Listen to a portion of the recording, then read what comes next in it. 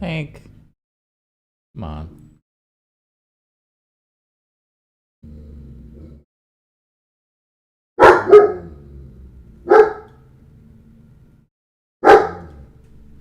Enough. You're fine. Jesus.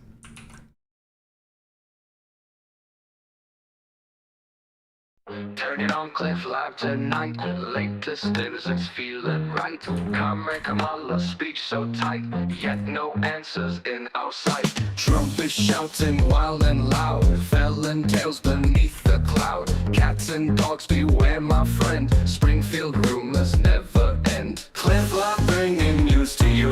Tune in now, it's fresh and true. Politics with humor strong. Stay informed and sing along.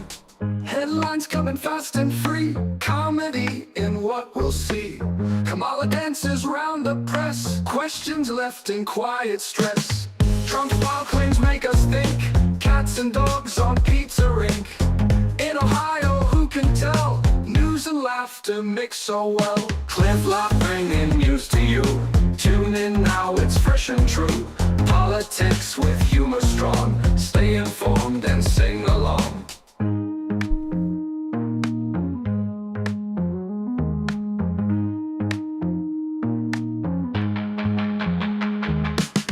Is shouting wild and loud, felon tales beneath the cloud. Cats and dogs beware, my friend. Springfield rumors never end. Cliff Live bringing news to you.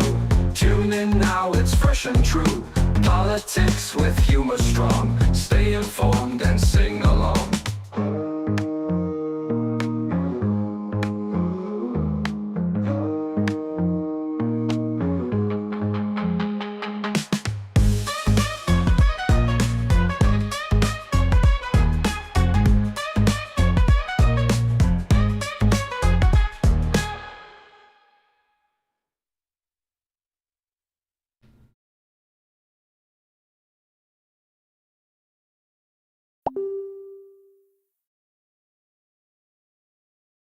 Alright, what's going on, everyone? I'm gonna give it a minute to see if some people show up.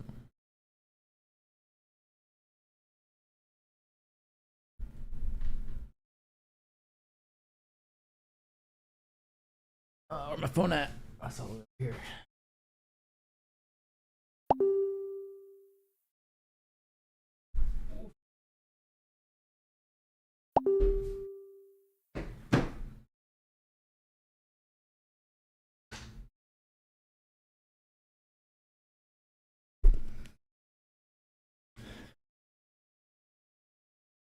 Go.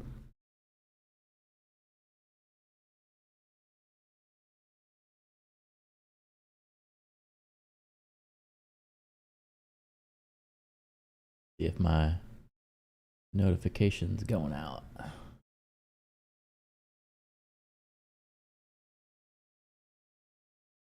Alright, alright.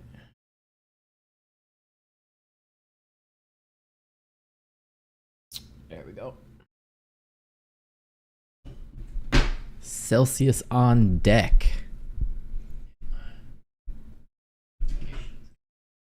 My monitor, turn the volume off. There we go. All right.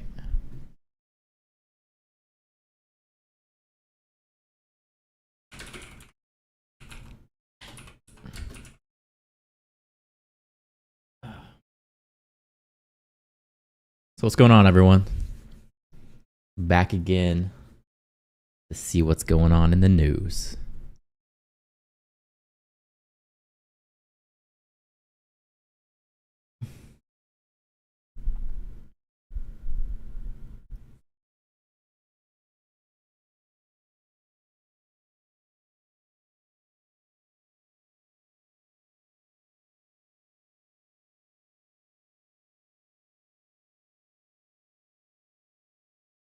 Push this down a little.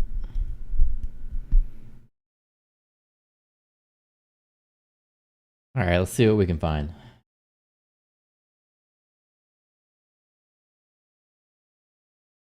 I got some things planned here. My fact checking isn't set up. All right, there we go.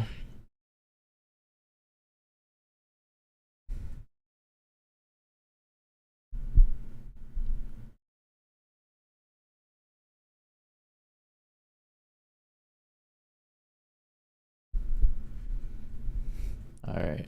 We good to go? All right, we good to go. All right, so this is going to be Patrick Henry, and apparently he just lays into Gary Gensler in this interview here. Not interview, I guess it's a committee being held. So definitely curious to see him rip into Gary Gensler over some digital asset regulations. 5 minutes. Chair Gensler, in March, the Agriculture and Financial Services Committee sent you a letter about the regulatory treatment for Ether, the native token of the Ethereum blockchain. In the letter, we expressed concern the SEC is using different terms to describe digital assets. This includes crypto tokens, crypto security tokens, crypto asset securities, digital asset securities, and digital asset securities that are investment contracts. Does the SEC differentiate between crypto tokens and tokenized securities? Just to give you a little brief history, this is Gary Gensler here. He has been in charge of regulating cryptocurrencies. However, he has not regulated cryptocurrencies because he doesn't know what he wants to do. He doesn't want to tell people what to do. He doesn't want to help new laws being made. He doesn't want to give any kind of guidance on how people can actually use cryptocurrencies. He has led by enforcement, which is just simply saying that there's no rules, and then he makes up some rules and says, oh, you violated this according to our government, and now you have to pay us a big fine, a bunch of lawyer fees, all of this stuff. It's very hard for these small crypto companies to actually go after the government because they just don't have the capital to do it. They can't pay the lawyers. So it's this guy, the way he's been running the SEC is pretty much like the mafia when you think about it. The whether any one offer or sale of an asset is a security depends on the facts and circumstances. In terms of the language or nomenclature, it's less about the terms, it's more about the economics, and it really goes down to a Supreme Court test, which is the law of the land, called the Howey test, and whether an investment contract is being offered and sold to the public, and that public is looking to others in a common enterprise, anticipating a profit. So the labels matter less than what the economics are. But You can see like this guy is just full of shit. People are actually starting to crack down on him though, so you can see he's kind of nervous. He knows he's on his way out for sure. Trump already said at the Bitcoin conference that if he's elected, this guy's fired. He is totally shit canned. there are different terms and words have meaning, and the fact that you've used multiple different words to explain what seems to be the same phenomenon, I think really raises questions about clarity. And this is what this guy does. He just switches his words. It's different regulations for different cryptos, depending on which one he actually likes. And it's bullshit. It's really what it comes down to. Well, the laws are clear, and it's written by the Supreme Court, but also... The laws are clear, but what we're seeing from the SEC is a lack of clarity. Yep. That's what I'm trying to ask you about. You have no... the direct question is about the different terms, and rather than answering that question, you answered a separate question. Kudos to you. Commissioner. And there's so many small businesses, which is really when you think of a cryptocurrency, that's what it is. It's a small business using this technology. So many of these small businesses want to be in clarity. They want to do right by the government, but this guy will not give them the guidance. He waits until they are somewhat successful, and then he comes back and he sues them, saying that they didn't follow some guideline somewhere, right? That's his whole plan. Kurt says, debate and chat, that's what we are here for. Commissioner Peirce, let's get into this question. Do you think that one reason why multiple terms are being used here for crypto is that there's no regulatory clarity or consensus identifying which tokens may or may not be offered pursuant to an investment contract? I think that's absolutely true. We've taken a legally imprecise view to mask the regulatory lack of clarity. Yeah. So this question of an investment contract, the SEC defined crypto asset securities as an investment contract represented by the underlying crypto asset. Yet, tucked away in a footnote on an amended complaint, the SEC clarified a security is determined by the, quote, contracts, expectations, and understandings centered on the sales and distribution of a digital asset, and not that the digital asset itself is a security. Is the SEC using inconsistent standards here? I mean, Yes, absolutely they are. What's going on, Chad? We are watching the House committee. They are grilling Gary Gensler, who is the lead at the SEC, who has not provided any clarity on cryptocurrencies, and he's finally getting called out on it. is that what's happening? I think what's happening is that we're trying to be ambiguous because the legal precision carries with it real implications. And this is why people have been coming to us and saying we need clarity. Yep. Is the token itself a security? People have been coming to you for at least 4 years, probably more than I can think of, asking, hey guys, please give us this clarity so that we can get our small business going. And they have refused every time to provide clarity. Instead, they want to just come back and sue you later. You have an option as a small business owner. You can go ahead and try and make your money and launch your business, which is what you should be doing as an American. That's what we do. We create businesses that launch into these big corporations. That stimulates our economy. That's what we want. That we want new technology. But when it comes to the SEC, they have not allowed that because they won't provide clarity. And it just comes down to what angers me about the government is there's so many people in the government that just won't do their job. And that it's so frustrating from every level in government. People that work in the government, it's like a job that you can't get fired from. You don't really have to do shit. And you just kind of hold that position until you retire and you make a crap ton of money from the taxpayers.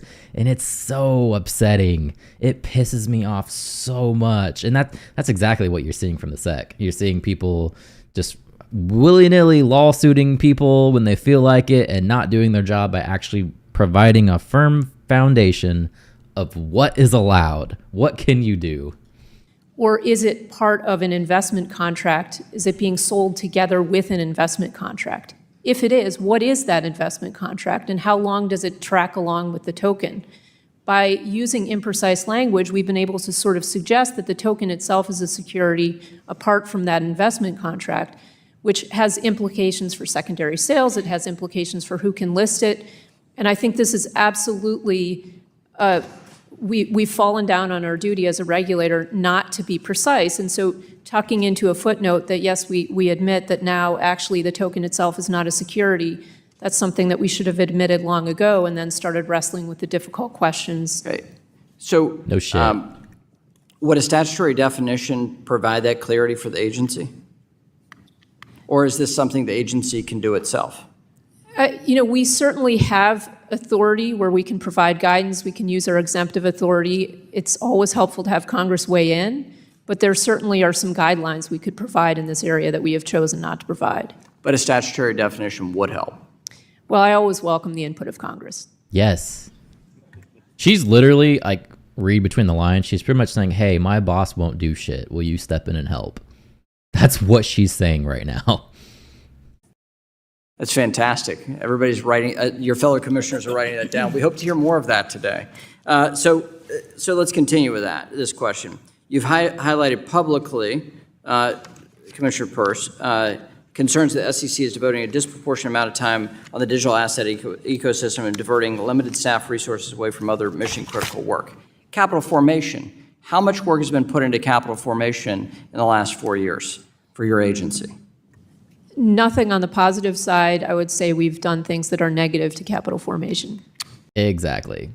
So there you have it. At least she's honest. She's like the only one at the SEC that's going to be honest that they need help. They either need to fire Gary Gensler and get other people in there that can actually lead the SEC, or they need Congress to step in and help them out, help them out with some new clarity.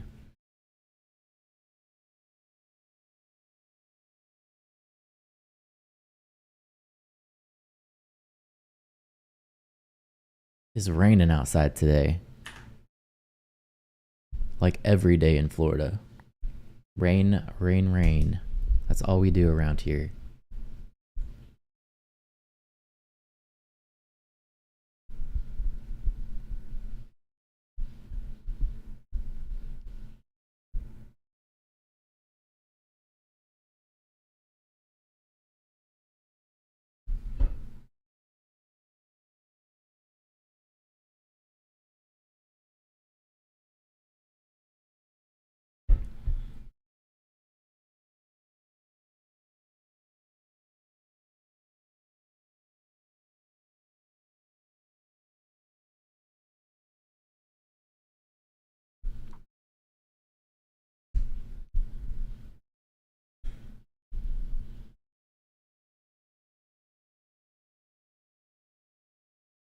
So here is a extension of the House Financial Service Committee holding a oversight hearing with the SEC. Hopefully they tear into Gary Gensler even more at this point because he's done a horrid job.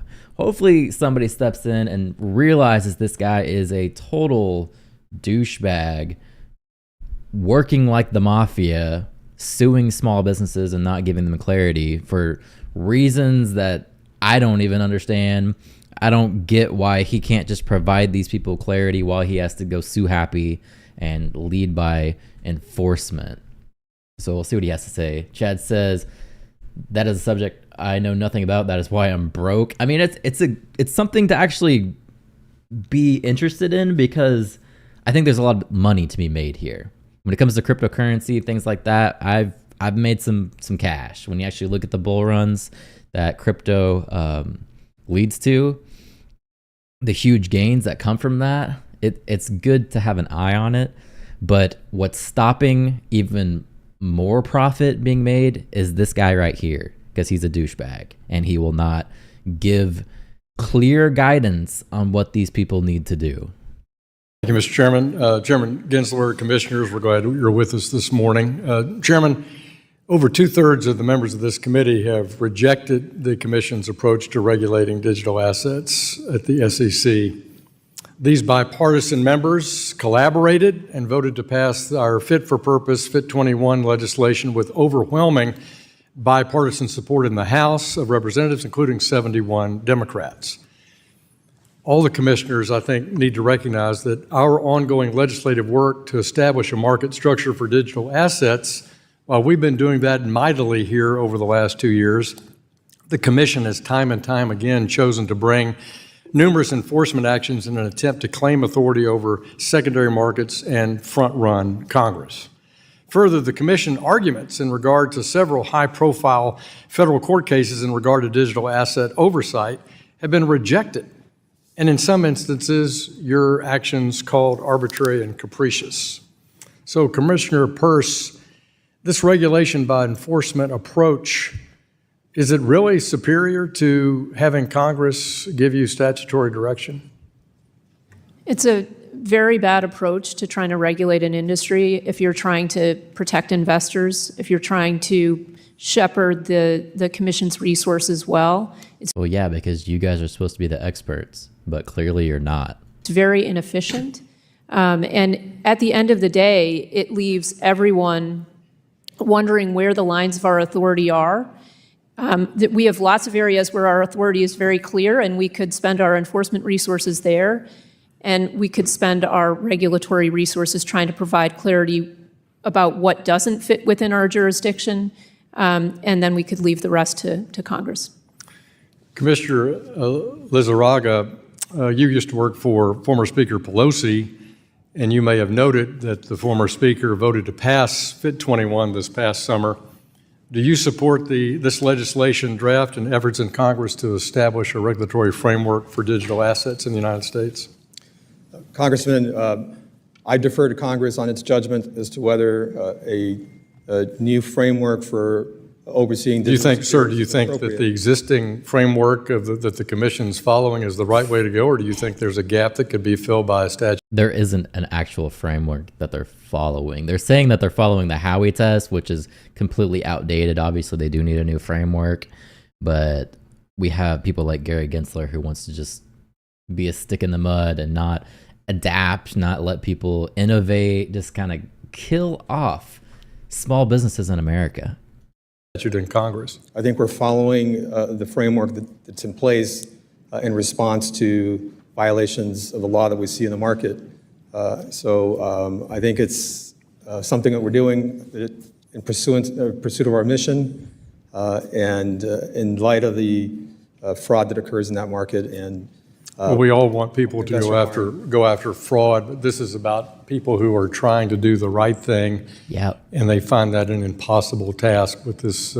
He's going back to the framework that everybody that deals in cryptocurrencies are criminals and we're all just buying drugs on a black market. And this industry has developed so much from that. It is completely away from that. There's legitimate businesses that are trying to do the right thing, working with the government, saying, hey, what can we do to help America? What can we do to stimulate our economy? And these people at the SEC just will not allow them to do it. SEC. Commissioner Ueda, the Commission has failed to use its discretionary authority that the chairman noted in his opening statement under Section 36 of the Exchange Act to provide some regulatory clarity in the digital asset ecosystem. What could they have done? Pick an instance where you think that a working example where the Commission could have used exemptive relief in solving some of these challenges, either these ETP challenges, the special broker-dealer challenges, or the Howey test itself, to have just dealt with this at the Commission using exemptive relief. Well, thank you. The Commission has a wide range of existing tools that we could use to address the lack of clarity, whether it has to do with the status as a security. We just refuse to use them and we'd rather just sue people instead. Or whether it pertains to broker-dealers or exchanges or custodians of these types of digital assets. To my knowledge, I am the only commissioner in the history of the agency who's actually stood before a panel of judges in oral argument and articulated the Howey test after having filed a written brief with that court. One of the things, so the Howey test is an investment of money in a common enterprise with the expectation of profits from the efforts of others. That's from the Supreme Court. Numerous other circuit courts have elaborated what exactly that means. The Commission, for instance, I'll give you one example, could have articulated specifically in the context of crypto and digital assets how you apply this test as to whether or not it's an investment contract and therefore a security. And an outdated standard that nobody should use anymore. Have you seen the movie trailer for Guy Madden's Rumors? No, I have not seen that. I see the ads are in full force today, too, since I've joined the stream. Jesus. You just got 3 cents? Probably. YouTube gives me like a fraction of the pennies of that. If you want to avoid ads on YouTube, I suggest you get ad block. It's a Chrome extension. And there's some finagling you have to do to make the ads actually, or not see the ads actually, but definitely worth your time to get ad block for sure. That way you don't see any more ads. We've done that before. For instance, to explain what fiduciary duty means under the Federal Investment Advisors Act. We have chosen not to go down that path. And right now, I've been with the Commission for 20 years, or for, 18 years. I've been a securities regulator for 20 years. We are now entering into our second decade of thinking about this issue. It first popped up on my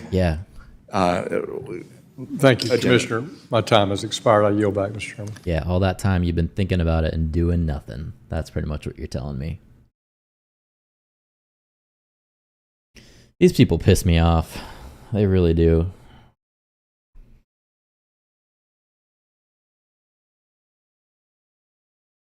All right, what else is going on in the world?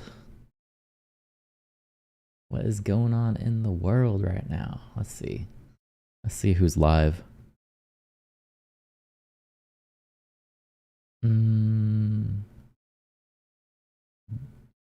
House Committee on Weaponization of the Federal Government hearing. Okay, so maybe Trump is actually making some headway over there. Let's see what's going on.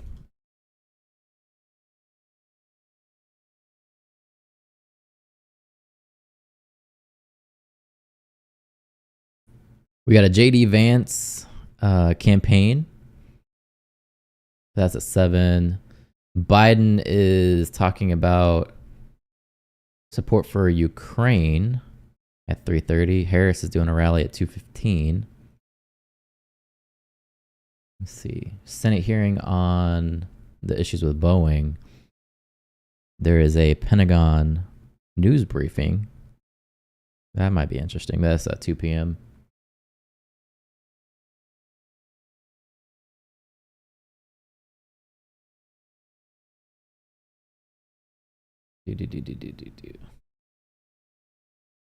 I saw something with Zelensky giving a speech today. I wanted to see what he had to say. I think it was a UN meeting.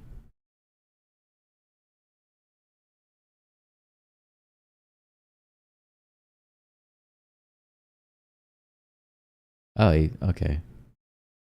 Let's see. Let's see what he has to say.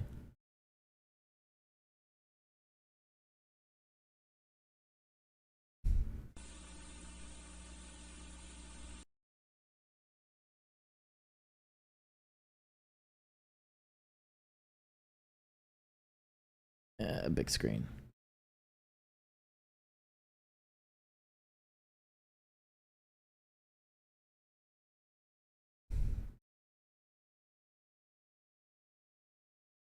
So here is Zelensky coming out. He is going to be talking about Russia apparently going to attack their nuclear power plants, is what he's claiming here at the United Nations General Assembly. So let's see what this character has to say.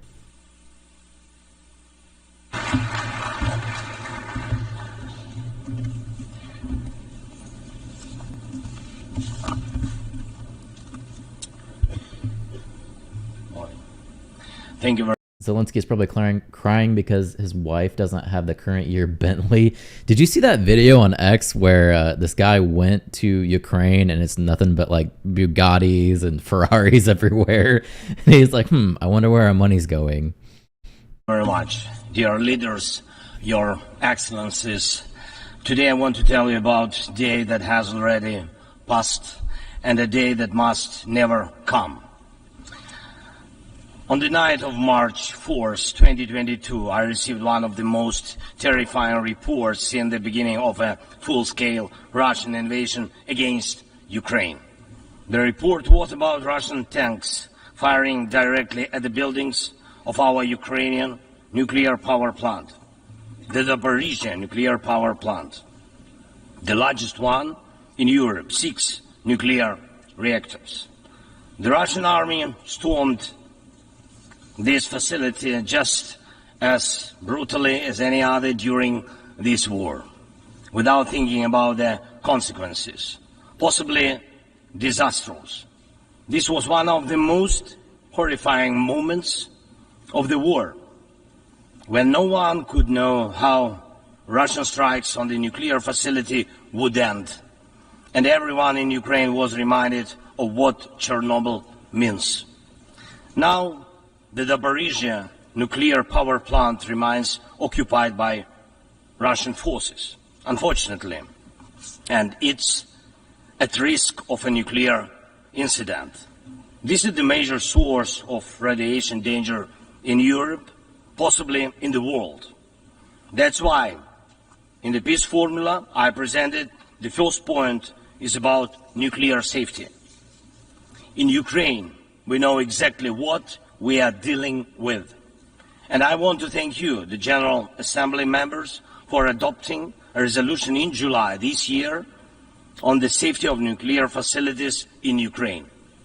Most in the world understand what's at stake. The General Assembly demanded that Russian return control of the Zaporizhzhia nuclear power plant to Ukraine. Only then real nuclear security will return to Europe and the world. And now about the day that must never come. Since Russia can't defeat our people's resistance on the battlefield, Putin is looking for other ways to break the Ukrainian spirit. One of his methods is targeting our energy infrastructure. And these are deliberate Russian attacks on our power plants and the entire energy grid. As of today, Russia has destroyed all our thermal power plants and So they need money because they're going to blow up a nuclear reactor. If not, is that how I took it? That's how I'm taking it. As far as what I'm seeing, they need support apparently so they don't blow up this nuclear reactor. How they're going to do that, I don't know. the large part of our hydroelectric capacity. This is how Putin is preparing for winter, hoping to torment millions of Ukrainians, ordinary families, women, children, ordinary towns, ordinary villages. Putin wants to leave them in the dark and cold this winter, forcing Ukraine to suffer and surrender. Just imagine, please, your country with 80% of its energy system gone, with such a destroyed part of the system. What kind of life would that be? Recently, I received yet another alarming report from our intelligence. Now Putin does seem to be planning attacks on our nuclear power plants and the infrastructure, aiming to disconnect the plants from the power grid. With the help of satellites, by the way, ladies and gentlemen, satellites of other countries. Russia is getting images. Is Russia even still attacking Ukraine? From what he just said, they're occupying the nuclear reactor. So if they're occupying, why would they blow it up? I see what I'm like, maybe shutting it down if that's what he's talking about, and then they're not going to get the power supply. That makes sense. But the way I took it when he was talking about like a Chernobyl style incident, if they're occupying it, why would they do anything like that? And detailed information about the infrastructure of our nuclear power plants. But what does this really threaten? Any missile or drone strike, any critical incident in the energy system could lead to a nuclear disaster. A day like that must never come. And Moscow needs to understand this, and this depends in part on your determination to put pressure on the aggressor. These are nuclear power plants. They must be safe. Ladies and gentlemen, 2 years ago in the fall of 2022, I proposed a comprehensive strategy to end the war and to ensure security, and I presented the peace formula at a highly inclusive political platform for world leaders, the G20 summit in Indonesia, representing billions of citizens from all parts of the globe. And it's important for us that all these people can understand us, understand that Ukraine wants to end this war more than anyone in the world. I can see them turning it off or even rerouting power, but not 3 Mile Island it. Yeah, I think he's just trying to fearmonger in any way possible that he can so that he can get funding. War always poses a threat to many. You all see in the media and read in reports what is happening in Ukraine because of Russia's war. It's something many are imagining happening to themselves.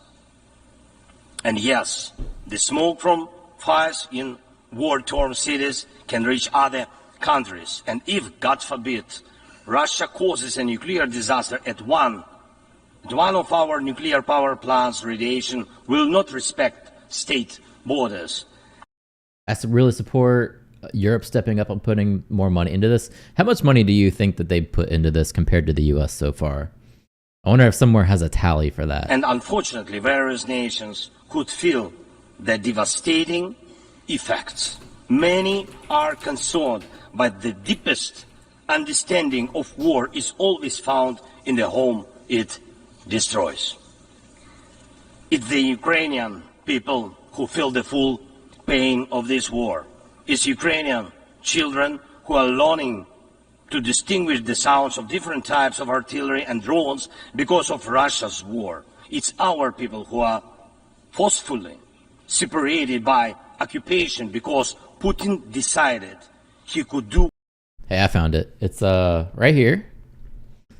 It says EU and our member states have made available over 126 billion in financial aid, military, humanitarian, and refugee assistance. Shoo!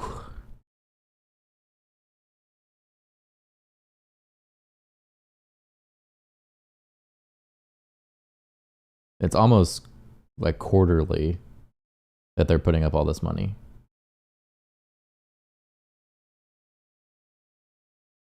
Whatever he wants. It's our heroic soldiers who are giving their lives to defend our country from invaders trying to steal our land.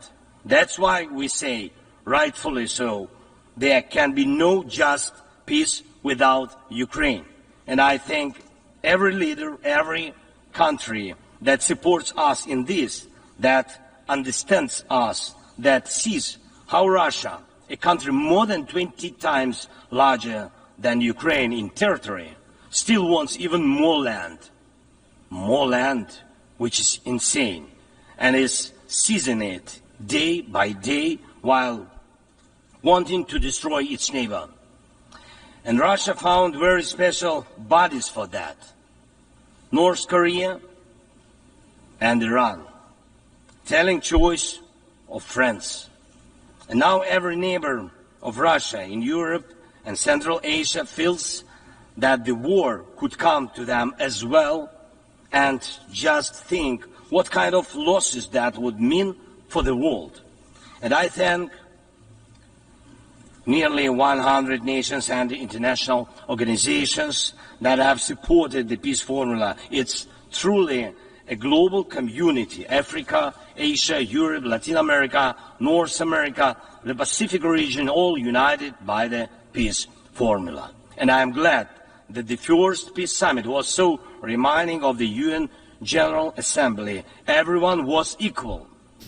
All nations that participated in the peace summit, large and small, no veto right, no blocking authority, those that have been independent for ages and those that have only recently gained independence, those that have gone through wars themselves, and those accustomed to peace.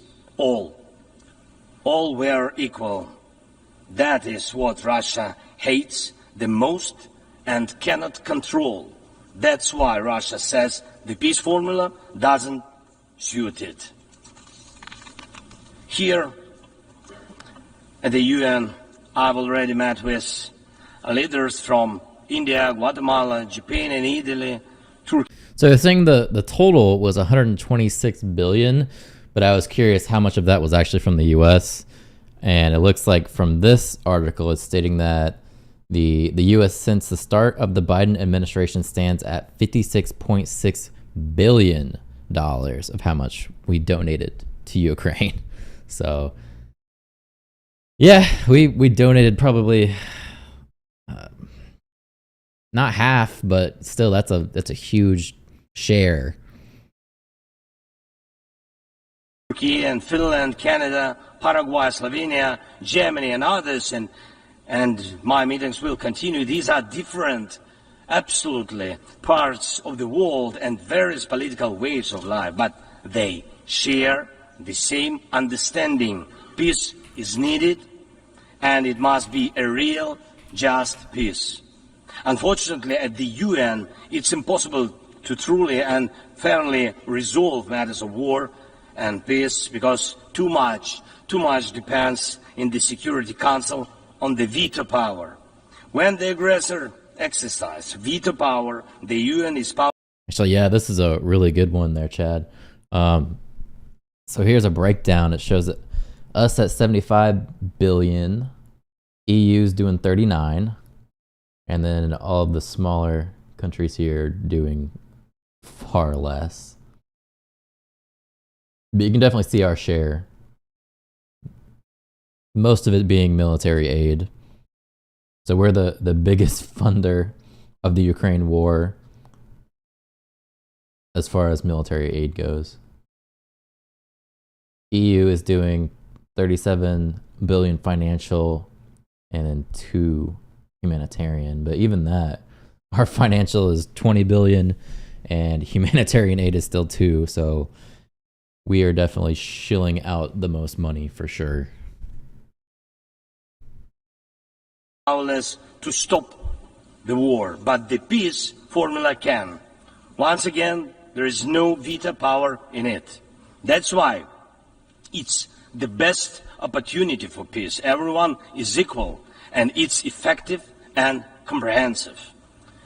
When some propose alternatives, half-hearted settlement plans, so-called sets of principles, it not only ignores the interests and suffering of Ukrainians, who are affected by the war the most, it not only ignores reality, but also gives Putin the political space to continue the war and pressure the world to bring more nations under control. Kind of makes you wonder if Trump was onto something before the election. I mean, I think he absolutely was. I don't want Russia attacking Ukraine. That's not what I'm saying. I'm all for allowing Ukraine to defend itself.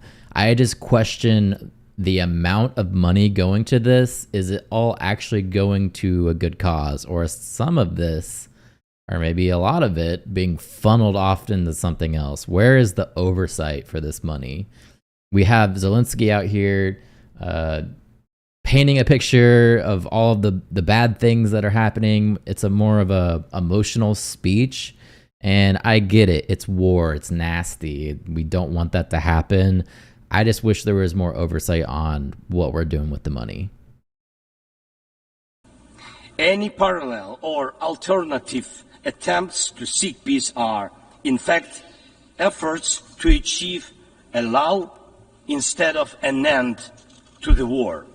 As a global initiative, the peace formula has already existed for 2 years, and maybe somebody wants a Nobel Prize for their political biography for frozen truths instead of real peace, but the only prizes Putin will give you in return are more suffering and disasters. We must restore nuclear safety. Energy must stop being used as a weapon. We must ensure food security. We need to bring home all our captured soldiers and civilians forcibly deported to Russia. We must uphold the UN Charter and guarantee our right, Ukraine's right to territorial integrity and sovereignty, just as we do for any other nation. We need to withdraw the Russian occupiers, which will bring an end to the hostilities in Ukraine, and we must hold those responsible for war crimes. We need long-range missiles so we can fire into Russia, rather. Accountable. We need to prevent ecocide and stop the destruction of nature caused by the war.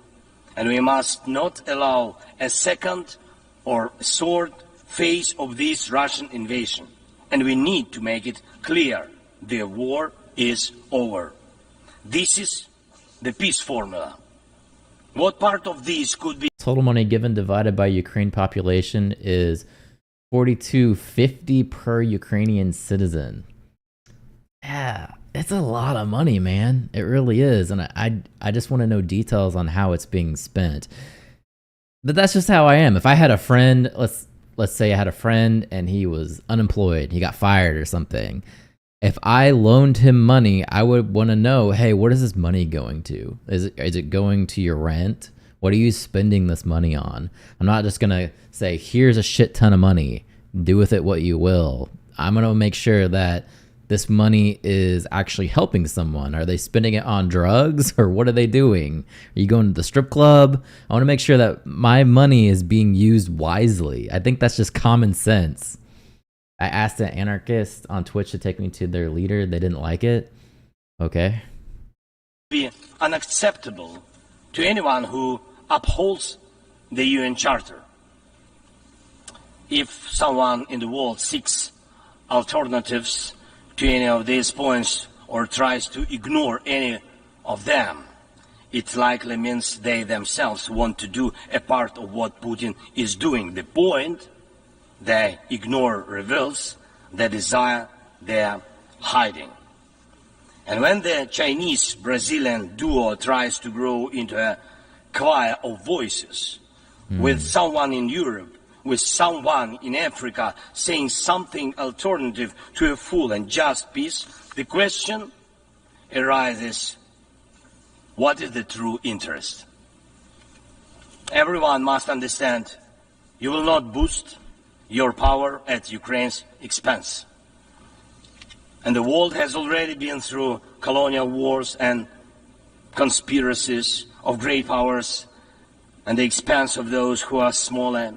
Every country, including China, Brazil, European nations, African nations, Middle East, all understand why this must remain in the past. And Ukrainians will never accept why anyone in the world believes that such a brutal colonial past, which suits no one today, can be imposed on Ukraine now instead of a normal, peaceful life. We need more money to protect our freedoms. I also need 2 new summer homes and a winter villa in the south of France. Yeah, did you actually see Zelensky was campaigning? He went to some kind of ammunition resort, or ammunition factory rather, and he was campaigning for Harris there. He was talking shit about Trump. Interesting. I want peace for my people, real peace and just peace. And I'm asking for your support from all nations of the world. We do not divide the world. I ask the same of you, do not divide the world. Be united nations. And that will bring us. He pulled a Harris there. United Nations. The nations that are united, which is what we are in our friendship of being united. It's like a direct Kamala Harris kind of speech right there. Now he's begging money from the poorest of countries. Did he become a televangelist? Pretty much. Hey man, he needs a summer home. What's he gonna do?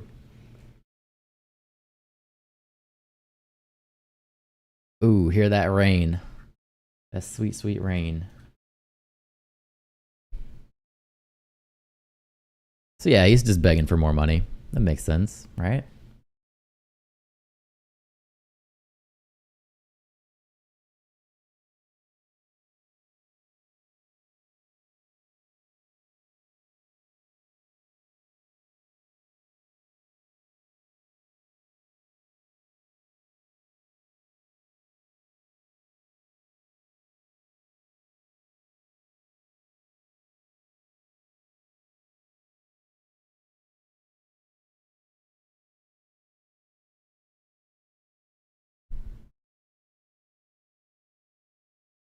I want to see some Tulsi Gabbard videos. I haven't watched those in a while.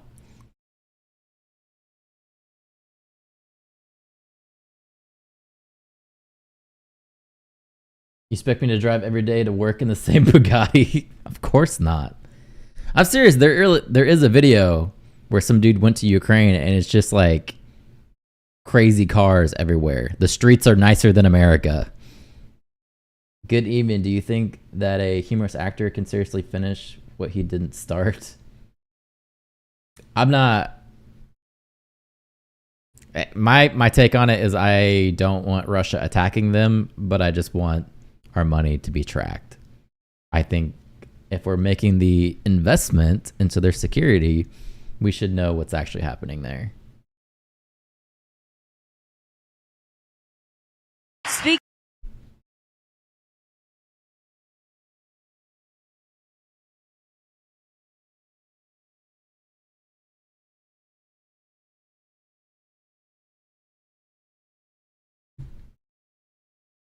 So this is RFK and Tulsi Gabbard, and they're going to tell us why they left the Democratic Party. Speaking of fighting, Charlie Kirk has described this group of individuals that have now come together to support Donald Trump, which is, I think Avengers is a really good way to describe them. You all have superpowers. You're all uniquely talented. It's truly impressive. Why do you think that so many unique individuals, of course, including many that have been Democrats, both of you are those people. Why have all of you come to support Donald Trump?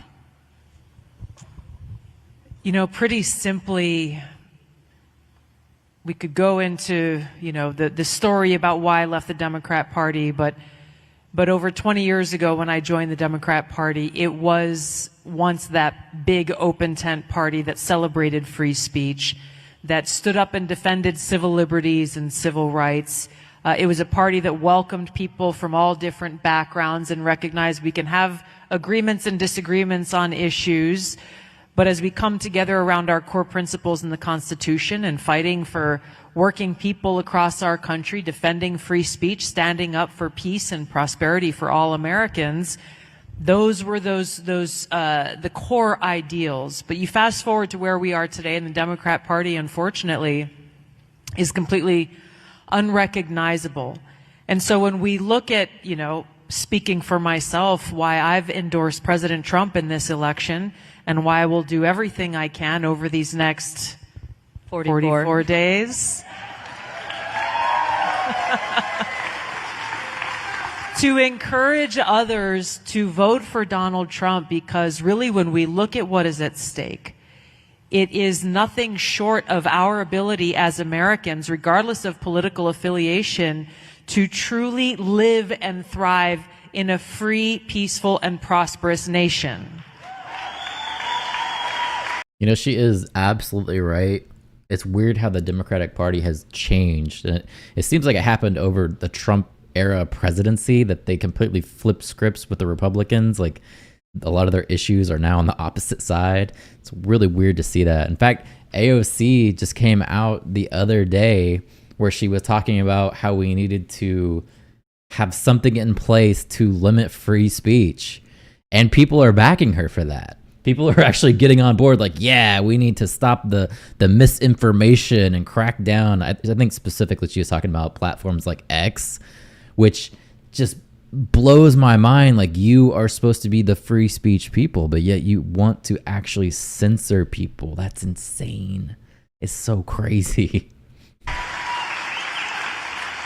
And I know in our conversation we'll go into a little bit more detail on that, but when we recognize that that is what is at stake, we also then must recognize that when we compare and contrast the record of Donald Trump as president, and we compare that to Kamala Harris's record as vice president, we see a record of success under Donald Trump when it comes to freedom, peace, and prosperity.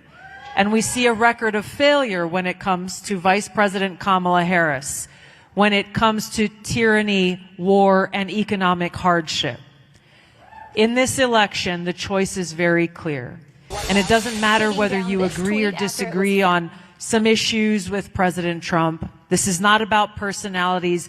This is nothing short of our future and our freedom on the line. And President Trump is our best hope to defend that freedom, to defend our future, to walk us back from the brink of World War III and nuclear war so that we can live out that promise that the founders of our country had for every single one of us as Americans. I want to bring up the video actually where she's talking about that. 'Cause I didn't watch the video, I read the article. I do think that sometimes stuff like that, gets misconstrued. Maybe Fox News picks it up and it's actually the wrong information. So let's actually watch it and see what really she said here. Just to be sure, we got to fact check. So here she is. Let's see what she has to say a little bit. Members of Congress in some of my discussions have brought up media literacy, because that is a part of what happened here. And we're going to have to figure out how we rein in our media environment so that you can't just spew disinformation and misinformation. It's one thing to have differing opinions, but it's another thing entirely to just say things that are false. And so that's something that we're... Yep, there she is. So it wasn't taken out of context, there she is. She's talking about censoring people, which just blows my mind. Like, that's not a democratic policy. Like, they've never been for that. That hasn't been. It's not an American way at all. I don't get it. Good, it was on your end. I thought my phone was spontaneously playing AOC's noise. No, I was trying to find the video just to fact check it. But yeah, that's her there. She is literally talking about censoring Americans. Like, that's a thing. I never would have thought that would be a thing. No American would want that. Like, what? It blows my mind. Like, really, like I can't even comprehend it, because when you're growing up, you're taught like we're Americans and we have freedom of the press and you have your First Amendment right and we love all this stuff. And now you have people actually coming out talking about wanting to limit the things that you can say. You know, I followed the same evolution. She got awake a little faster than I did. And I would add Elon Musk and so many other people to this list. Do you mind, Bobby? How many former Democrats or independents, libertarians we got here in the room tonight? Awesome. That's me. I voted Democrat before, voted for Obama, but I can't get behind a party that wants to censor me. Thank you. So you know what we're talking about. In the Democratic Party that we were raised in, the Democratic Party of John Kennedy or Robert F. Kennedy doesn't exist anymore. The Democratic Party that I grew up in was the party of peace. It was against war. My father died running against the Vietnam War. My uncle spent 1,000 days in office fighting against his military industrial complex, his intelligence apparatus to keep our country out of war. It was the party of constitutional rights, of civil rights, including, especially, beginning with freedom of speech. It's now the party of censorship, and it's the party of war. And, you know, Kamala Harris said in this extraordinary speech, as she did in front of the Democratic Convention, which was filled with this pugnacious belligerence, this promise to make America the dominating military power in the world. And this is what's gotten us all into all the trouble. Before her, immediately before she went on, we had an ex-CIA director, Leon Panetta, speak at the Democratic Convention. This is not the Democratic Party that I grew up with.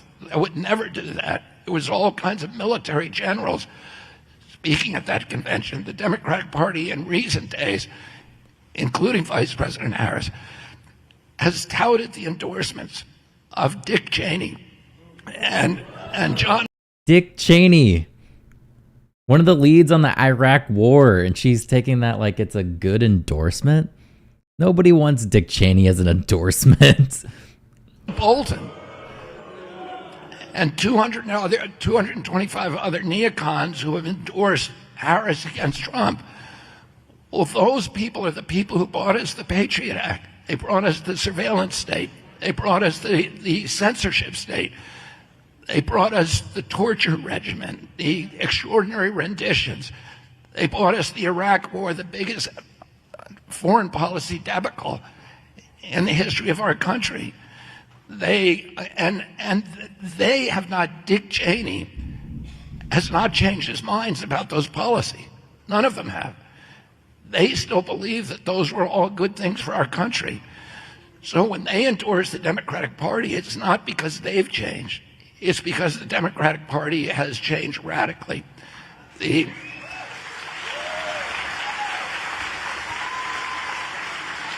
Our party was a party of tolerance, and today the Democratic Party is the party of hatred and division. And, you know, I have many old friends. Most of my old friends are Democrats. And I don't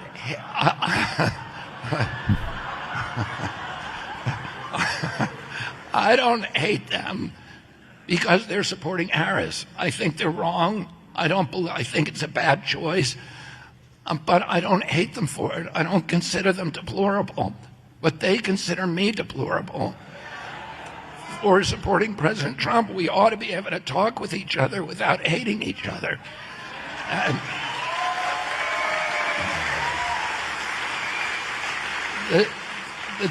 Unless we feel the need to spread lies that incite violence against an entire community of people, I think we will be okay.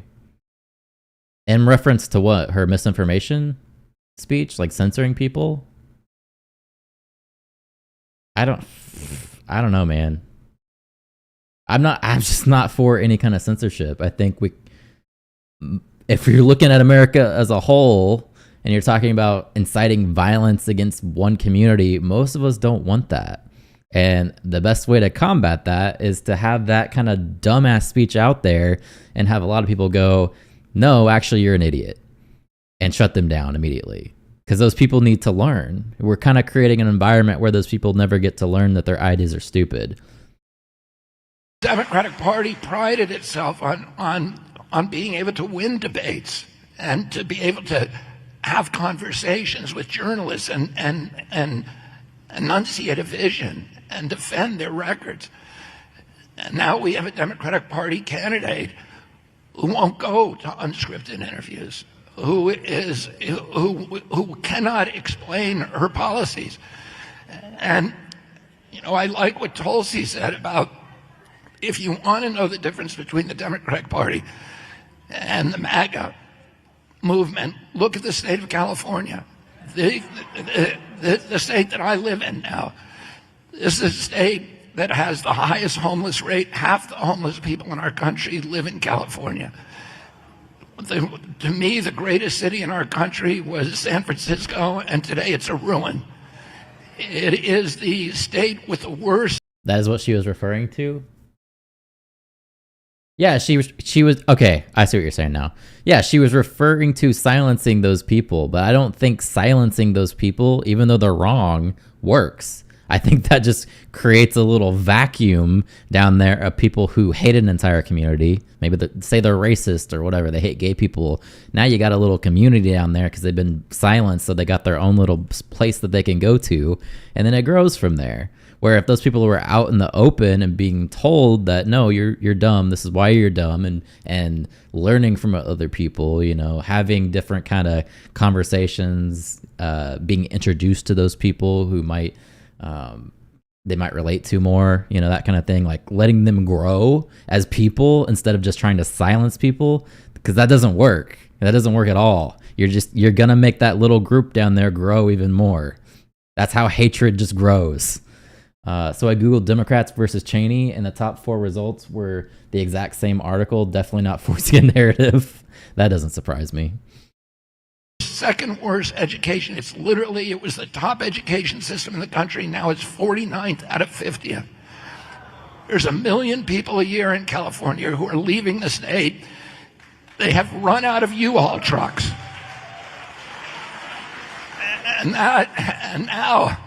And Kamala Harris was instrumental in creating that situation.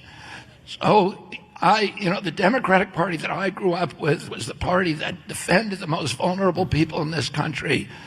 And today it's the party it's the party of the rich, the super rich. It was the party of the firefighters, the cops, of labor. We had this year this extraordinary inversion happening where you had Sean O'Brien, who I talked to a few minutes ago, who's the head of the Teamsters Union, and he told me to send his love to Donald Trump.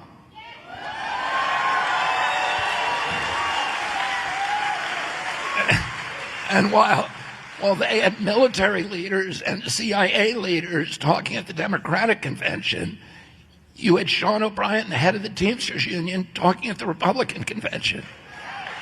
And the Democratic Party, when I was a kid, the Democratic Party owned very little money. It had usually the contributions were a half to a third of what the Republicans raised in presidential races.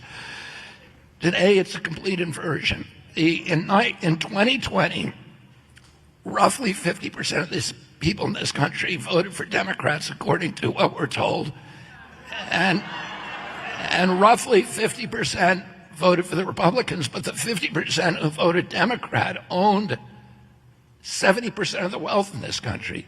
The 50% who voted Republican own 30% of the wealth.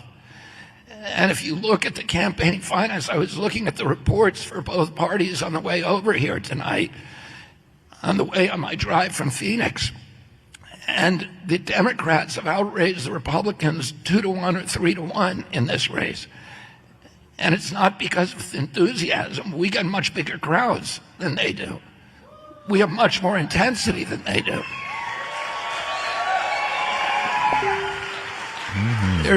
There are none of the surrogates for Vice President Harris who can put together a crowd like this, a standing room only crowd with 3,000 RSVPs. We got to this event. They can't do that. What they have is money. And this is the opposite. This has become the party of the working class, of the working poor, of Main Street, of small business people. Kamala Harris's brother-in-law, who is her campaign manager or finance director. Yeah, they always have to throw in that little snide remark about, "Ooh, my crowds are so much bigger. They have to get into this pissing match." Like, who cares? Has taken leave of being the general counsel for Uber, one of the most anti-union, anti-labor organizations in this country. They are on the side of big tech and the intelligence agencies, because they are all linked. And I'm scared of those people running our country. That terrifies me. We were the party of peace. Now the Democratic Party is the party of war. They're the party that gave us Ukraine. They're the party now that is threatening to put missiles into Russia, to the Kremlin, to mainland Russia, and start World War. I'm wondering if those long-range missiles into Russia are going to be authorized by the U.S.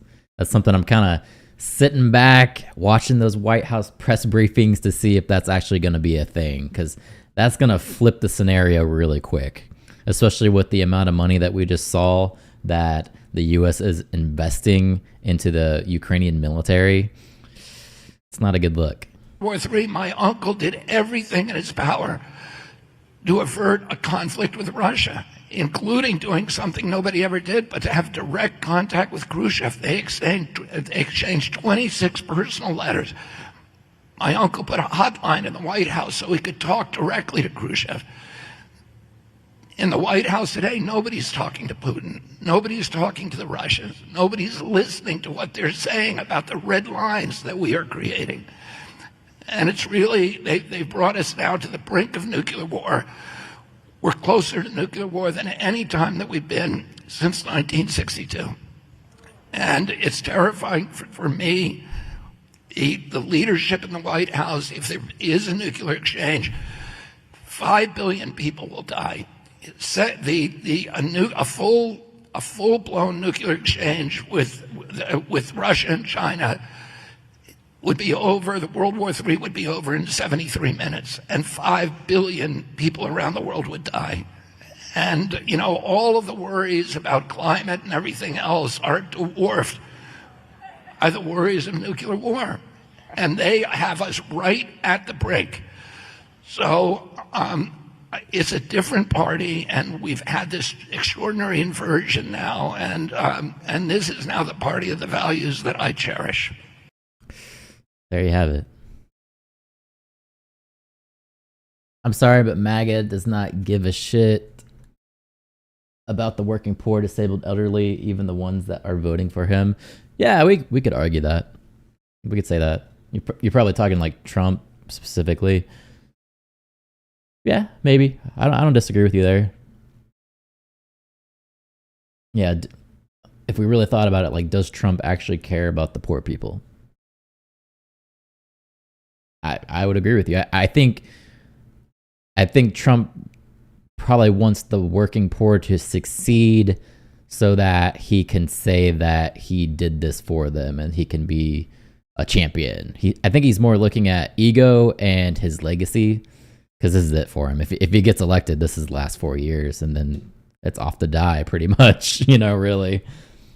if Kamala becomes president, Putin can't do anything, but Kamala came from a middle class family.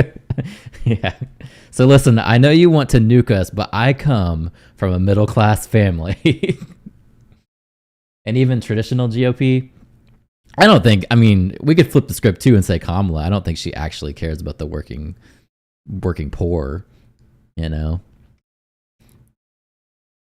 I think her is more, it's more about getting to that, what do we call them? Like mainstream, I don't even know if mainstream's really the word for it. It's that position of power, pretty much, that legacy of power, that democratic dynasty. It's about her trying to get into that. I see her more just shooting for that, where Trump's shooting for ego. I look at Kamala like somebody who's, you ever work with somebody who like tries to climb the corporate ladder, and they'll step on people and they'll do whatever it takes to get there. They'll say whatever needs to be said. They'll sell their soul. That's how I look at her.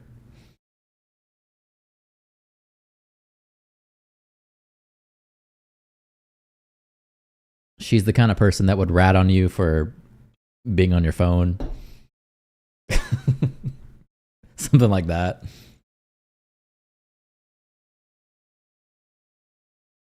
That sunny lady off The View just compares Biden to George Washington.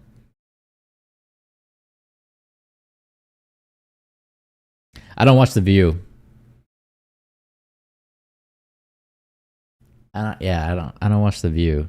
Every time I watch The View, they just piss me off because they're so stupid over there.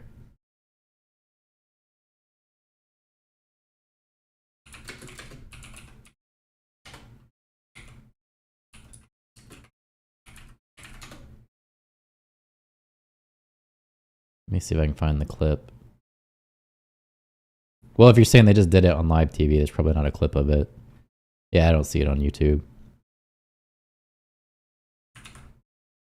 Yeah, make sure Google doesn't have anything.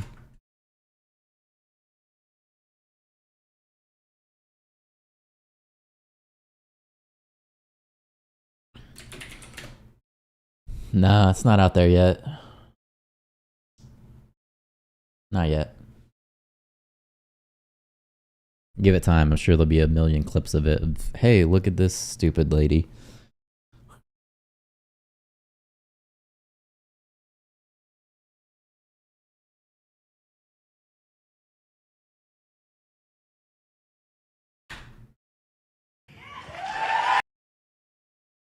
All right.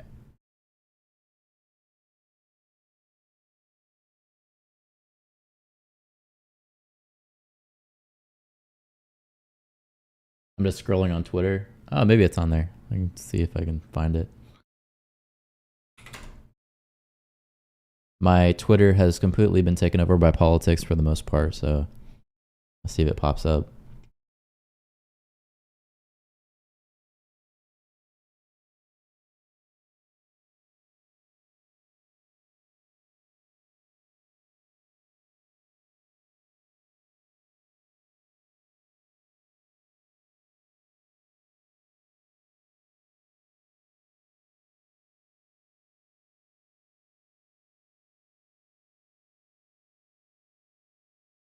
Nah, I'm not seeing it. They had another weaponization hearing this morning. Oh yeah, I saw that. I was waiting for it to go live actually.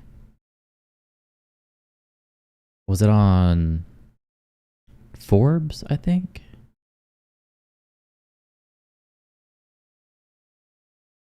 Here's attacks. Should we watch it? It's 2 hours long.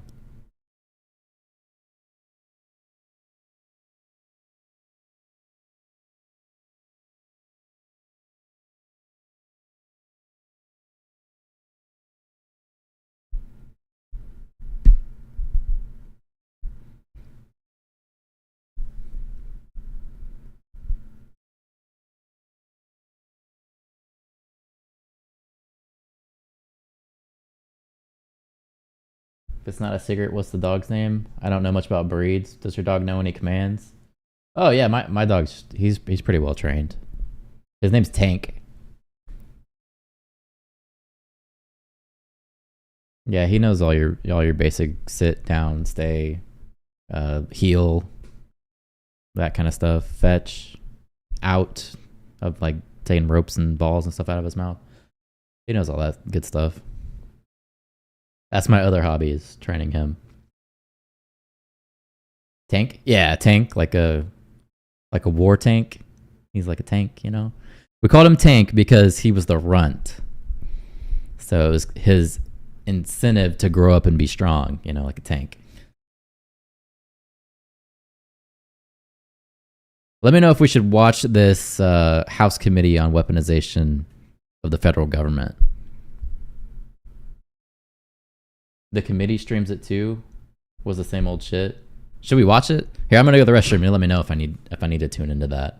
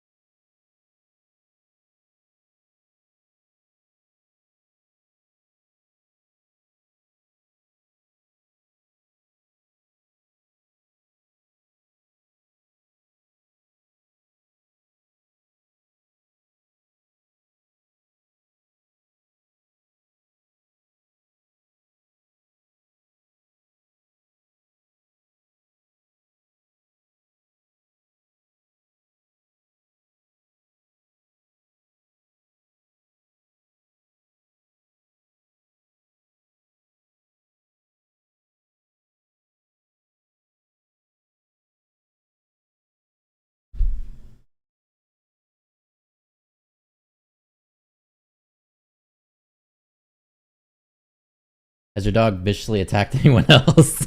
So there's this lady, and she just lets her dog out, and it runs around the neighborhood, and we keep running into her dog, and her little scrappy dog will run at my dog, charge at him, and bark.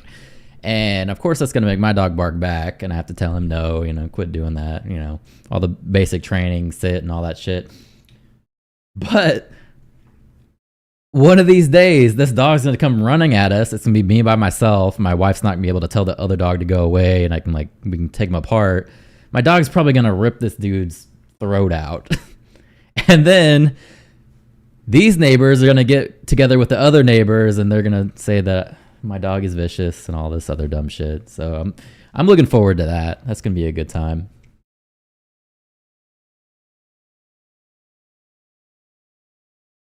And I'm gonna be back to square one. Like, why is your dog just running the streets?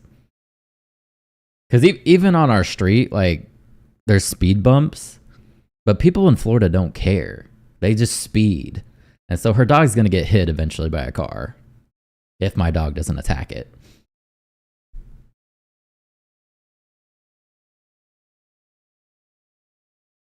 And adjudications. These allegations raise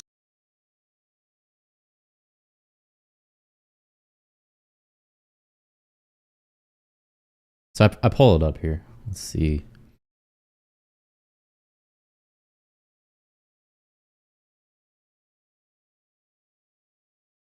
We'll watch it for a little bit and see if there's anything interesting going on. So this is the House Committee on the Weaponization of the Federal Government. Basically, all of these different charges that are being brought against Trump, they're holding a committee on it to see if any of this is actually true. serious issues, and I would note, do not apply to only a subset of employees with certain political views or ideologies. During today's hearing, for both investigative and privacy reasons, the only whistleblower retaliation matter that I can discuss is the one involving Mr. Allen. I'm able to do so because Mr. Allen recently settled his employment claims with the FBI, or against the FBI, with the FBI reinstating his security clearance and agreeing to provide him back pay. Following the settlement, Mr. Allen withdrew the retaliation complaint he had filed with my office, resulting in the OIG closing our retaliation investigation. Mr. Allen also waived any privacy rights that might otherwise prohibit me from discussing our investigation of the claims. As a result, I'm able to discuss with you today the factual details we learned during our investigation, which will illustrate many of the systemic issues that we've seen with the security clearance process. For example, in Mr. Allen's case, his unpaid security clearance began in early 2022 and didn't end until the settlement in June 2024. Most employees in Mr. Allen's situation would find it unrealistic financially to retain their government employee status for over 2 years without pay, which is in tension with the law's requirement that agencies allow individuals claiming retaliation to retain their employment status while a security review is ongoing. There are a number of other particularly important policy issues relating to protecting whistleblowers from retaliation that I look forward to discussing today, including potential legislative issues and potential actions raised in the written testimony and correspondence submitted for today's hearing. And as we seek, all of us, I think, to ensure that the security clearance investigation and adjudication process is never used to retaliate against whistleblowers and people who bring forward, in good faith, claims of waste, misconduct, and abuse. Thank you again for the committee's support, and I look forward to answering your questions. Thank you, Inspector. We now recognize Mr. Levitt for 5 minutes. Chairman Jordan, Ranking Member Plaskett, and members of the subcommittee, thank you for the invitation to testify today. When Marcus sat here 16 months ago, the FBI smeared him with the lie that he was a threat to our national security. That lie was repeated here in this hearing room. But 1 year later, the FBI reinstated his security clearance and agreed to restore 27 months of back pay. This amounts to an official admission by the FBI that claims about his disloyalty to the U.S. were false. His clearance should never have been revoked in the first place. And this year, whistleblower after whistleblower from inside the FBI security clearance office has pulled back the curtain on the dysfunction and political bias in the security division. Last week, I sent a 22-page letter to the committee outlining these problems. As that letter details, each and every one of the line-level employees who worked on the review believed Marcus should retain his security clearance. The initial investigator believed it, a second investigator believed it, the first adjudicator believed it, and a second adjudicator believed it. So how did his clearance still get suspended and revoked, contrary to both whistleblower retaliation and clearance adjudication law? High-level officials, at least one of whom is still in the security division, overruled these line-level staff and intimidated employees into doing what they wanted. Division employees lived in fear of a stranger bringing the so-called Kelly cart to their desk to package up their belongings while they were escorted out of the building and fired. And sure enough, of the 4 line-level employees who worked on Marcus's case, 2 of them also suffered reprisal from the FBI for trying to treat him fairly. In fact, the entire leadership of the division's clearance adjudication unit was removed in September 2023, apparently in reprisal for standing up to improper direction from leadership. Empower Oversight is now representing 3 current or former security division employees retaliated against by their managers. This summer, we disclosed to the public that the security division forced FBI employees to rat out their coworkers if they'd ever heard them, quote, vocalize support for President Trump or, quote, vocalize objection to the COVID-19 vaccination. Interesting. That's getting sketchy. We now understand that was just one manifestation of the FBI's politicized climate. Former security division leaders like Jeffrey Veltri, who's now running the investigation into the second assassination attempt on former President Trump, has a documented history of encouraging security clearance decisions based on political views and personal medical decisions. He and fellow manager Dina Perkins would often ask in staff meetings whether employees whose clearances were under investigation had received the vaccine. Veltri also suggested Marcus was delusional for being motivated by his sincere held religious beliefs. The tone for this intolerance seems to have been set at the top. In a February 2021 call with FBI managers, Deputy Director Paula Bate made what one observer called a chilling and personal direct threat that there would be consequences for anyone who questioned his direction. Given these statements, how is the American public supposed to have any confidence that decisions are being made at the FBI without personal bias or politicization? Over the past 2 months, since a former president was nearly assassinated and one man was killed, the entire country has seen how critical Secret Service whistleblowers have been to providing even the smallest measure of transparency. Yet those whistleblowers, like all other federal law enforcement whistleblowers, have stronger protections than the whistleblowers at the FBI. As some of you know, fixing this was one of my top goals as a congressional staffer a decade ago. But the House Intelligence Committee has repeatedly blocked reforms in this area. Incredibly, the other prohibited personnel practice laws that apply to the rest of DOJ don't apply to the FBI either. The FBI's internal handbook is the only prohibition on political coercion, nepotism, rigged hiring, and various other merit-based policies. How can you not end up with poor management and managers at an agency like that? OSC, my former agency, investigates the practices in these other agencies with recourse to the MSPB, another former agency of mine. For the FBI, Mr. Horowitz's office is tasked with these investigations. But his office doesn't have the legal authorities OSC does to seek a stay of a personnel action from the MSPB while it investigates. And unlike MSPB, Mr. Horowitz's office can't force the FBI to take any particular corrective or disciplinary action, even if it finds wrongdoing. Congress should fix this 1970s relic of an exception for the FBI and empower OSC to investigate FBI personnel actions with appeals to MSPB and the courts. As a broad bipartisan coalition of groups has argued, including in a letter that we submitted yesterday to the committee, it's also time for Congress to overturn or narrow the 1988 Supreme Court case Navy versus Egan. Because of it, neither OSC nor MSPB review whether a security clearance action was taken as a form of whistleblower reprisal. That should change, especially because it's become the FBI's primary form of whistleblower retaliation. Allowing the FBI to operate by its own playbook for so long has also had other consequences. Just 3 weeks ago, MSPB issued an order to show cause why it shouldn't impose sanctions against the FBI in one case. The bipartisan three-person board wrote it's difficult to escape the idea that they have no intention of complying with the board's orders. Through the reforms I've outlined, Congress can restore the proper functioning of the civil service of the FBI. Both parties should support these changes. They would strengthen good government in the FBI no matter who sits in the White House or director's office. And while there's no way to erase the suffering endured by Marcus and his family or Garrett O'Boyle and his family and others, the FBI can hold accountable those who perpetrated it, and Congress can turn it into something meaningful by using it as the impetus to finally change these laws. Thank you. Thank you, Mr. Levitt. I wonder what this whistleblower actually said, and did he go through proper channels?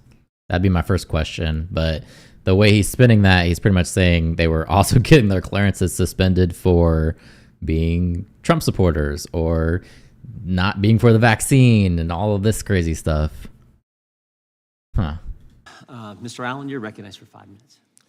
Thank you, Mr. Chairman and members of the committee, for the invitation to testify today. My name is Marcus Allen. I'm here to speak with the committee about how the FBI weaponized the security clearance process to retaliate against me for protected whistleblower activity. In late 2021, I raised concerns about the FBI director's testimony about the January 6th Capitol riot, not out of political motivation, but out of a duty to truth and integrity.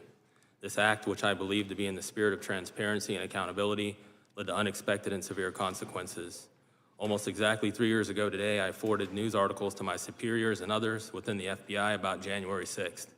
It was literally one of my job duties to keep my colleagues informed about open source intelligence related to their cases.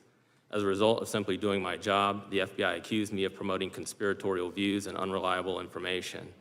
The FBI questioned my allegiance to the United States, suspended my security clearance, suspended my pay, and refused to allow me to obtain outside employment or even accept charity. This once storied institution, whose initials ironically stand for fidelity, bravery, and integrity, was punishing me for bravely challenging their integrity while they questioned my fidelity. The suspension ultimately lasted for 27 months. During that time, the FBI held my family. On a side note, you're up to 21 cents now. How do you know how much money I'm making? I can't even see it. I have a little button here that says that I can insert an ad. I have a delay ad button, create a highlight video, add a stream marker. I'm not seeing any of that. I don't know. Anyway, I wonder what kind of articles this guy was sending. Is he sending like the MAGA far right media network that he was sending to his coworkers to make him think that a lot of this was BS and that he was a little questionable? I've gotten 7 ads. Get ad blocker, man. You need ad blocker. Block those ads. That way I won't get a quarter. And me in indefinite limbo, awaiting a final decision. Determined to not lose our home, my wife and I took early withdrawals from our retirement accounts to survive. It became clear that the FBI, with endless resources, the American people's money, was trying to destroy me financially so that I would give up. This is a fear of countless potential whistleblowers who see the personal cost of integrity. There are no words strong enough to describe the impact the FBI's lies about me have had on me and my family. The stress is taking... This guy was probably sending Biden memes. Probably.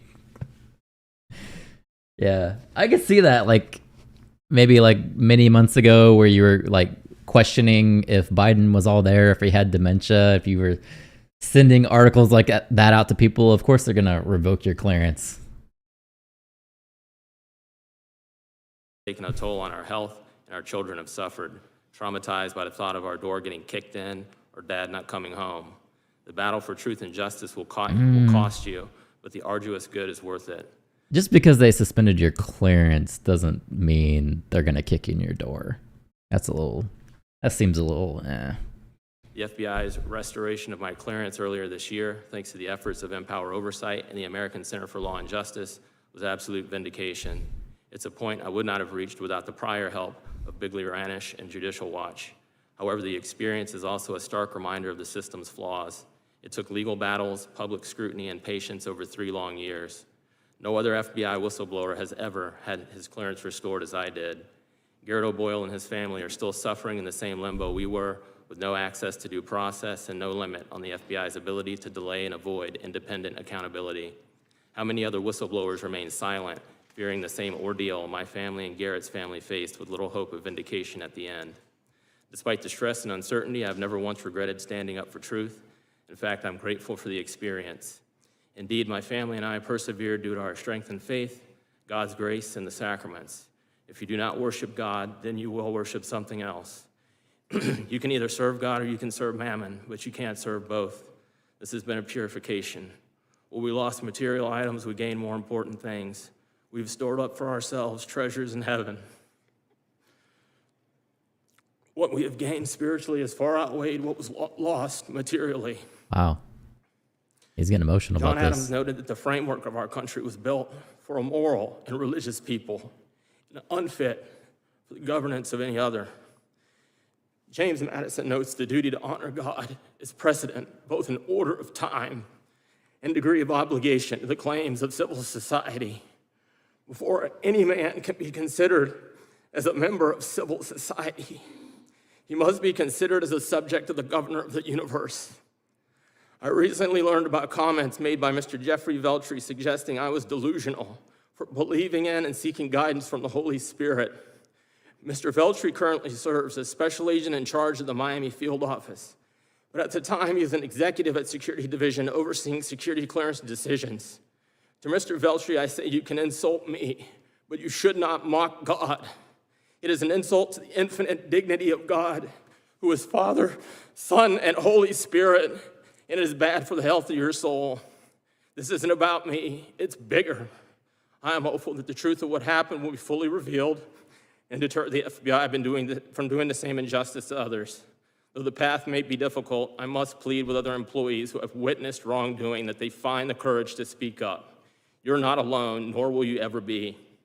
Psalm 139 says, "Where can I go from your spirit? Where can I flee from your presence?" I've been blessed to be supported by God's sanctifying grace, the blessed sacrament, men and women of goodwill, other whistleblowers, the charity of the American people, prayers and great attorneys along the way, like Tristan and Jason of Empower Oversight. Potential whistleblowers, please do not be silenced by the FBI's mistreatment. We are all here to support you if you choose to come forward. The only thing necessary for the triumph of evil is for good men to do nothing. Equally important is the awareness and involvement of the American people. This is your country. While I feel vindicated now in getting back my security clearance, it is sad that in the country for which I fought as a Marine, the FBI was allowed to lie about my loyalty to the United States for 3 years. Unless there is accountability, it will keep happening to others. Better oversight and changes to security clearance laws are key to stopping the abuses suffered by whistleblowers like me. Thank you for the opportunity to be here today. Peace and all good. Thank you, Mr. Allen, and God bless. Mr. Kirshner, recognized for 5 minutes. Thank you. Chairman Jordan, Ranking Member Plaskett, and members of the committee, good morning. My name is Glenn Kirshner, and for 30 years as a federal prosecutor, I enforced the rule of law without fear or favor and without any political interference in the important prosecutorial decisions I was entrusted to make as a career civil servant and public servant. The rule of law is one of the single most important ingredients to a healthy democracy. Indeed, the rule of law, applied without fear or favor, may be second in importance only to a free, full, and unfettered ability of the people to exercise their right to vote. I served in the federal government continuously under every president from Ronald Reagan to Donald Trump. Beginning in the 1980s, I served on active duty with the U.S. Army Judge Advocate General's Corps, first prosecuting court-martial cases, then handling criminal appeals in all manner of cases, including espionage and death penalty. After 6.5 years as an Army JAG, I left military service and joined the Department of Justice, where I served 24 years as an Assistant United States Attorney for the District of Columbia. The decisions prosecutors make day in and day out, whether to open grand jury investigations, whether to seek indictments, whether to proceed to trial, these decisions and virtually every other prosecutorial decision must be made without any political pressure from anyone. They must be made in an entirely apolitical fashion, based exclusively on the facts and the law. Unfortunately, that is not what Project 2025 has in mind for the United States Department of Justice.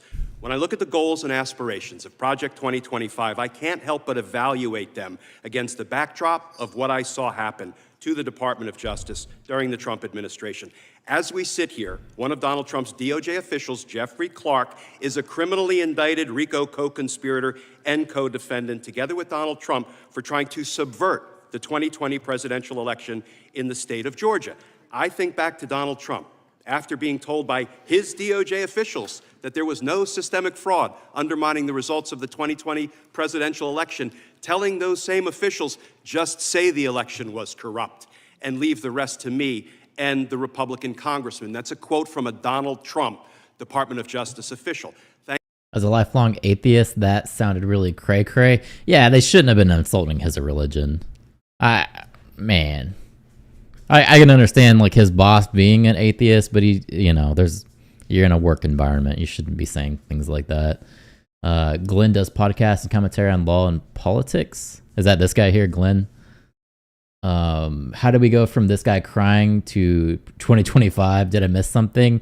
He's drawing from craziness of Project 25 to the craziness of January 6th and how it's all tied together into these evil MAGA Republicans is pretty much where he's going with it.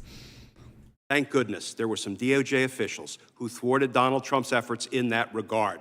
Officials who remained loyal to the Constitution rather than loyal to a man who was determined to retain the power of the presidency by disregarding the expressed will of the American voters.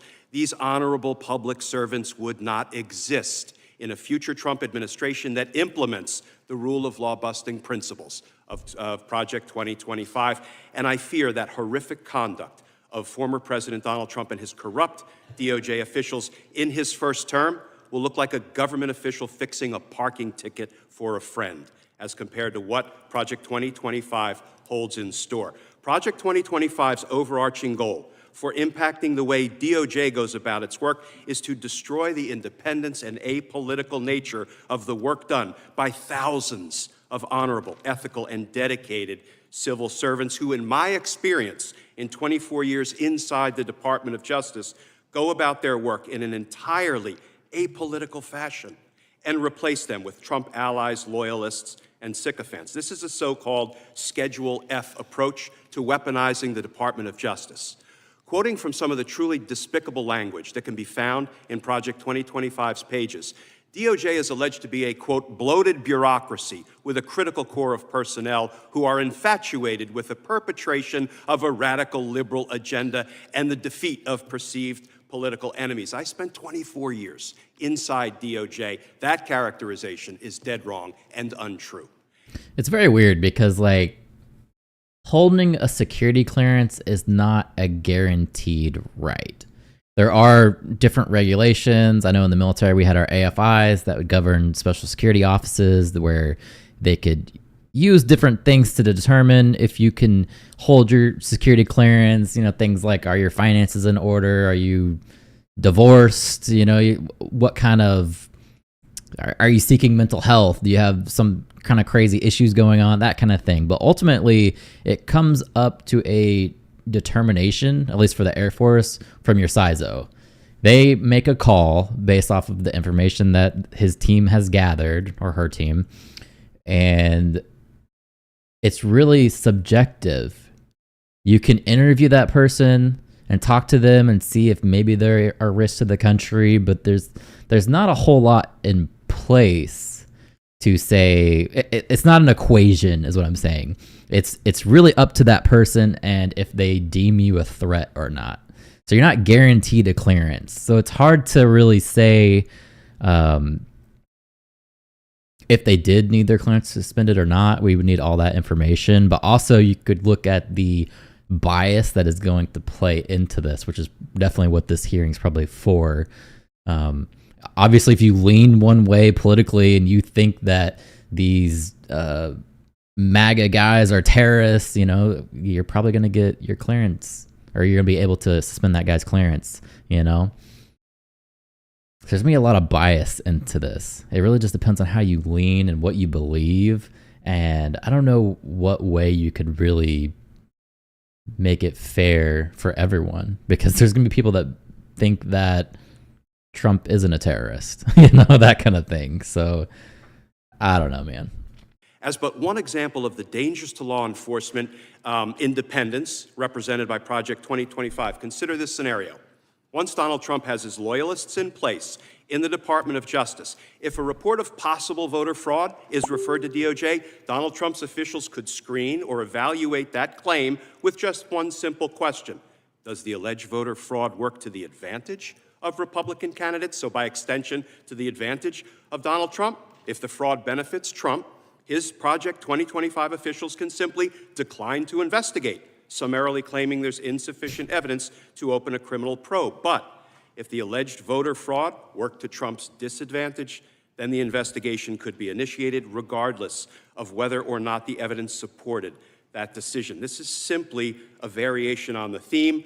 I don't care if there was no voter fraud undermining the election's results. Just say there was and leave the rest to me and my loyalists in the Department of Justice. If Project 2025 is implemented, there will be no need for a corrupt president to recruit DOJ officials to join his criminal endeavor, as the conspiracy will already be in place.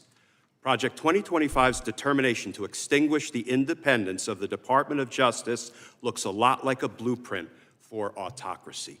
I thank you for your invitation to appear today and look forward to your questions. Thank you, Mr. Kirschner. Gentleman yields back. We'll now proceed under a 5-minute rule with questions. The gentlelady from Wyoming is recognized for 5 minutes. There we go. Well, in light of that ranting from Mr. Kirschner and understanding that he has a long history working in the Department of Justice, I could understand why we're in the mess that we're in. We now have the details on what the DOJ is required by law to do, and its intentional violation of the law and the impact that this has had on DOJ employees in the form of the loss of the ability to earn a living and having their lives destroyed. I want to take a step back and ask the question, why did they do it? I suppose for the same kind of reasons that Mr. Kirschner was just outlining, because they have some obsession of something that is actually not real. But they also didn't just violate the law for the sake of violating the law. They did so with the explicit intent of targeting a certain class of employees, and in this instance, those they perceived to be conservatives. One whistleblower stated, quote, that if an FBI employee fit a certain profile as a political conservative, they were viewed as security concerns and unworthy to work at the FBI. I assume Mr. Kirschner has the same viewpoint. Mr. Allen, does a person's political beliefs, and most specifically holding conservative views, disqualify someone from serving in the FBI? No, ma'am, they do not. Well, then, based on your experience as an FBI veteran and target of the DOJ's unlawful acts, why do you think this political purity campaign is ongoing inside the FBI? I'm not fully aware of why they're getting rid of people with more conservative views or potentially not wanting people to speak out at this time, ma'am. Well, and I think your testimony is that they also are trying to get rid of anyone who holds Christian values and Christian beliefs. Is that your experience as well? That is my experience, especially when you see the comments that were leveled against me and the findings during the investigation. So we have the gentleman sitting next to you ranting and raving about this Project 2025. I doubt that he really understands anything about it, but ranting and raving about that, but doesn't seem to be at all bothered by the fact that you were targeted because you were a conservative and a Christian. Do you find that odd? Conservative is not MAGA, in my opinion. I agree with you. There's definitely a difference between a traditional conservative, which I would think more like a I don't know. Give me an example. Who do you think is like a traditional conservative? I'm trying to think of that one dude's name who recently came out and supported the Democratic Party. So he kind of flipped and he's not really conservative anymore. I can't remember his name. But I don't know. Maybe we could say like Pence. Cheney is conservative. This lady is a nut job. Yeah, I guess we could say Cheney is like a traditional conservative. Yeah, we can go with that. But she's also saying that he was targeted because of his religion, which is obviously not okay. Which, we'd have to look at the records to see what was actually said about that. But that's where I draw the line. Like we're agreeing. Obviously, there's going to be a difference between a conservative and MAGA, January 6er, that kind of stuff. Yeah, for sure. I do find it a bit surprising. We shouldn't be targeting groups of people within our organizations because of firmly held belief or any kind of political standpoint. And Mr. Levitt, beside the violation of whistleblower protection laws, the FBI is also, for example, using Mitt Romney is who I was thinking of, by the way. It just came to me. First Amendment protected speech and activity which occurs outside of work to punish its employees.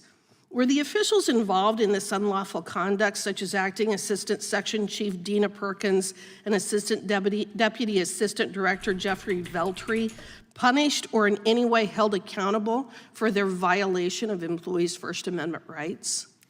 Not that I'm aware of. I know Ms. Perkins is still in the same position, and Mr. Veltri received a promotion to the 5th largest FBI office in the country, the Miami field office. According to whistleblowers, that promotion was delayed because he was under investigation for whistleblower retaliation, but that wasn't for the targeting of individuals for their First Amendment views.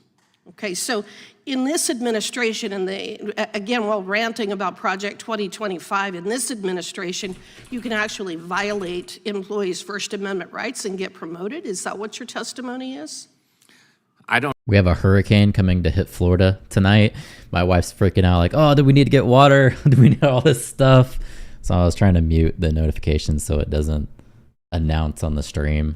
I don't know why the FBI didn't look at this closer because, again, it's clear that there was a widespread understanding that these were issues being looked at, that these were the considerations. And I know Mr. Horowitz has talked about them not exclusively only targeting conservatives, but all of the individuals that have come to us from these various whistleblowers. There's one counterexample of somebody who wasn't conservative.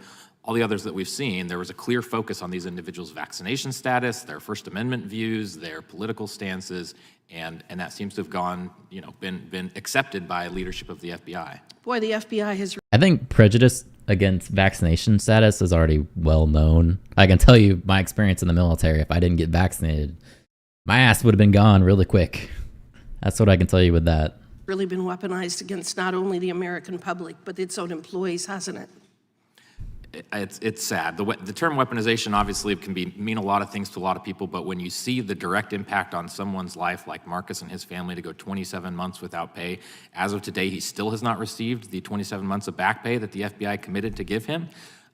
Similarly for Garrett O'Boyle, the amount of time they've gone, I think 23 months at this point, it truly has ruined their lives.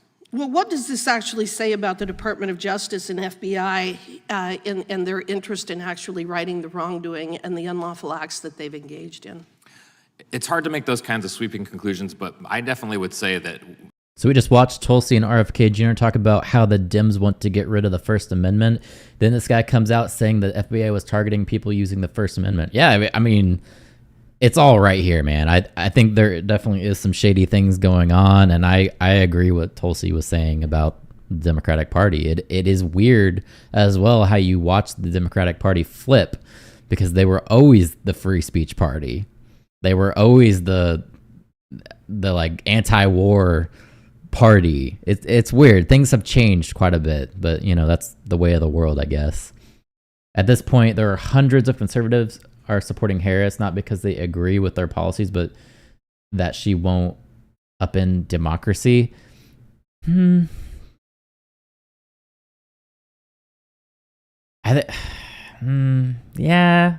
I know there are some conservatives definitely supporting Harris because they don't like Trump. There's a lot of Republicans that don't like Trump. They don't like him as a person. They don't like his character. He's not, his character isn't somebody that you want your children to look up to. But the free speech thing that we're looking at here, that concerns me a lot when it comes to Harris, because I don't think anything's going to change with her. That's kind of where I'm at with it. The way that you help keep people, you help them abide by good things by having good laws in place. And I firmly believe there's 700 just signed a letter. Oh, I'm with you. I know there's a lot of Republicans that don't like Trump. There's a lot of people in general who don't like Trump. There need to be stronger laws to help prevent this kind of thing in the future. There have to be changes to protect FBI whistleblowers, no matter what administration or what political party is in power. Well, and I would agree with that. And Mr. Allen, I'm sorry for what the federal government did to you. I think it's an absolute crime against humanity the way that you were treated. I respect your faith, respect your loyalty to this country, and we all recognize that what the FBI did was wrong. We thank you for being here, and with that, I yield back. Mr. Chairman. Gentlelady yields back. Gentleman from Virginia is recognized. I would just ask, Mr. Chairman, if we could stick to some decorum and not disparage witnesses or characterize their testimony. They're here as guests of the committee, and we should treat all of them with respect. Gentleman from Massachusetts is recognized for 5 minutes. Thank you, Mr. Chairman. Paul, can we agree? I just want to make sure we're on the same side. Can we agree that this guy's clearance was suspended unfairly? Mr. Kirshner, the Project 2025 document, which was drafted by 6 of the former cabinet secretaries and about 140 individuals who worked in the Trump administration, with regard to the FBI, says that the FBI has been captured by an unaccountable bureaucratic managerial class and radical left ideologues. How long were you at the FBI? Your mic. I was with the Department of Justice, specifically the U.S. Attorney's Office for the District of Columbia, just up the street here, for 24 years. I wasn't with the FBI. Okay.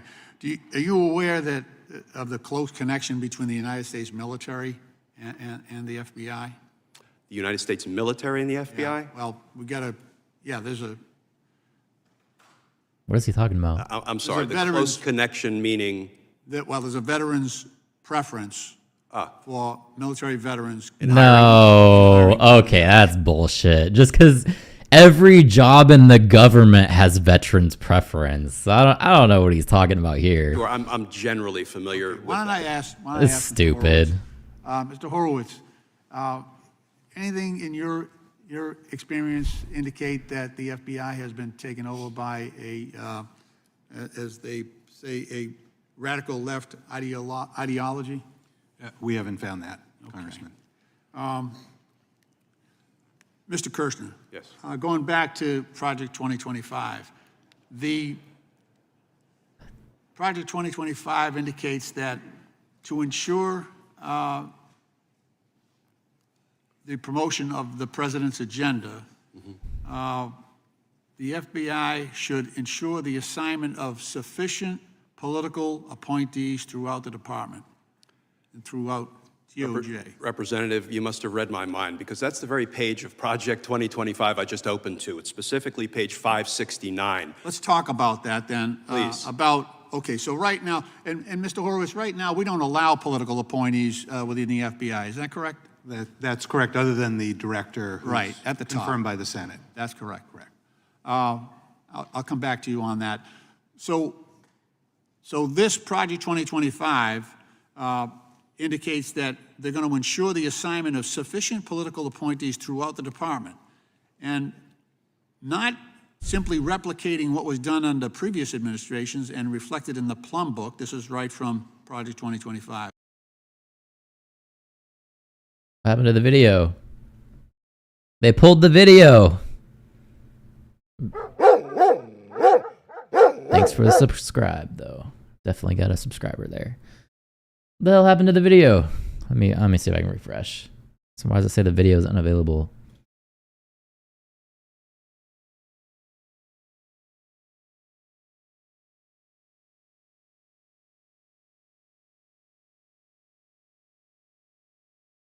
Yeah, they put the video on private as we were watching it.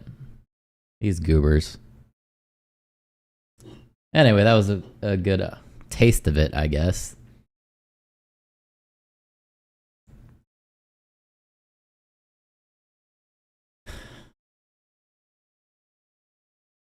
They're suppressing our First Amendment with pulling the video. Exactly. They didn't want people to know. So, oh, they're catching on. Got them. They're on to you. Oh, shit.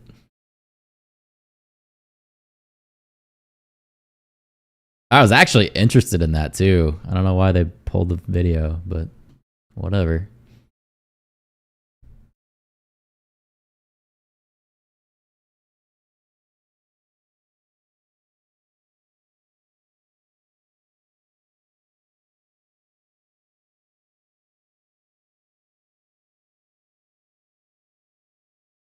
They put a bunch of their videos on private. I don't know what they're doing. Whatever. Anyway, what else is going on?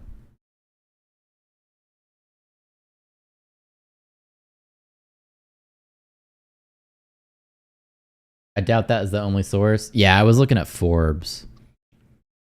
So that's the source that I had there. Don't worry, they'll release it after they edit it. Exactly. They're going to take all the stuff about religion out and all that questionable material. They're going to keep the Project 25 stuff in there. They're going to paint that guy as an evil MAGA. And you're going to look at it and you're go, yep, no wonder why they suspended his clearance.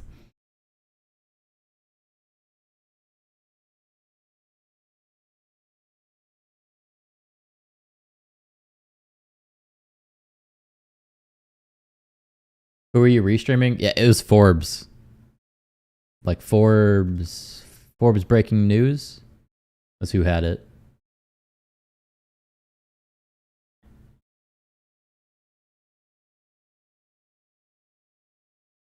The committee itself should still have it.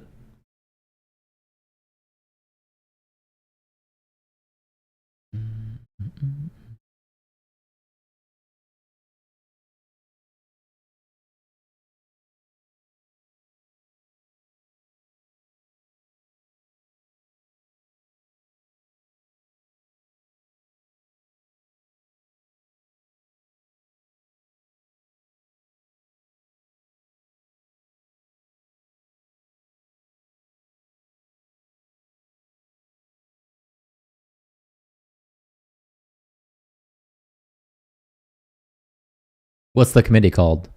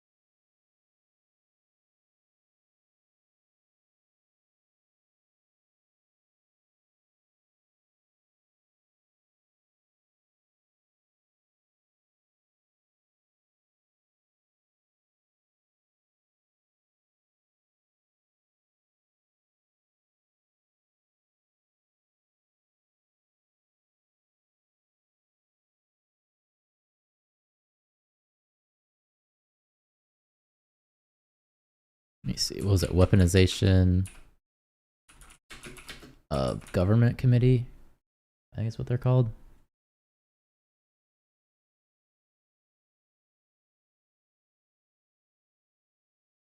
I think this is it.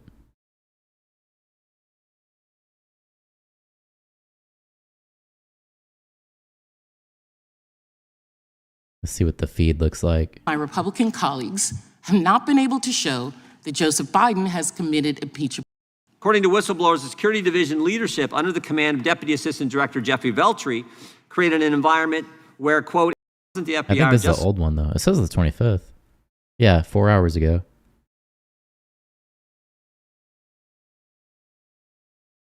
Where were we in here, though? I think this is probably it.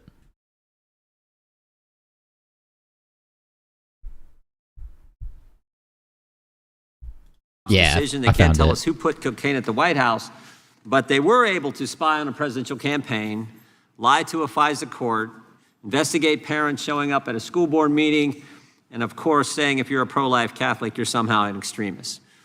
All that because I think the FBI is driven by politics today. In this Congress, this subcommittee has been investigating the political actions of the FBI and the double standard at the Biden-Harris Justice Department. We've heard from countless witnesses.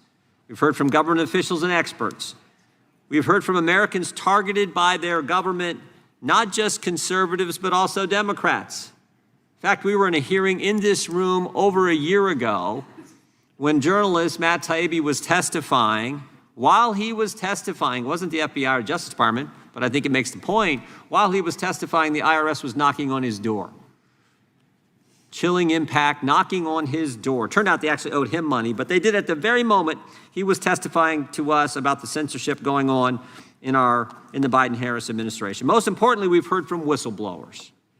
We have one with us today who we look forward. Yeah, I think they fast forward through all of the like whistleblowers and people that were getting impacts of the FBI. I think they cut forward through all of those people and then they started from here because I don't see the people that we actually here he is. Traumatized by the thought of our door getting kicked in. Yeah, this is where Dad it was. not coming Okay, home. so let's go. The battle for truth and justice will cost you, but the arduous good. Where were we? In place. Project 2025's There's that guy rambling. because again, we it's listened to him already. the president and the very language you cited ensure the assignment of sufficient political appointees throughout. And they get reassigned or something happens to them. 4 of them all did not recommend that his clearance be, that there be a negative action on it. 2 of them were reassigned. 2 were reassigned. Some of them are whistleblowers now, right? Yes, absolutely. Man, if that's not political, I don't know what is. I think this is where we were. Oh, and they didn't stop there. They piled on.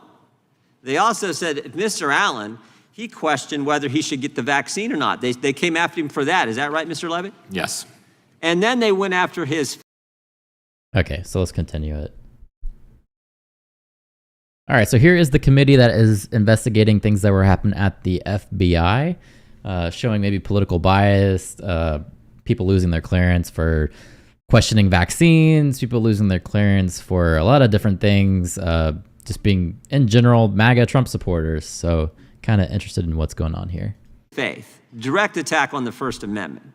Because he's a Christian, because he's a Catholic, because he takes his faith seriously, oh my goodness, we got to take his security clearance away from him, even though he served our country, decorated Marine, and held a security clearance for 20 years. That sure looks political to me, Inspector General Horowitz. Does it look political to you? Well, Congressman, as I said earlier, we've seen issues with the FBI and how it's treated whistleblowers, frankly, across the spectrum. And I agree with you, it's very concerning that would be done. I'd like to see what instances there have been from people on the other side, like Democrat side, the far left side. What scenarios do they have of people actually getting their clearance suspended for being a liberal? We know they're political because while all this is going on, they used a questionnaire.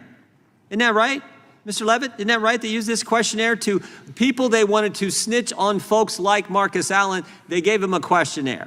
Those were used in the case of a handful of employees, and I know that Mr. Horowitz's office is looking at that. I think it's important to note that the questionnaire wasn't the only thing. right? That these questions I were asked understand that. across I'm the talking board. about that, the way they piled on to go after Yeah. Mr. Allen and keep his security clearance and keep his pay from him for 27 months. And they did the same thing to Garrett O'Boyle. And what that has meant, as you indicated in your testimony, what that has meant to his family and Mr. O'Boyle's family. And this questionnaire said, did anyone ever vocalize support for President Trump? All right, you're allowed to say things about the President of the United States when you work in the FBI, aren't you, Mr. Horowitz? I'm sorry. You're allowed to say you support a president. You're allowed to say that in the FBI. Apparently not. Apparently that makes you a whistleblower and you get fired. Absolutely, those questions are highly inappropriate. And you're allowed to decide what kind of health decisions you're going to make with your own body, right? Again, no. I can tell you firsthand in the military, if I didn't get the vaccine, they would have discharged me very quickly. Those shouldn't be grounds for saying you're somehow disloyal to the country, but that's what they did. Highly inappropriate questions being asked of witnesses during security clearance investigations. That's your testimony, right, Mr. Horowitz? That's correct. And he got reinstated just recently. Marcus Allen, you got reinstated, right, Marcus? Yes, sir. Why haven't they given you your money? I am not aware why it's taking them 4 months to cut a check for all the back pay. I have no idea why it's taking that long. They put you through pure hell for 27 months, falsely accused you. They go through the process. 4 people get reassigned because they agree with you, but the politics of Mr. Veltri, who, oh, by the way, as Mr. Levitt pointed out, is now running the second assassination investigation on President Trump in Miami. I can't believe that he actually stayed there for 2 years working without pay. That blows my mind. That he would continue to work. You'd think at some point he would think, this is getting kind of iffy, or maybe that's what they wanted. They wanted him, they suspend his clearance, and then he quits, and then maybe they reinstate his clearance or whatever, and then they try to say, oh, well, you quit. So that's how we're weeding all these people out. What's going on, Jared? I find that just astonishing. And they won't pay you. Right, we're still waiting for the payout. When was the final agreement? When was the final settlement with the FBI? What was the date, Mr. Levitt? June 1st. Well, they've had time. Doesn't take that long to write a check, for goodness sake. So he's still in waiting. That's how our FBI treats a good man who has served our country for 20 plus years. It's ridiculous. And yet the Democrats say there's no weaponization. You got to be kidding me. My time has expired. I now recognize the gentlelady from California. Funny that he mentions that. I'm still waiting for final pay from the military from May. Still. Not to say that I was a part of this weaponization, but the whole process just pisses me off. It's like that scene from Office Space. Man. So you want to talk about weaponization of the Department of Justice? Let's talk about it. Because sadly for Republicans, weaponization tends to be in the eye of the beholder. There we go. They delight in talking about false allegations of politicized attacks on Republicans. But I want to talk about the real weaponization, the one that would come from a second Trump-led Department of Justice. We are already watching in horror as women across the country lose their autonomy, their dignity. Okay, so she literally just said nobody's being held or getting their clearance suspended because they're a Republican, but we're going to suspend you because you're a Trump supporter. Is literally what she's saying. And even their lives because of draconian abortion bans in dozens of states, which Trump delights in, he brags about. And you're okay to not like Trump and to think his policies are total bullshit. That's fine. What you can't do is suspend somebody's security clearance for voting for a candidate that you don't like. You're not making a good point here. Choosing the Supreme Court justices that overturned Roe v. Wade. And if we get into a second Trump presidency, the weaponization we are witnessing will be orchestrated by the DOJ at Trump's demand. Trump's Project 2025 mandate for leadership calls for some of the most restrictive abortion and healthcare bans imaginable. In short, it lays out the path to eradicate reproductive health care and women's privacy. It calls for the CDC and HHS to closely monitor and report on individual women's health and abortions. What is she talking about here? This has nothing to do with what the issue is. This is literally like going the memes where they're like, but Trump, orange man bad. That's literally what she's doing. That's not really the task at hand here. Keeping track of when women travel across state lines to seek reproductive health care and at what stage of their pregnancy they're in when they do. And alarmingly, it calls for the DOJ to criminally punish abortion providers who distribute abortion medication through the mail. Mr. Kirshner, one of the proposals I mentioned is for the CDC to track women's movements to access abortions across state lines. The mandate also calls for the president to be able to direct the investigations and litigation by the FBI and the DOJ. So hypothetically, even though that CDC-related part of the proposal didn't mention DOJ prosecutions, there are risks that a far-right government outlined in Trump's Project 2025, collecting that data, could weaponize it against the women seeking health care in a criminal Does the Hatch Act not apply to these people? I don't think it does, because it's just a committee. context. Is that correct? So in other words, it would be possible to take CDC data about women who have sought abortions and direct the DOJ and the FBI to target those individuals. Is that correct? It is, yes. Tracking women who are pregnant, it's horribly reminiscent of, tracking and hunting animals. It really It's like stalking. It endangers people. It's like stalking. Let's be honest. Tracking. So specifically, when it talks about the Hatch Act, it says the Hatch Act is an act to prevent pernicious political activities. Is the United States federal law that prohibits civil service employees in the executive branch of the federal government, except the president and the vice president, from engaging in forms of political activity. So possibly not those folks. Trump has said multiple times he has nothing to do with Project 25 and wants nothing to do with it. Yeah, he has, and they still continue with this stuff. Well, and that's not even the point. This has nothing to do with any of this craziness that they're talking about, Project 25. It really comes down to, are you allowed to support a running candidate, the main candidate?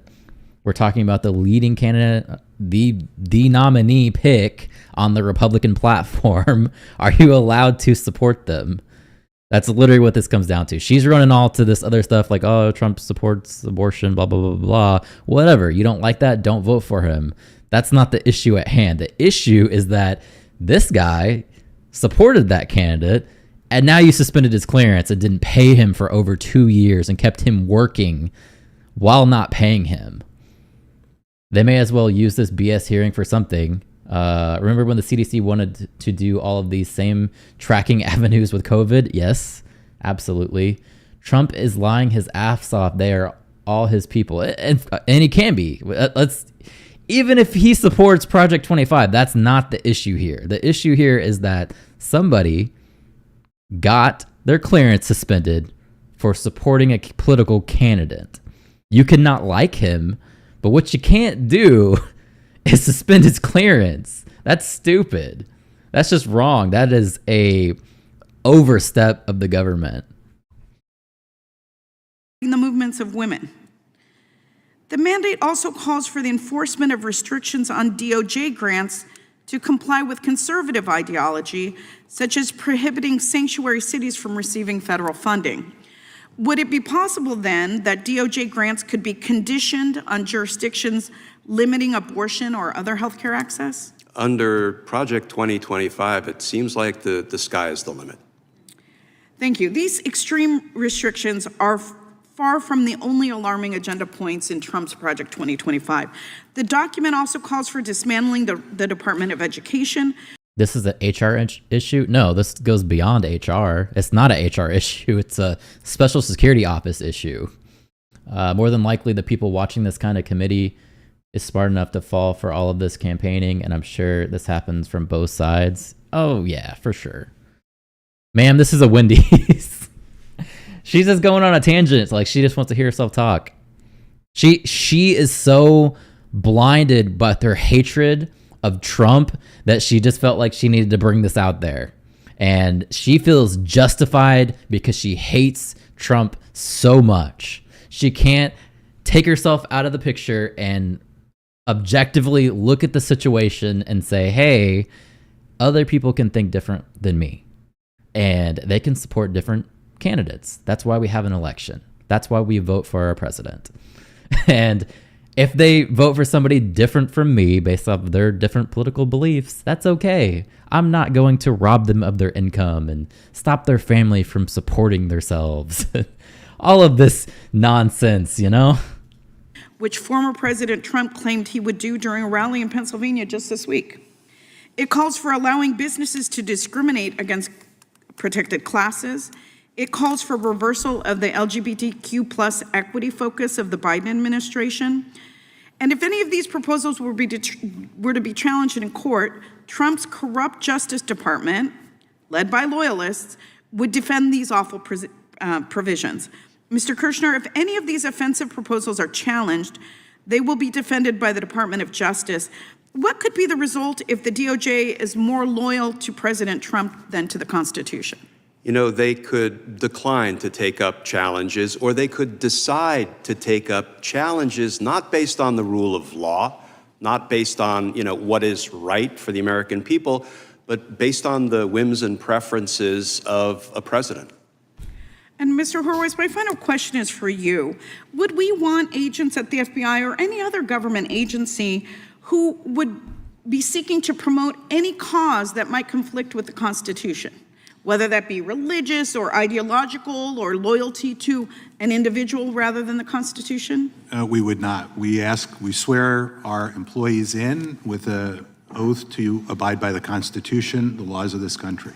So does it seem like a great idea to scrap our complete civil service and pack every federal agency with people that are loyal more to an individual than to the Constitution, or more to religious ideology, or more to some other kind of ideology? I think over the years, Congress has found where the appropriate balance is between having non-career officials and political appointees leading agencies on policy issues and having a career civil service. Thank you. The gentlelady's time has expired. The gentleman from Florida is recognized for 5 minutes. President Trump has never read Project 2025, much less. Mic drop. Boom. He's never read it. Shut up. I think they are using these committees like this so they can claim that they fought against Trump in their campaigns, which has nothing to do with the committee itself. Possibly. It could just be for theater. Objectively, Trump is dangerous in my opinion, and that's why you get the ability as an American not to vote for him. If you don't like him, you don't vote for his punk ass. You vote for somebody else. They also make this Project 25 a living entity per it being changed to fit the narrative. Yeah. I've never actually read Project 25 because I don't think it really matters, but it feels like they're just making shit up as they go along. And they know no one else has read it either, so they're just kind of like slipping things in there. Because he doesn't read, derp. Who? Me? For the Project 25 shit? I'm not gonna read that. Why would I read it? That seems like a big ass waste of my time. Adopted it. Unlike the viewpoint adopted by the sitting vice president, which is that we should have taxpayer-funded sex change operations for illegal aliens in prison. And I try to be a little open-minded when I hear a provocative argument, and I just sort of wonder, when would I be in favor of tax? See, they're bringing up the big battles of Democrat versus Republican. They're not going to solve that here. These people are never going to dump, not you. Yeah, okay, I get it. Trump's never read it. Trump's probably never read Project 25 either. He doesn't know any of this shit. But what it seems like is they're just making stuff up. They just keep going with, oh, it does this and this and this, and nobody's read it. Nobody knows what's going on with it because nobody cares, because nobody has claimed to support it. As long as the military member doesn't show up to any political rally as a military member, they can support who they want. These people should be held to the same standards. Well, that's kind of what I'm getting at here, is obviously they have their political affiliation. You got these people, you brought them in as a committee, and now they get to argue their issues, which just becomes Democrats fighting Republicans, and there's never any solution to any of this. And they're bringing up these major issues of the election, like rights for abortions, which That has nothing to do with what this committee is actually supposed to be for. The committee is about that guy being a whistleblower, claiming that he was suspended on his clearance because he's a conservative. They're saying that he was targeted because of his Christian beliefs. That's what the committee's actually for. It's not for them to get together and be, I'm Democrat or I'm Republican. That's not it. There's a step back and there's an overview of what they should actually be looking at. But instead, they've ran out this whole thing for 2 hours to not even talk about the issue at hand. Taxpayer-funded sex change operations for the illegal aliens. And maybe if it was mandatory, maybe if it wasn't optional, but mandatory, it would be a pretty substantial deterrent at the border. But to the matter at hand, Mr. Allen, it's good to see you again. You came last year and you told us about these terrible things the Department of Justice was doing to you. And you've testified today, you still don't think the Department of Justice has treated whistleblowers like yourself and others fairly. Is that your testimony? That's correct. The treatment is unfair. Do you agree with that assessment, Mr. Horowitz? As I said in my testimony, Congressman, I think putting someone like Mr. Allen on unpaid leave for 2+ years is unfair while you're trying to adjudicate.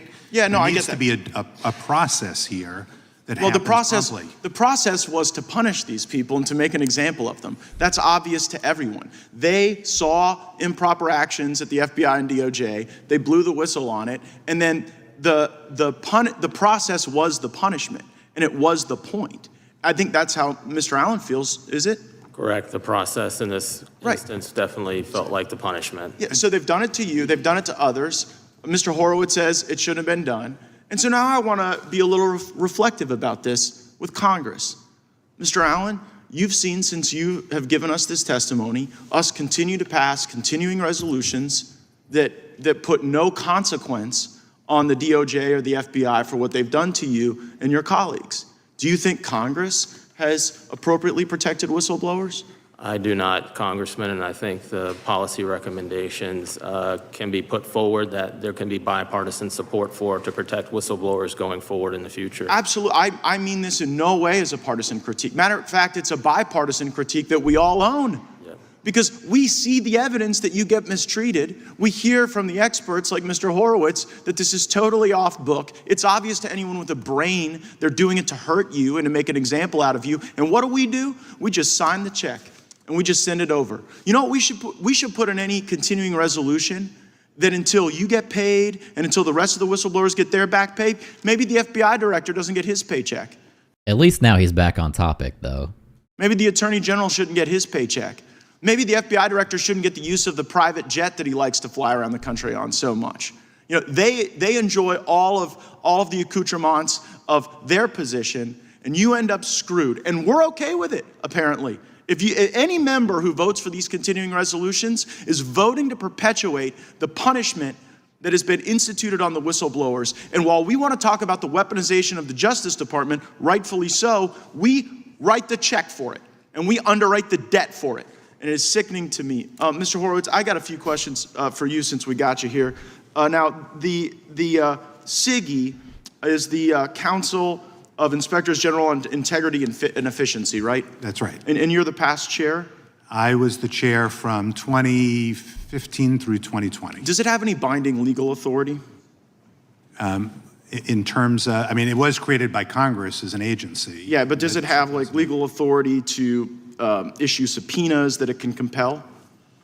It has not been given subpoena authority. Okay, so what I wonder is where this group CIGI, I'll just call it the Integrity Committee, what happens when they start interfering in the work of IGs to expose corruption? Who adjudicates that? So Congress actually created the Integrity Committee again back in 2008, gave it its authorities.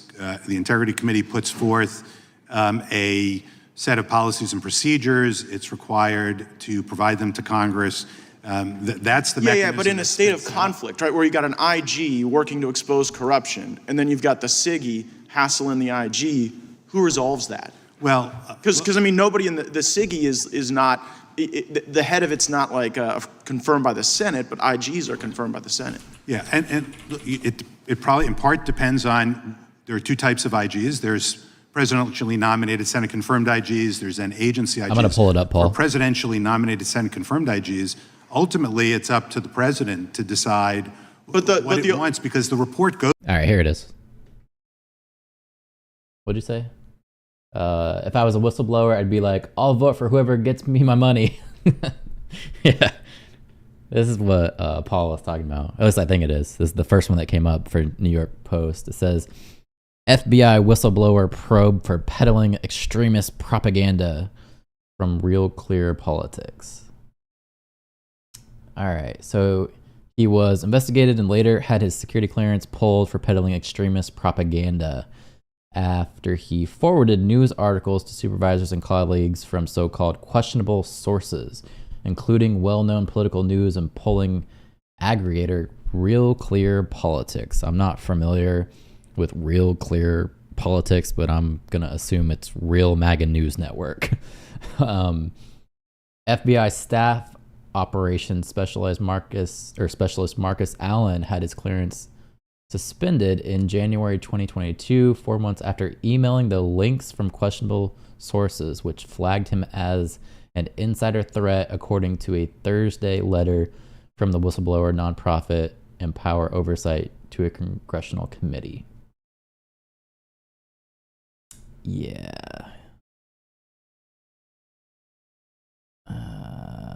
What did he post, though? What was the article?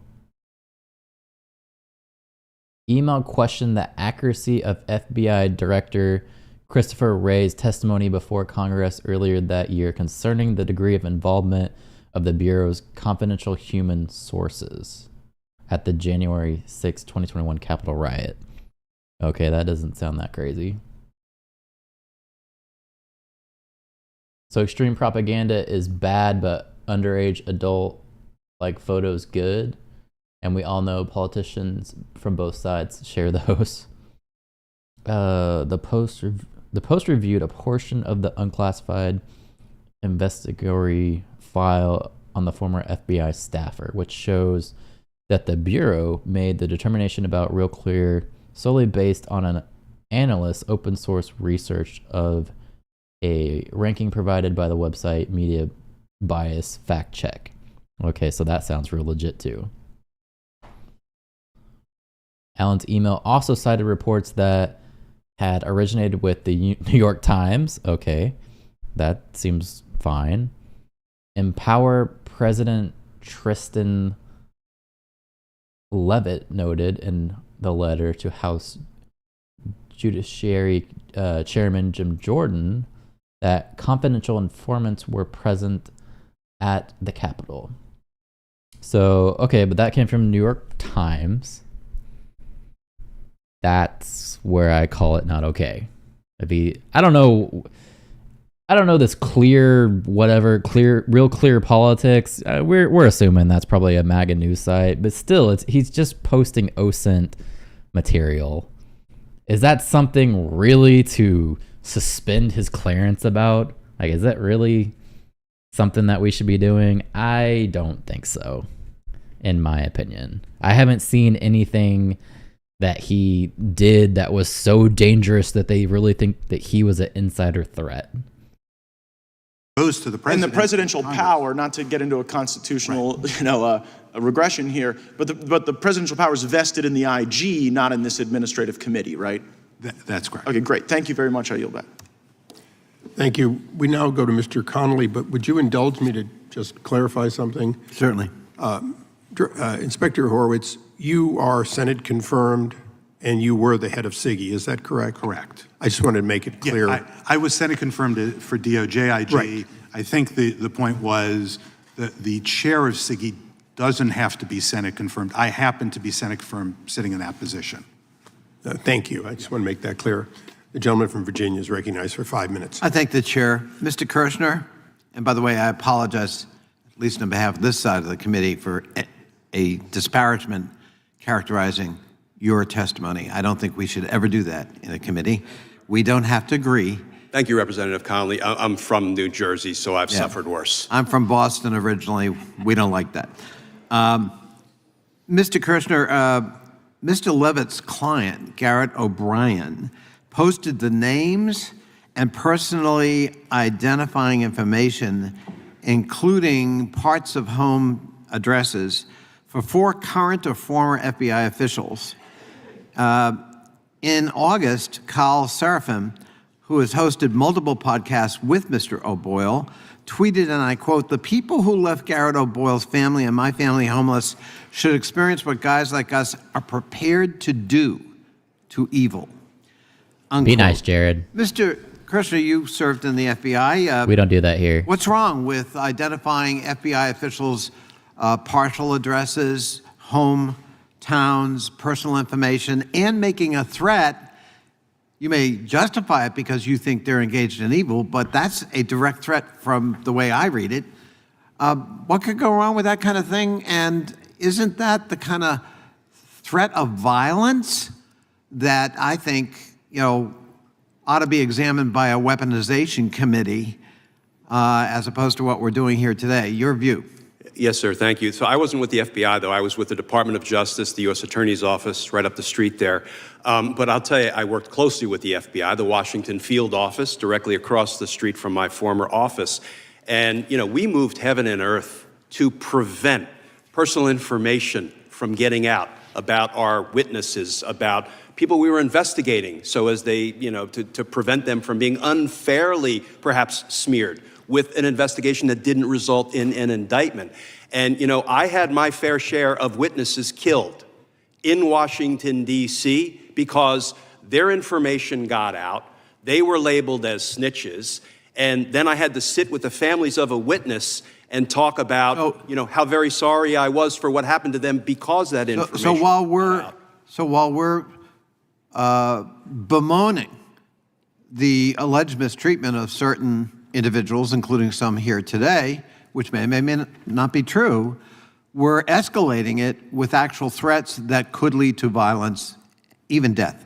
Is that correct? You endanger the lives of folks when you put that kind of information out into the public square. Certain irony when we're worried about weaponization, while meanwhile some of the people we purport to be advocating for are engaged in this kind of activity threatening FBI agents. Mr. Horowitz, there have been allegations made that the FBI has weaponized security clearance revocations to target and root out conservatives at the Bureau. Have you found any such evidence of a broad pattern of trying to target conservatives and revoking their security clearances? We have not made such a finding. Have you made any findings that the FBI security clearance process targets Christians? We have not made such a finding. Have you made any findings that the FBI leadership is targeting military veterans? We've not made such a finding. Have you made any findings that Jeffrey Veltri, now the special agent in charge of FBI's Miami field office, was biased against conservatives? We haven't made any findings with regard to Mr. Veltri. And have you made any findings that the FBI wrongly revoked the clearance of former special agent Garrett O'Boyle? I'm not going to speak to any particular case because we have matters ongoing. And so as I'm answering those questions, I'm talking about what we've done as of today. We'll stipulate that. But would it be fair to summarize your answers to the previous questions? You haven't found any pattern of ideological or religious bias by the FBI with respect to those issues. Is that correct? That is correct. What we found, as I mentioned earlier, in our past work is, frankly, issues on occasion with FBI and, frankly, other law enforcement agencies and other parts of the department acting inappropriately with regard to whistleblowers. That's different than a pattern. That's different than a pattern. That's different than a pattern. Finally, Mr. Kirshner, as a child of the 60s, I find it almost humorous to hear characterizations of the FBI as this hotbed of liberal, if not leftist, ideology. I'm going to give you the last word on that. It seems to me the FBI has always been a fairly conservative culture and certainly a right-of-center political bent if there was one. What's your view? Yes, sir. And I had a lot of knockdown, drag-out discussions with lots of FBI agents over the course of an investigation, whether we should indict, who we should indict, what we should indict. But I never believed any of it was born of politics or their ideological beliefs or preferences. It never was. in my experience. That's why I find this topic a little curious. The gentleman's time has expired. I'll now recognize myself. Inspector Horowitz, would it be fair to characterize you as one of the institutionalists of the IG, long-serving, and a career that, without patting yourself overly on the back, but deservedly, that has been about promoting the responsible behavior of the IG and the performance of their duty? Congressman, that's certainly how I viewed myself, my responsibilities through my time here as IG. Well, that's how this committee and other committees of the Congress view you for your years of service, and I want to thank you. This is a difficult hearing because many people perhaps would like to make this not about weaponization. But in your many years of experience, the personal actions of individuals, for whatever reason, including an unstated bias, leads to bad conduct, including HR wrongdoing. Is that correct? That's correct. And one of the hardest... Gerald, seriously, stop. We're not going to insult people. That's going to get you banned. Jobs we have, as you know from the work you've worked on, I've worked on, is understanding and figuring out motives. And you often never know the motive. You only know that the action was inconsistent with policy, law, and the like. That's correct, but we do our best, for example, in the Fast and Furious work, the FISA work, others, to look at as much email, text messages, instant messages, et cetera, to try and understand whether there was evidence of motive or what the evidence of motive was. So leaving motive out for a moment, in the case of the way the pulling and withholding of these clearances was done, is that clearly inconsistent with policy, procedures, tradition, and the fair treatment of an employee? Actually, it actually was somewhat, in many ways, consistent with the policies, practice, and procedures, which is why I think there are several policy issues that are important to talk about in terms of reforms, and I know the submissions here have raised some of them. So, you're an attorney in addition to other things. The law is not always about fairness. Unfortunately, that... Apparently the Harris campaign office in Tempe was attacked last night. Really? How were they attacked?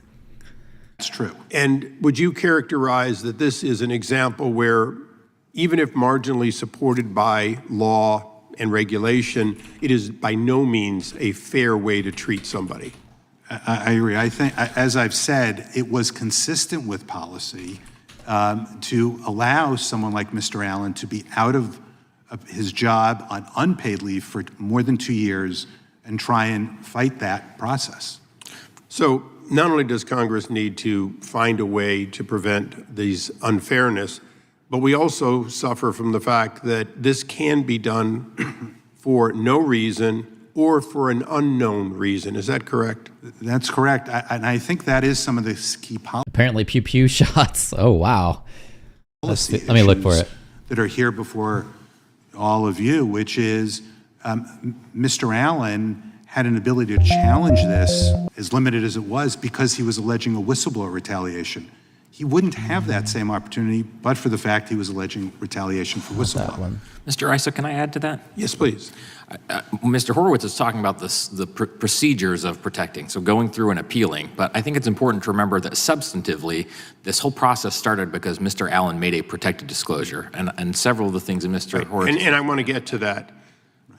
Going back to whistleblower retaliation, under the intent of our whistleblower statute, we intend to protect a whistleblower normally from all retaliation, including any loss of pay. Is that correct? That's correct. So let's see what's going on. She's gonna get her hero badge here, right? Just like Trump got his second one. Says Kamala Harris campaign office attacked, multiple gunshots fired. This is the second time in recent weeks that Harris campaign office has been attacked. Okay, so they got to match Trump, of course. There were reports of gunshots when identified persons fired bullets at the campaign office of Vice President Kamala Harris located in Tempe, Arizona. on the early morning of September 23rd with regards to the rise of political insecurity in the country.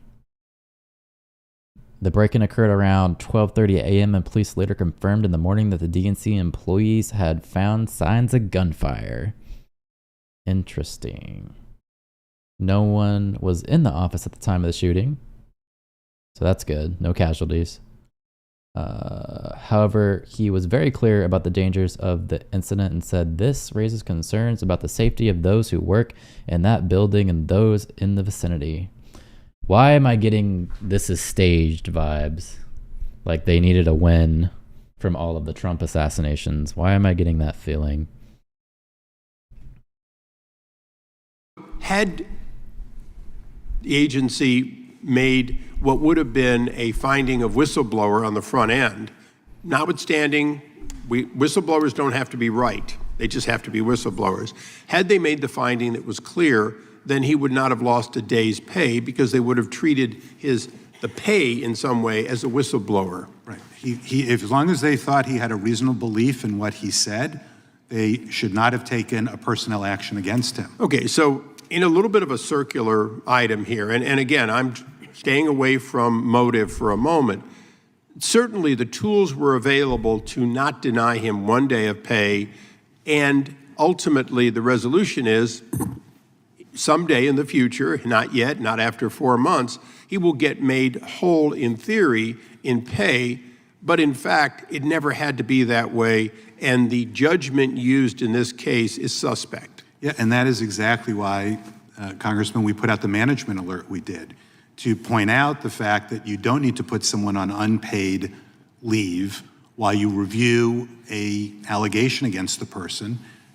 You can find other opportunities for them, other positions they can continue to work in, even if you think they shouldn't have the clearance.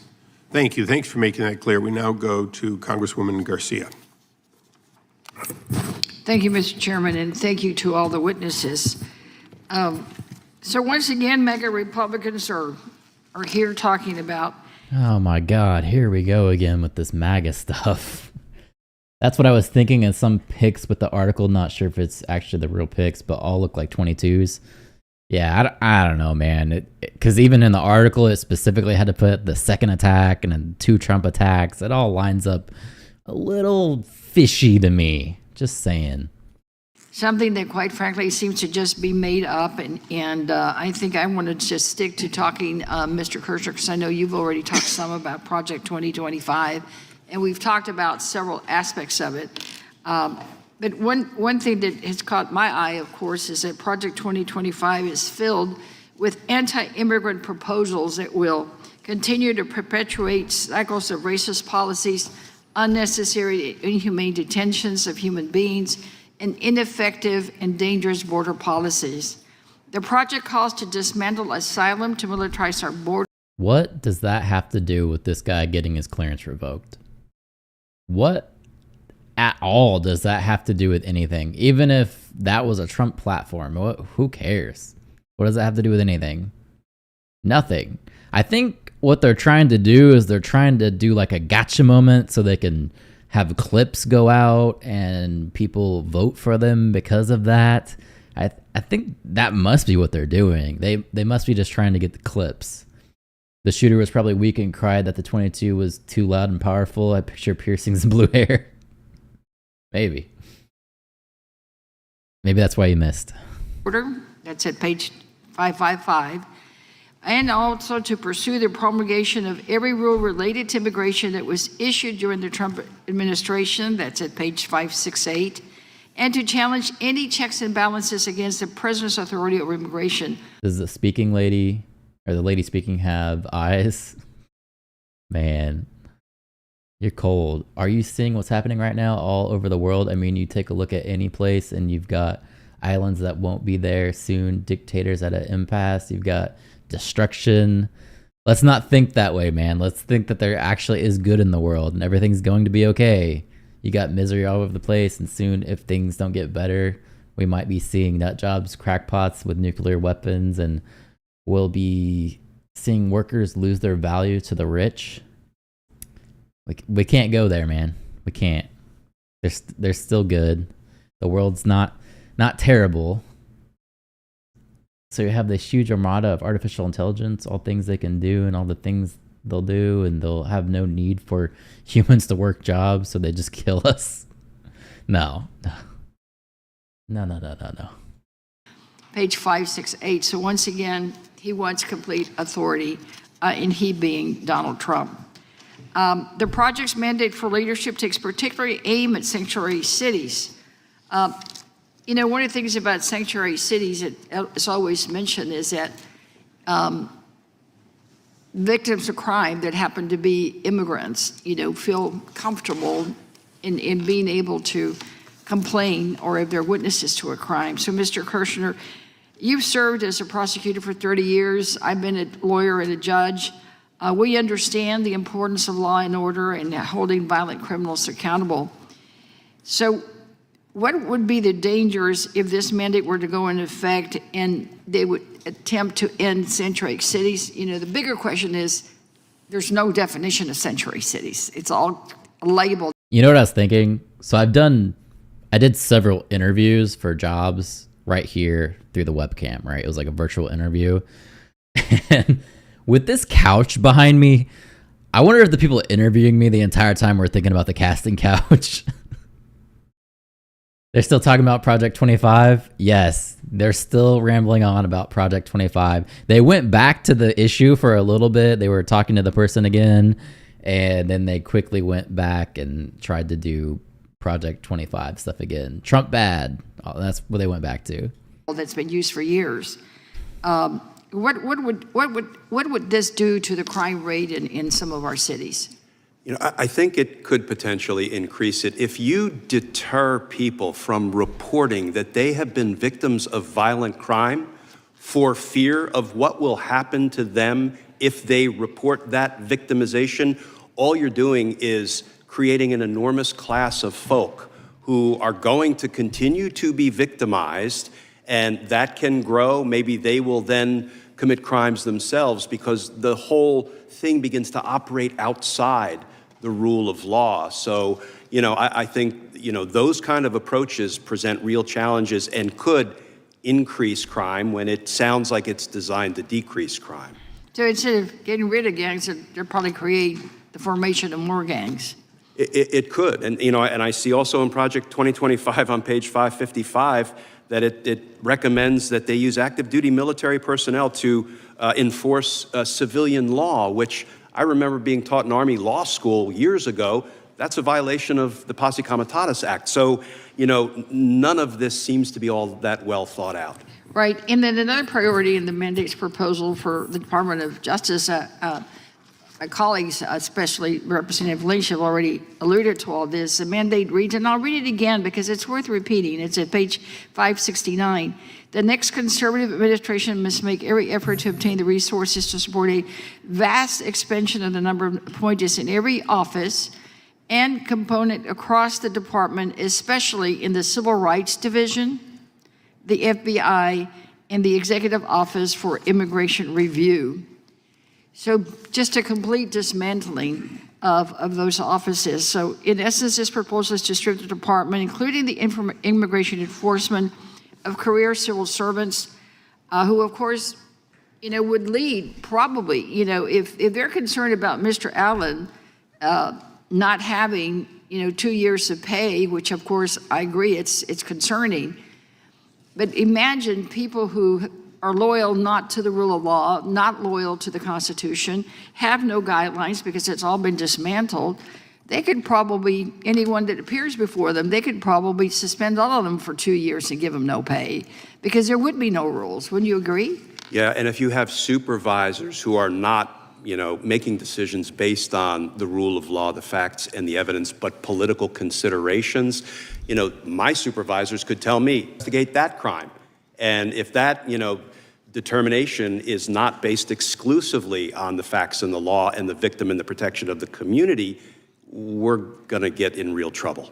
So a case like Mr. Allen could be multiplied into thousands if there's no rules and no regulation, and there wouldn't be an inspector general It could to review anything. And let me go on record as saying I They're saying all this about Project 25 while not realizing that's actually what the meeting is about, but not about Project 25. It's about this guy being fired essentially from his job for his political beliefs. They're fear-mongering in their direction, not realizing that's actually the issue that they need to be taken care of.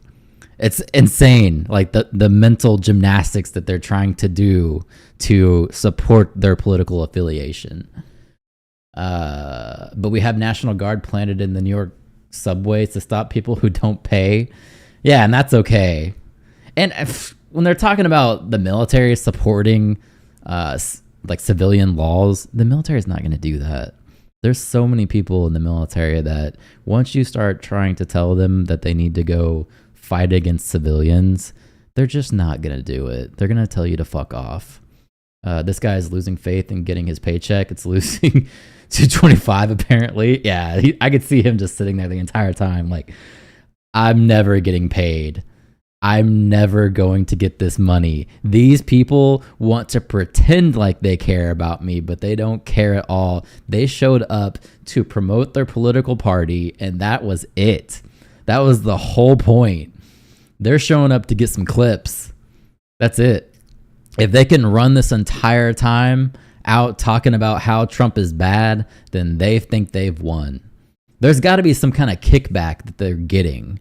Because I refuse to believe that they are this stupid that they don't know what this committee is actually about. There has to be some kind of incentive that the Democratic Party is giving them to go out here and speak on all of their agendas. That's the only thing that I could think of, is they're being paid for that. This is cringe. Yeah, it is. It's cringe, but it's also frustrating. But I've found everything in our government is usually frustrating. Support whistleblowers. Absolutely. And retaliation against them needs to be stamped out. So Absolutely. I just, we have this thing called an adoptive admission. So when somebody says, I believe or don't believe something, I just feel compelled to put on the record what I actually believe. Right. Well, thank you, and I yield back, Mr. Chairman.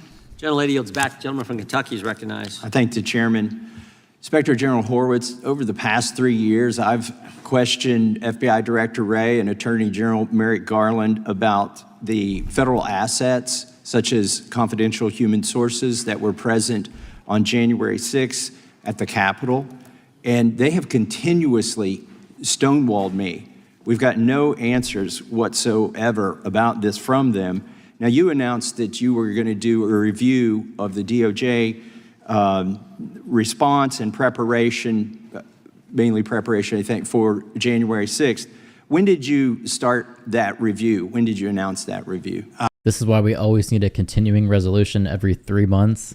When I first read that, I thought you were going to say Revolutionary War. I don't know why that's what I read at first. And I was like, yep, you're on a list now. We announced it in 2021, but we ended up pausing it because of the Look at him. criminal. Look at the dude. He's like, I'm never getting this money. These people don't give a fuck about me. Look at us. All hope is gone. They've zapped any spirit out of him.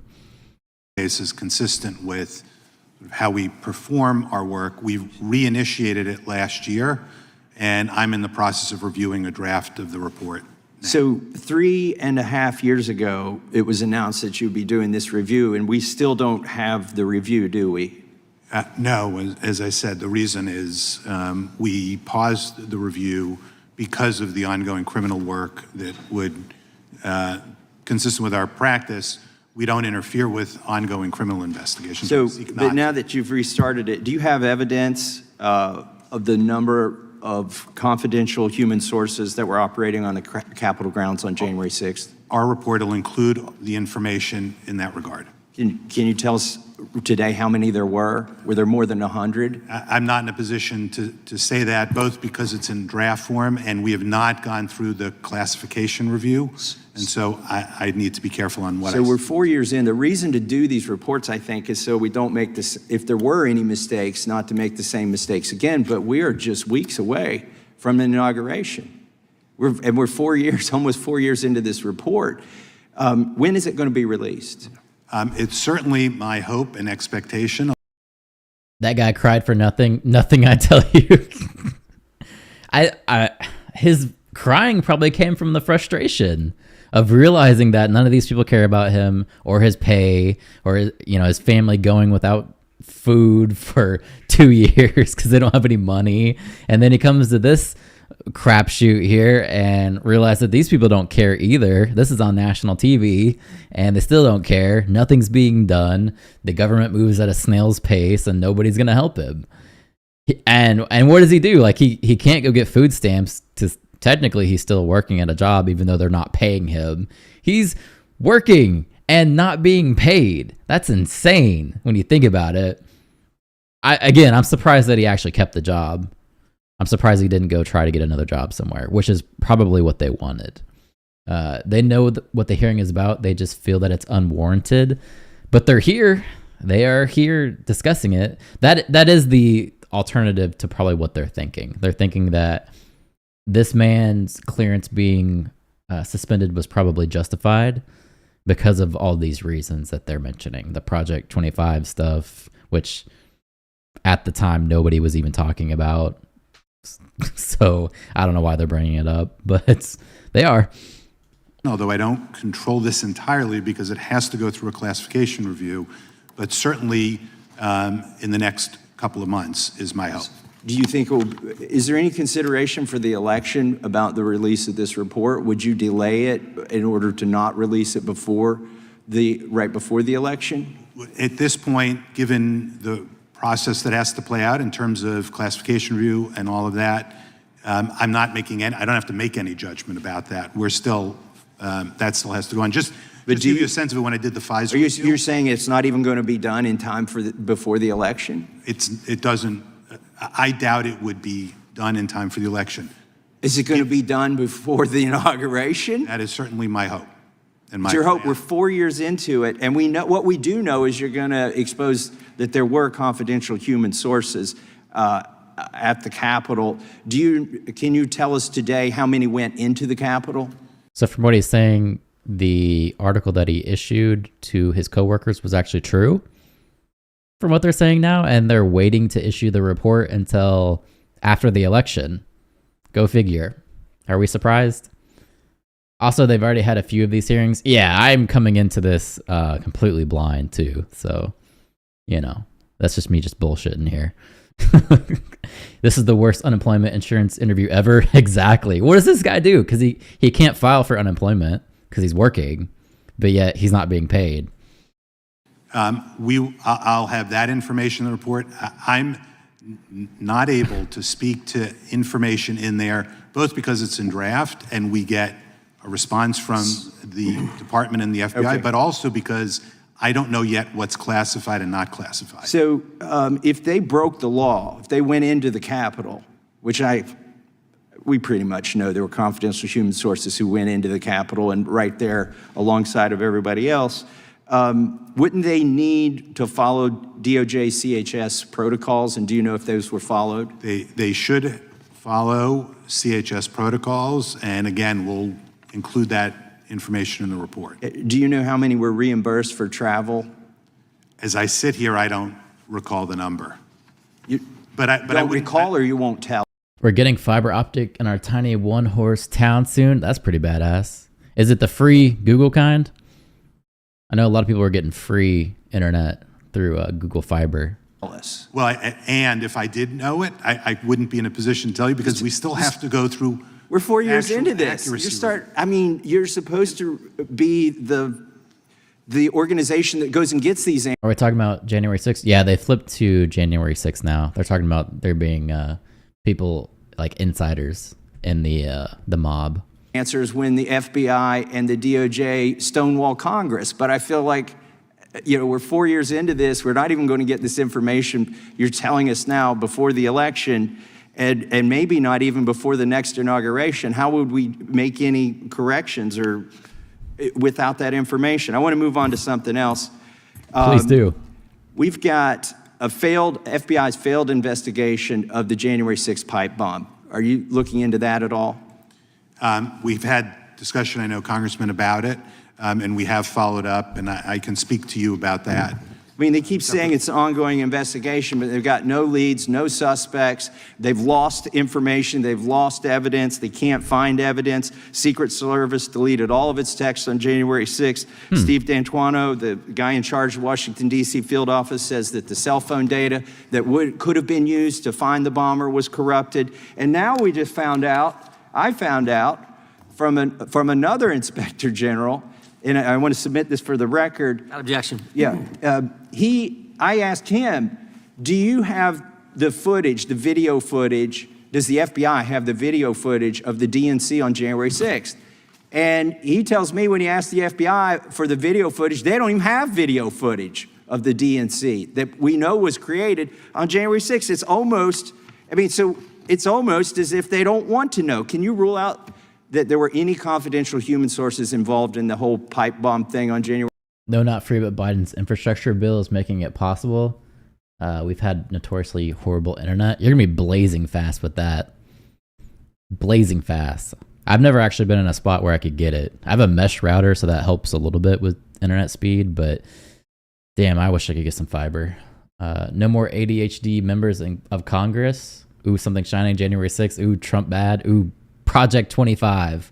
January 6th. It's coming back. I'd have to go back, Congressman, and refresh myself on what information we've gathered to date on that. I don't know as I sit here. Okay, that would be a huge revelation. But I'm happy to come. I think we should get that and get it public before the election. I yield back. Gentleman is back. I'm just struck by the irony, the fact that the very email that they went after Mr. Allen about was on. Give me a second. I'm going to little break, do a restroom visit real quick.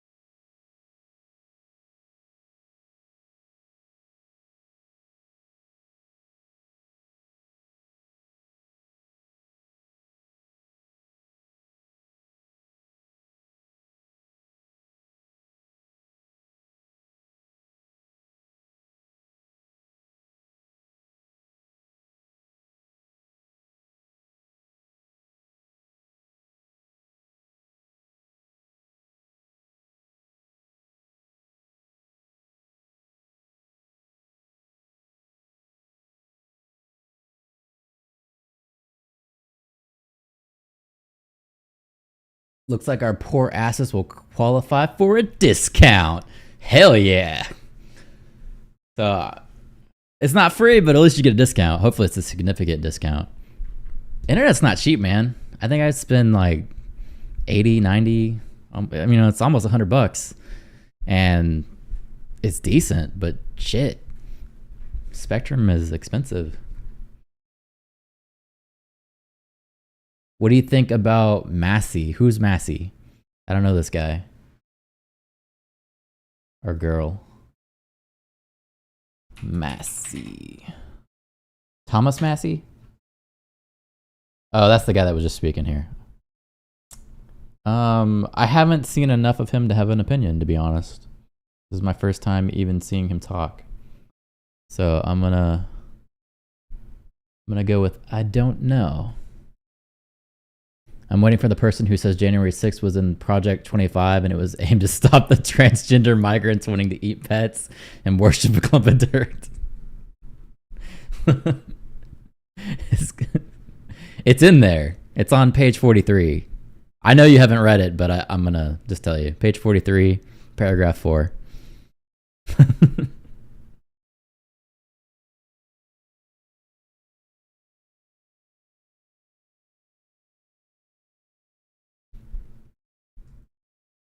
All right, so back to the weaponization of the federal government so far. Most of this has just been them smearing Trump, but hopefully they'll get back to the issue at hand, which is that poor employee who had his security clearance suspended and went without pay for over 2 years. So hopefully they'll get to some kind of conclusion for him on this subject, and we're not going to get an answer to it until after the election, potentially after the inauguration. I find the irony astounding. And it's not Mr. Horowitz's fault. It's the folks of the Justice Department who are taking their time with this report. I appreciate the gentleman's question. Now yield to the gentleman from New York or California? John, you want California. me to go? New York, excuse me. I'll do whatever Ms. Plaskett says. Okay, New York. Thank you, Mr. Chairman. Here we are again for another hearing about the same topic. And I want to say I appreciate the concerns about how the FBI addresses and investigates whistleblowers or retaliates against whistleblowers. And we've had a number of hearings on this in this committee. And Mr. Horowitz, I'm glad you are looking into it. That is your job, and that's what you should do. But let's be real. This is the weaponization of the federal government subcommittee. Whistleblower retaliation is peanuts compared to a future president using the power of his office to imprison his political adversaries simply because they oppose him. That is the ultimate weaponization of the federal government. And we don't have to question whether or not Donald Trump will do this in the future because we know how this story plays out. We've seen it, and he's done it in the past. These guys making $175K a year avoiding to pay this man the $50K owed to him. Exactly. They just went on a tangent about how Trump is going to do the thing that is happening to the guy that's there right now. He's sitting right there. When we're talking about weaponization of government, he's in the room. Trump's not president right now. Deal with the task at hand. Get this guy his money. He probably makes more than $50K though.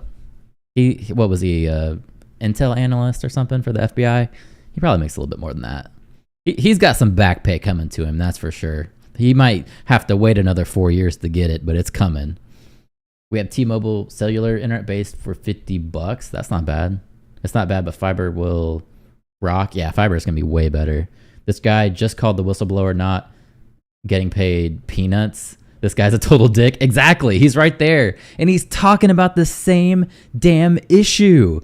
But they want to characterize it as Trump being the guy doing the bad thing because right now, Biden is the one who is in charge, but the guy is getting his clearance suspended under Biden. So they want to kind of like brush it off. Oh, this is just one guy.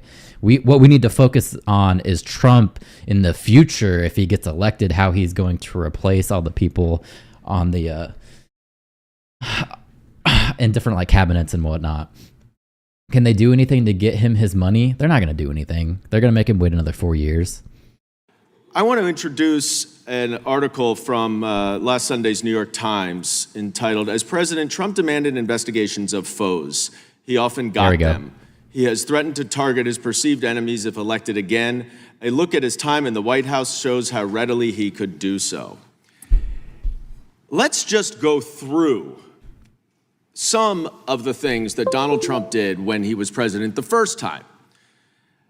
James Comey testified that Trump asked him for a pledge of loyalty and then requested that Comey drop the investigation of former National Security Advisor Michael Flynn.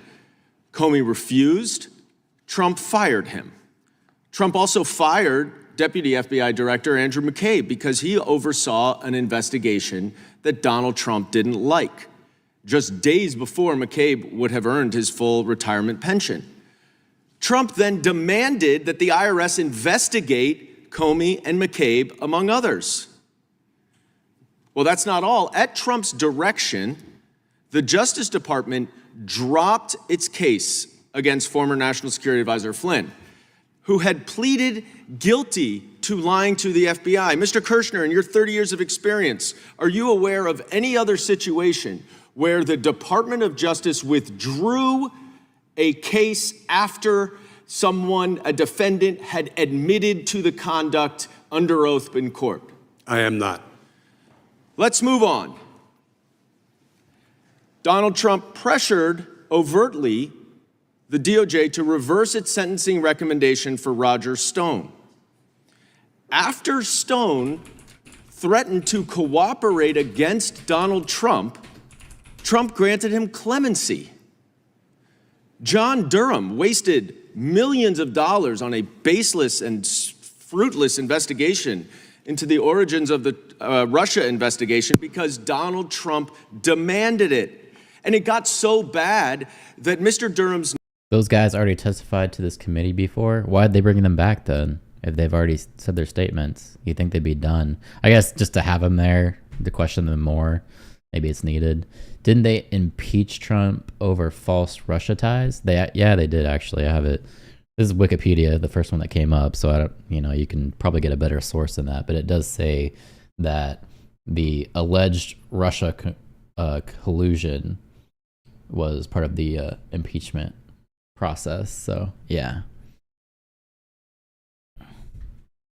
Number 2 resigned in protest to Durham's plan, pressured by Bill Barr and Donald Trump to publish an interim report on the investigation shortly before the 2020 election in gross violation of DOJ policies. That's not all. Trump tried to install Jeffrey Clark as Attorney General because he acknowledged to the president that he would do his bidding and fraudulently try to help him overturn the election.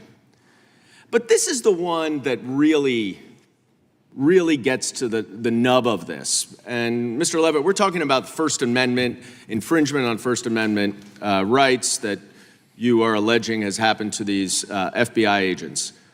You would agree, would you not, that writing a book is protected speech under the First Amendment? Sure.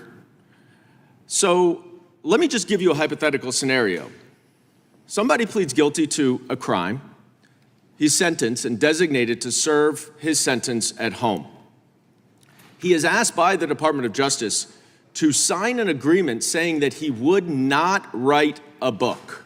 They did, but the Senate declined to convict? Okay. He refuses to do that. As a result of his refusal, the Department of Justice throws him back into jail in solitary confinement. Is that, in your mind, the weaponization of the Department of Justice to infringe upon First Amendment rights? I'm not a First Amendment lawyer, Mr. Goldman. Well, you said this is all about a First Amendment infringement. Well, why are you testifying about that if you're not an expert? The answer, because my time is running out. Excuse me. The answer, because my time is running out, is that actually happened by Donald Trump to Michael Cohen. A judge intervened immediately, reversed the decision because it's a gross violation of the First Amendment. It is a gross abuse of power of the Department of Justice, and Mr. Cohen was let out. But this is who now has complete immunity to do this as much as he wants without the guardrails of Don McGahn or John Kelly to stop him from doing it. This is going to be the danger of the weaponization of the federal government. I yield back.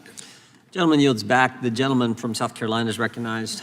Thank you, Mr. Chairman. Mr. Horowitz, your office published advisory memo 24-067 entitled The Justice Department's Compliance with Whistleblower Protections for Employees with Security Clearance, and noted how you found that the DOJ was not in compliance with whistleblower protections for employees with a clearance. Is that correct? That's correct. What policies exactly did the DOJ fail to follow? So finally, we're back on topic here. The law requires for suspension and revocations of security clearance that the department have an appeal process allowing, after 1 year of suspension, to come to the Inspector General and appeal that process. That was not in place at the time. Does it concern you that the DOJ, that certain DOJ components like the FBI indefinitely suspend employees without pay for the duration of a security investigation and review process? It does, which is one of the issues we also raised in that management memo. What is the average length of time for one of those investigations?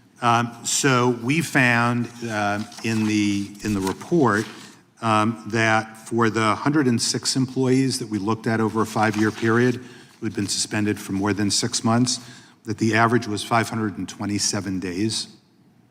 So about 17 and a half months. So about a year and a half, roughly. Year and a half. So in your work, have you seen similar delays or similar lengths of time in other agencies?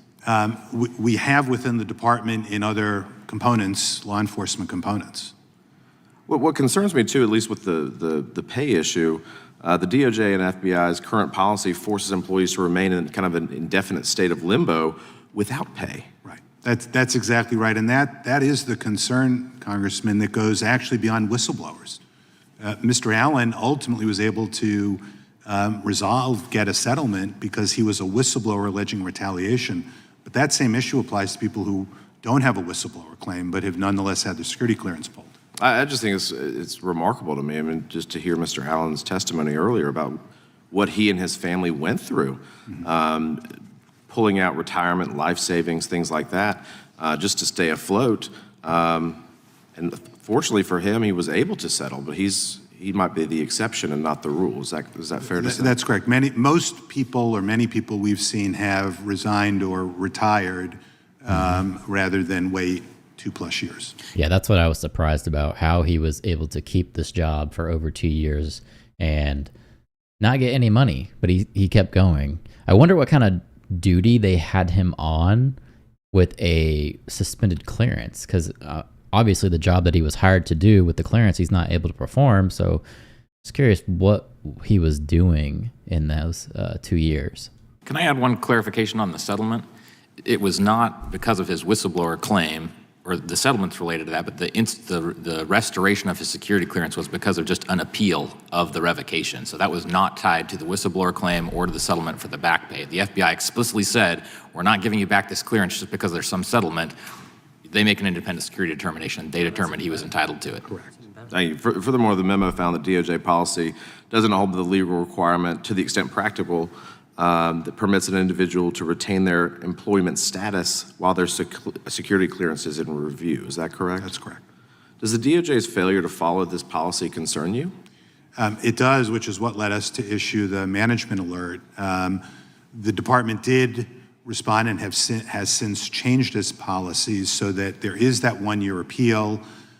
The other thing that they've done, which is not required currently, but is certainly something that I think Congress should consider, is requiring components, department law enforcement components in particular, to consider whether there are paid jobs people can be in without the clearances, even if a clearance suspension is warranted, so that you don't have this situation where someone gets put out unpaid leave or paid leave not working either, which has been another problem, by the way, at the department over the years, is putting people on paid leave for extended periods of time so they're getting a paycheck without having to work. Based on your office's findings, do you think that the senior leadership within the DOJ or the FBI were aware that their policies did not follow federal legal standards? I actually, my sense is they were not aware, because when we started this process and went to them, they did not seem to know about this issue, or weren't aware that their policy fell short on that issue, I should say. Your office made 4 recommendations to the DOJ to address the concerns cited in your memo. One, what were those for the record? And 2, to your knowledge, what steps has the DOJ taken to implement those recommendations? So the 4 recommendations were: 1, to make sure there was this 1-year appeal process; 2, to notify employees of their right to this process, because obviously you can have a process, but you shouldn't have to have an employee rummage through a lot of policies to find it. 3rd, when there is a suspension, look to see if there are positions they can go into where they can continue to maintain their position while performing work, even without the suspension, if that's the plan. And then 4th, put in place a review to make sure that these are being done timely. And so, So half of these people are fighting for Mr. Allen. The other half don't want Trump in office per fear of either getting fired or possible retaliation for all the shit they did to Trump. And I think Paul had a good point when he was saying that they're not arguing for Mr. Allen because they believe that he should actually get his clearance suspended. So that's kind of what they're going back to, the Trump issues, to kind of paint him in a bad light, to say that this was justified, Trump bad, all that kind of stuff. You don't want a situation either where if they can find another job with the security clearance suspension pulled, that they somehow indefinitely stay in that other job. You want them to have that resolved. If they shouldn't be in the job, they should leave, right? Then if it was an unfair suspension, they should be put back to their old job. The person sitting on this guy's left is thinking this is the worst business trip ever. Yeah. And have they taken those recommendations? They have. Those? And I think very importantly is the requirement that they report regularly to department leadership as to why that hasn't occurred in a timely way. Thank you, Mr. Chairman. I yield back. Gentleman yields back. Gentleman from California is recognized. Thank you, Mr. Chairman, and for the witnesses, thank you for your testimony. I'm going to take this in a slightly different direction. Most of the focus has been on the Department of Justice, as is appropriate. But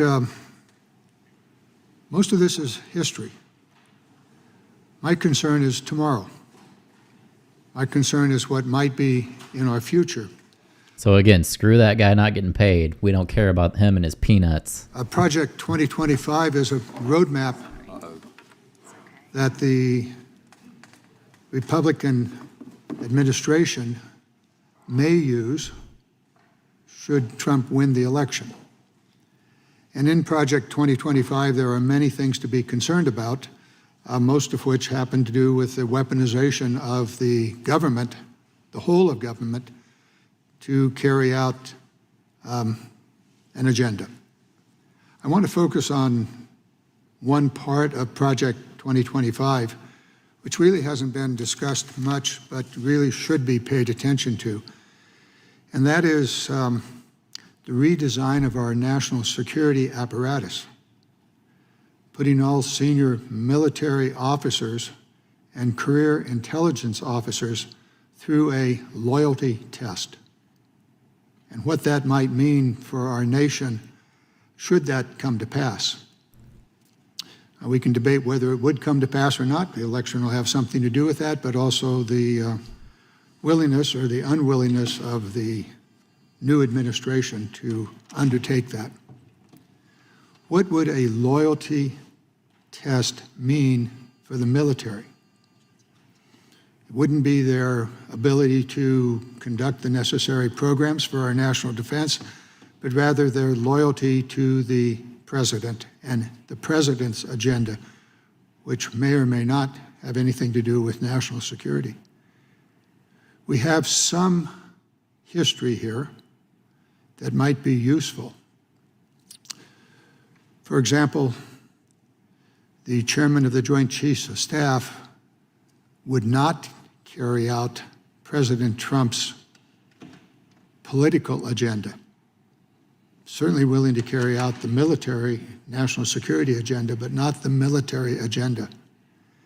And that earned Chief of Staff General Mark Milley the opportunity for the president to call for his execution. Military had the loyalty test when they enlisted. Yeah, they're pretending like these military officers probably aren't going to follow the president no matter what. And from what I've seen, doesn't matter who's president, it's blind loyalty. We follow the president of the United States. That's just how shit goes.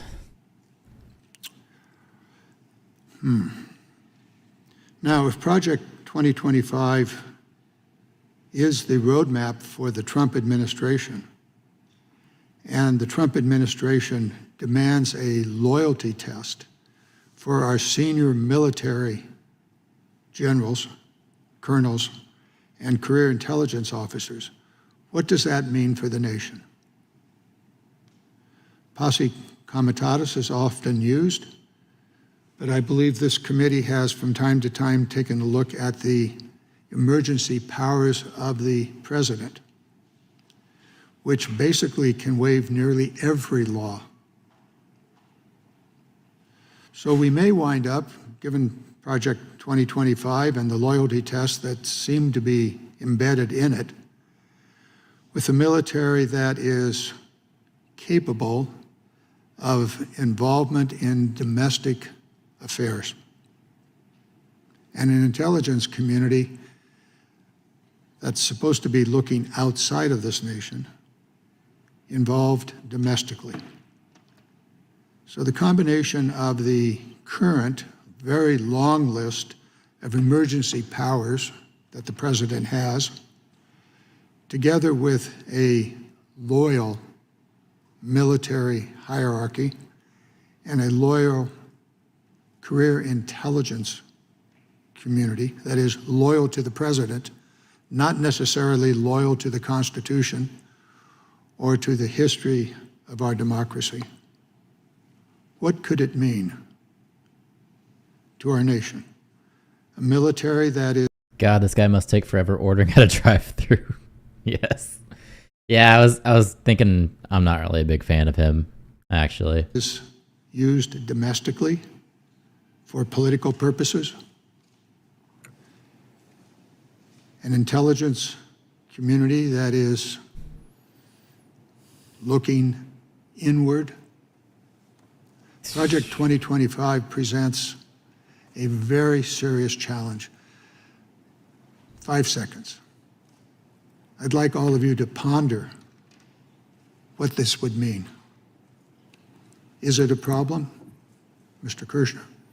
It is, and what I'm reminded of, Representative, is after I graduated law school and I was sent to Army Law School, the JAG school on the campus of the University of Virginia, one thing that was drilled into our heads is you must obey lawful orders, but equally important, I would say more important, you must disobey unlawful orders. Project 2025 would wipe out that second command, which is more important than the first command, and the danger can't be overstated. I appreciate the forbearance of the chair for that 25 seconds. Gentleman's time. The gentleman yields back, and the chair recognizes the gentleman from Ohio, Mr. Davidson. I thank the chairman. It's disappointing that Jasmine Crockett is my personal favorite in Congress. I think I remember her from the DNC. I think I watched her speech. Again with the 25 BS, holy, yeah, they're going to keep going on about this stuff. 3 years of hearing the left say you're dealing in what ifs. That's all they're doing now. Yeah, pretty much they're preparing for Trump to win. Even though Trump supposedly doesn't have anything to do with Project 25, and it's just a way for them to spin a narrative, but you know. That we need this hearing. Mr. Allen, I want to apologize for what's happened to you. Our country should treat you better. Thank you for the apology. Thank you for your long career of service to our country, and I just wanted to ask, your experience spans a couple decades, and so over your time in service to our country, just confined to the FBI, what kind of changes? You know, I think the perception back home is the rank and file people at the FBI are people that we want to be there, that we want to support, and frankly, there's not a lot of trust in the current leadership system.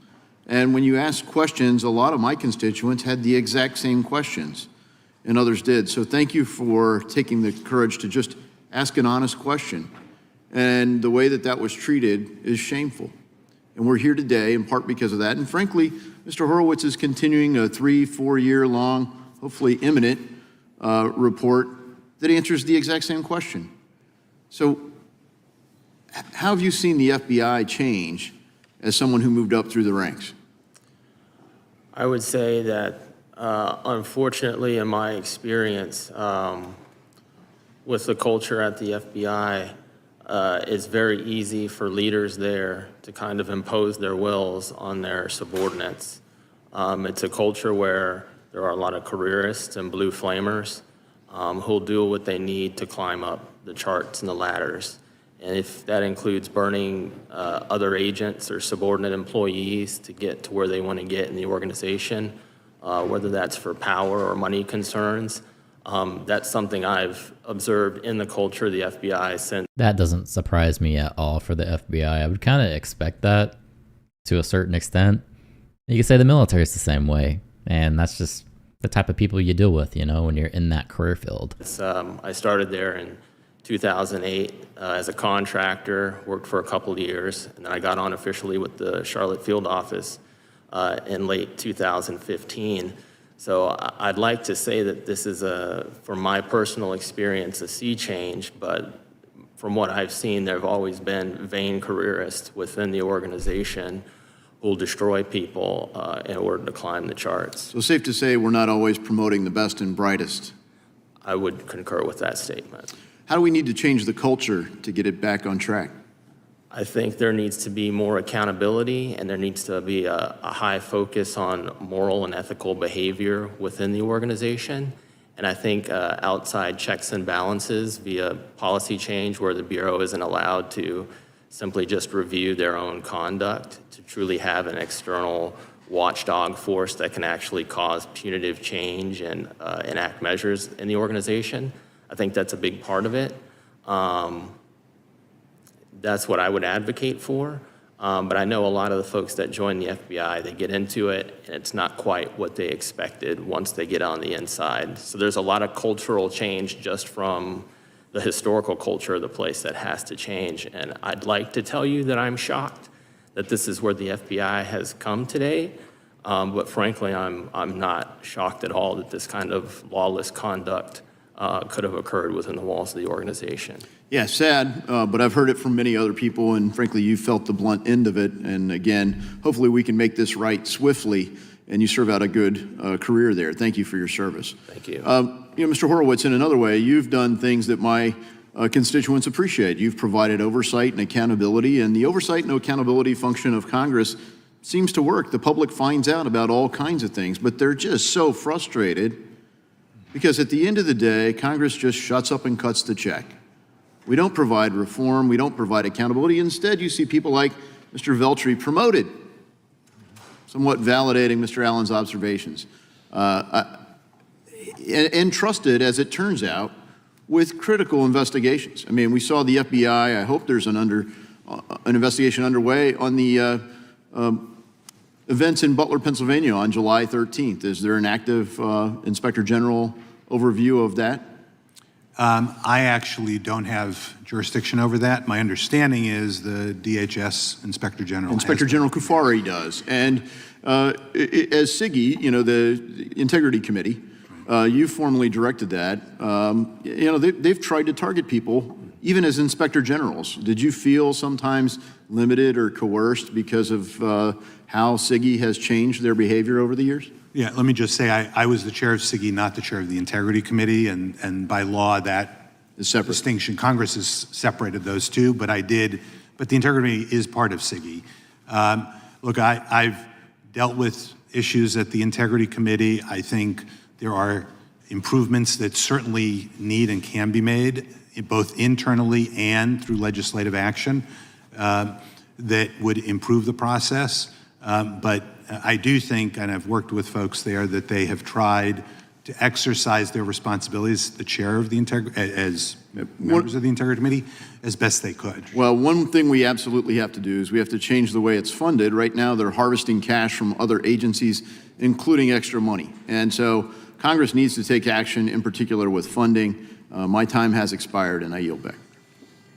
The gentleman yields back. Chair recognizes the gentlewoman from Texas, Ms. Crockett, for 5 minutes. Thank you so much, Mr. Chair. And I'll pick up maybe a little bit Is that your girl, Paul? I think that's her, right? where my colleague just left off. And the question was about Butler, Pennsylvania. I'm curious to know if any of you are aware as to whether or not the FBI is involved at all in determining what's going on in Springfield, Ohio, because as far as I'm concerned, there is domestic terrorism afoot, and it is at the word of the Republican nominee and his running mate. So do we know if anyone is checking into that on the federal level? I'm just curious. Bruh, come on. Domestic terrorism? Come on. Are you serious? Just a yes or no, anybody? I don't know. Turn this Okay, camera off. perfect. Either way, I want to move on, and I want to talk about Mr. Kirshner. I'm just curious, if you were to define what weaponization of the federal government looks like, just in a quick, short definition, what would it be? using the Department of Justice to reward your friends and your criminal associates by delivering pardons after they'd been convicted by juries or before their case was even concluded or before their case was even charged, and conversely using the Department of Justice to punish your perceived enemies, order investigations and prosecutions, even if they're not warranted by evidence. I'm sorry that was not brief. That's okay. It was accurate. Because that's how I see weaponization as well, and it's something that we saw a lot out of Trump specifically, because all of his friends were going to prison, and he's probably got more friends that are headed to prison soon, and if we are lucky, he will find him a cellmate soon as well. But nevertheless, as we talk about weaponization, because this whole committee feels as if it's projection, I want to go to something that's pretty interesting, but I'm gonna start with Mr. Allen. Every committee is a campaign committee, apparently. Here, my campaign platform. Yeah, pretty much that's what this entire thing has been. They haven't came to any kind of resolution at all. It's just been them campaigning the entire time. And then once in a while, they go back to that poor guy. Oh, by the way, we didn't forget about you, you brokey. The memes are funny, but they fucked that up. Or they fucked that community up really bad. Yeah, okay, we can agree that maybe they shouldn't have said it.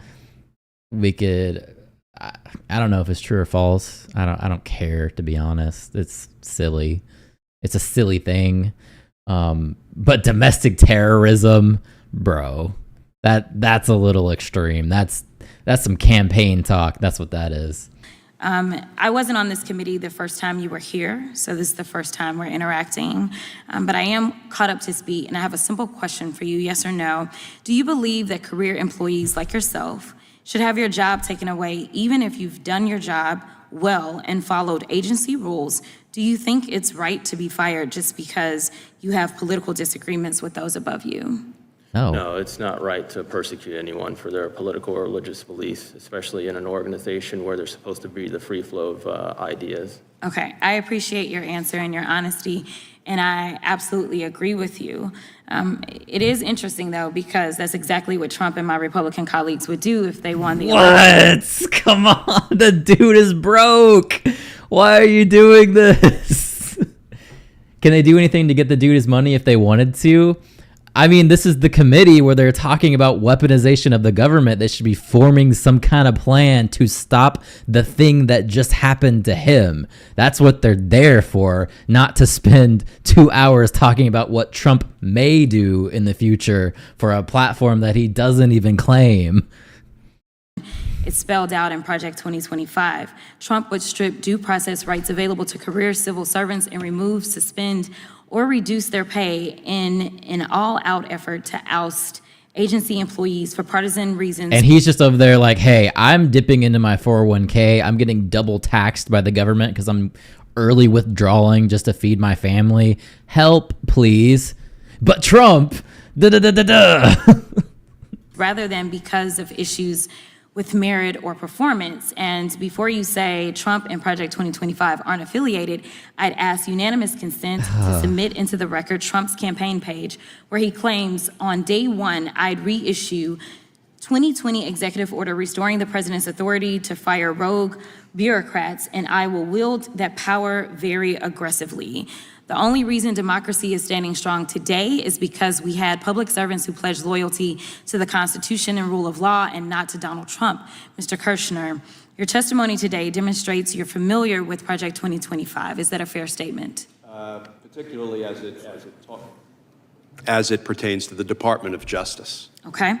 And you are aware, or maybe you're not, we'll see, on page 547, that Project 2025 states its goal of implementing a top-to-bottom overhaul of DOJ that, quote, must include the FBI, because anything less would, quote, guarantee the failure of the conservative administration's agenda. That does not make a lot of sense to me. Okay, but that's in Project 2025. It is Okay. on, yes, it is. All right, just wanted to clarify that.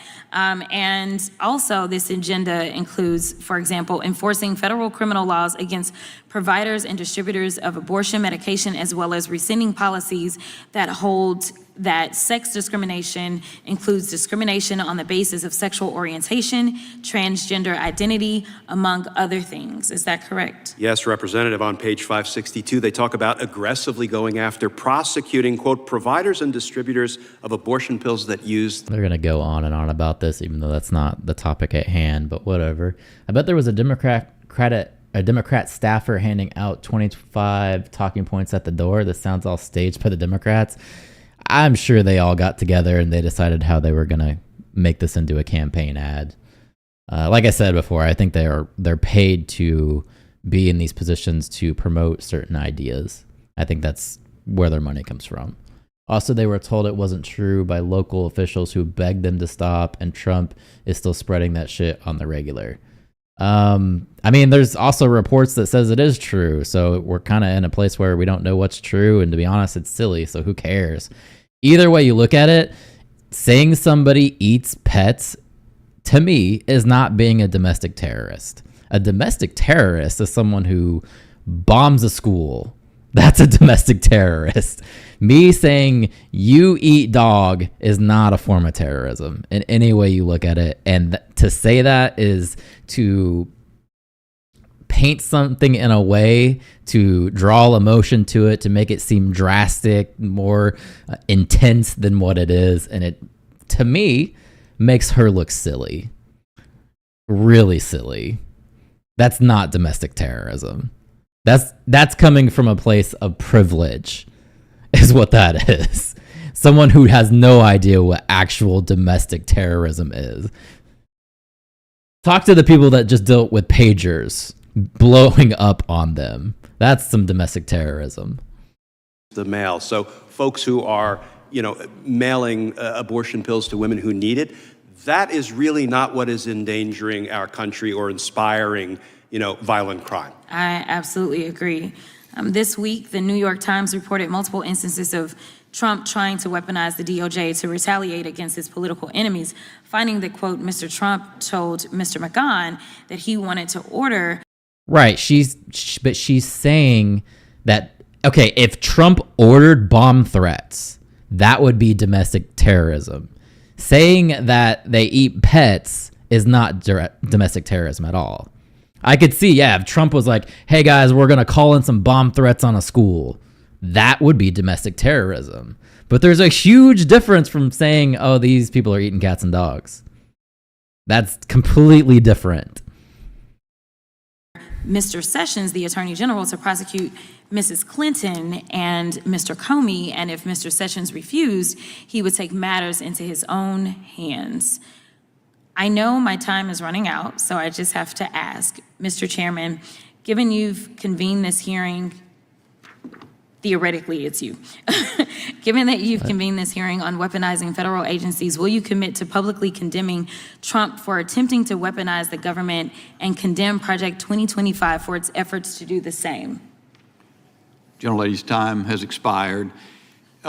What's worse, Trump saying it out loud or the media left taking it as a talking point for a month straight? Both are insane, but I think the media exaggerating it daily is making it worse. Yeah, so if Trump saying that is domestic terrorism, then the media repeating it is also domestic terrorism.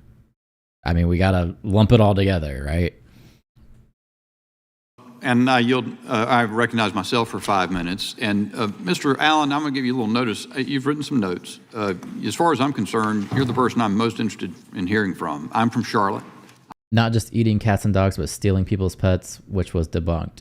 Same shit, same thing. That's still not domestic terrorism. I can look at you right now and say, you stole my dog. That doesn't make me a terrorist in any way. I know I've been to the Charlotte field office. I know some people there. I was extraordinarily impressed by you and the other whistleblowers when you previously appeared before the subcommittee. I'm impressed by you again. I haven't been able to be here the whole time. I'm going to yield you some time, just if you have things that you wish to say in just a moment. But the first thing I'm going to say before I do that, and then I'm going to give Mr. Jordan the rest of my time, is I'm just overwhelmingly troubled by the fact that no one seems to be able to do much about what has happened to you. You got the Inspector General, very respectable person. You've done a lot of things that have been historic, but you know, you issue a management alert.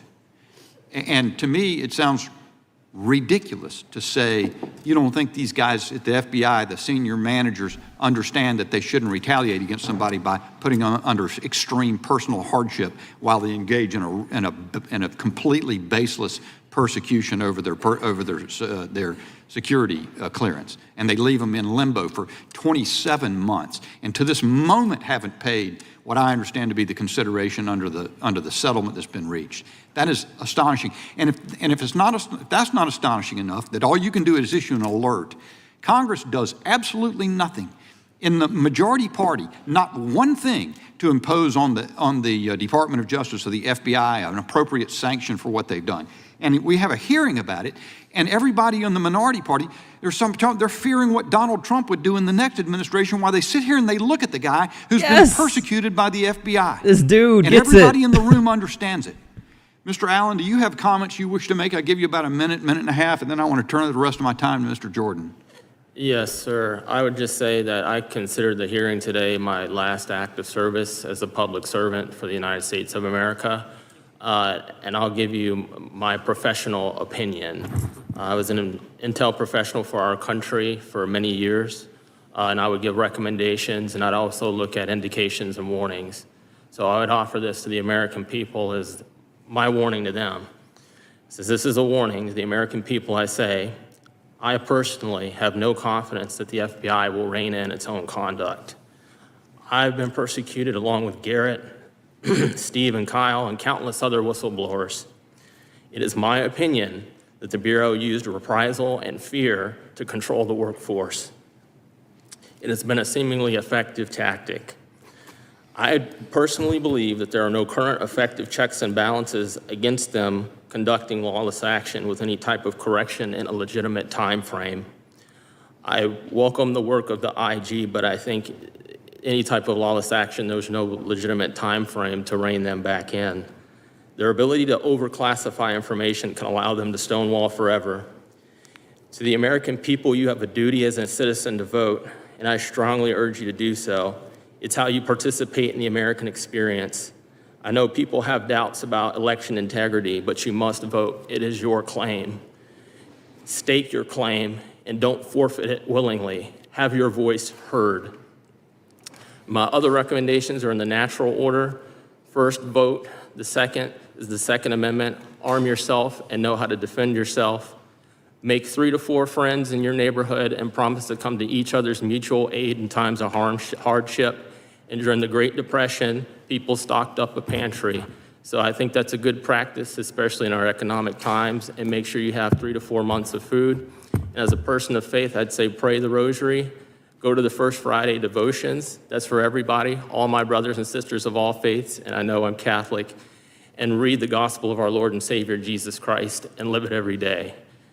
And that's all I have to say. Thank you for the time. You know, Mr. Allen, the fact that there are servants like you who have borne up under persecution that a lot of political leaders in this country do not care about is the thing that heartens the American people, and I'm confident the American people will resolve the situation no matter how weak Washington is in response. Mr. Jordan, I'm sorry I didn't reserve much time for you, but I yield to you. Thank you, Mr. Allen, for those well-said words. Mr. Horowitz, did you ever request permission from the Deputy Attorney General to investigate attorney misconduct in Special Counsel David Weiss's office? He messed up saying he's quitting. He's never getting his money now. I mean, what other option does he have? He can keep working a job and not getting paid. At least if he quits, he can get unemployment. I have not, at this point, asked for that authority. As we've engaged on this issue in the past, it's, first of all, not clear whether we have that authority. I'd have to have that discussion. But secondly, while the prosecution was ongoing, it was my view, consistent with our policy and practice, to let that prosecution play out. And then... Do you have concerns? I think there have been a number of legitimate concerns raised. Yes, Congressman. Your time has expired. Gentleman yields back. Chair recognizes the gentlelady from Florida, Ms. Wasserman Schultz. I didn't catch his name. Thank you, Mr. Chairman. Mr. Chairman, Donald Trump's Project 2025 is Oh my God.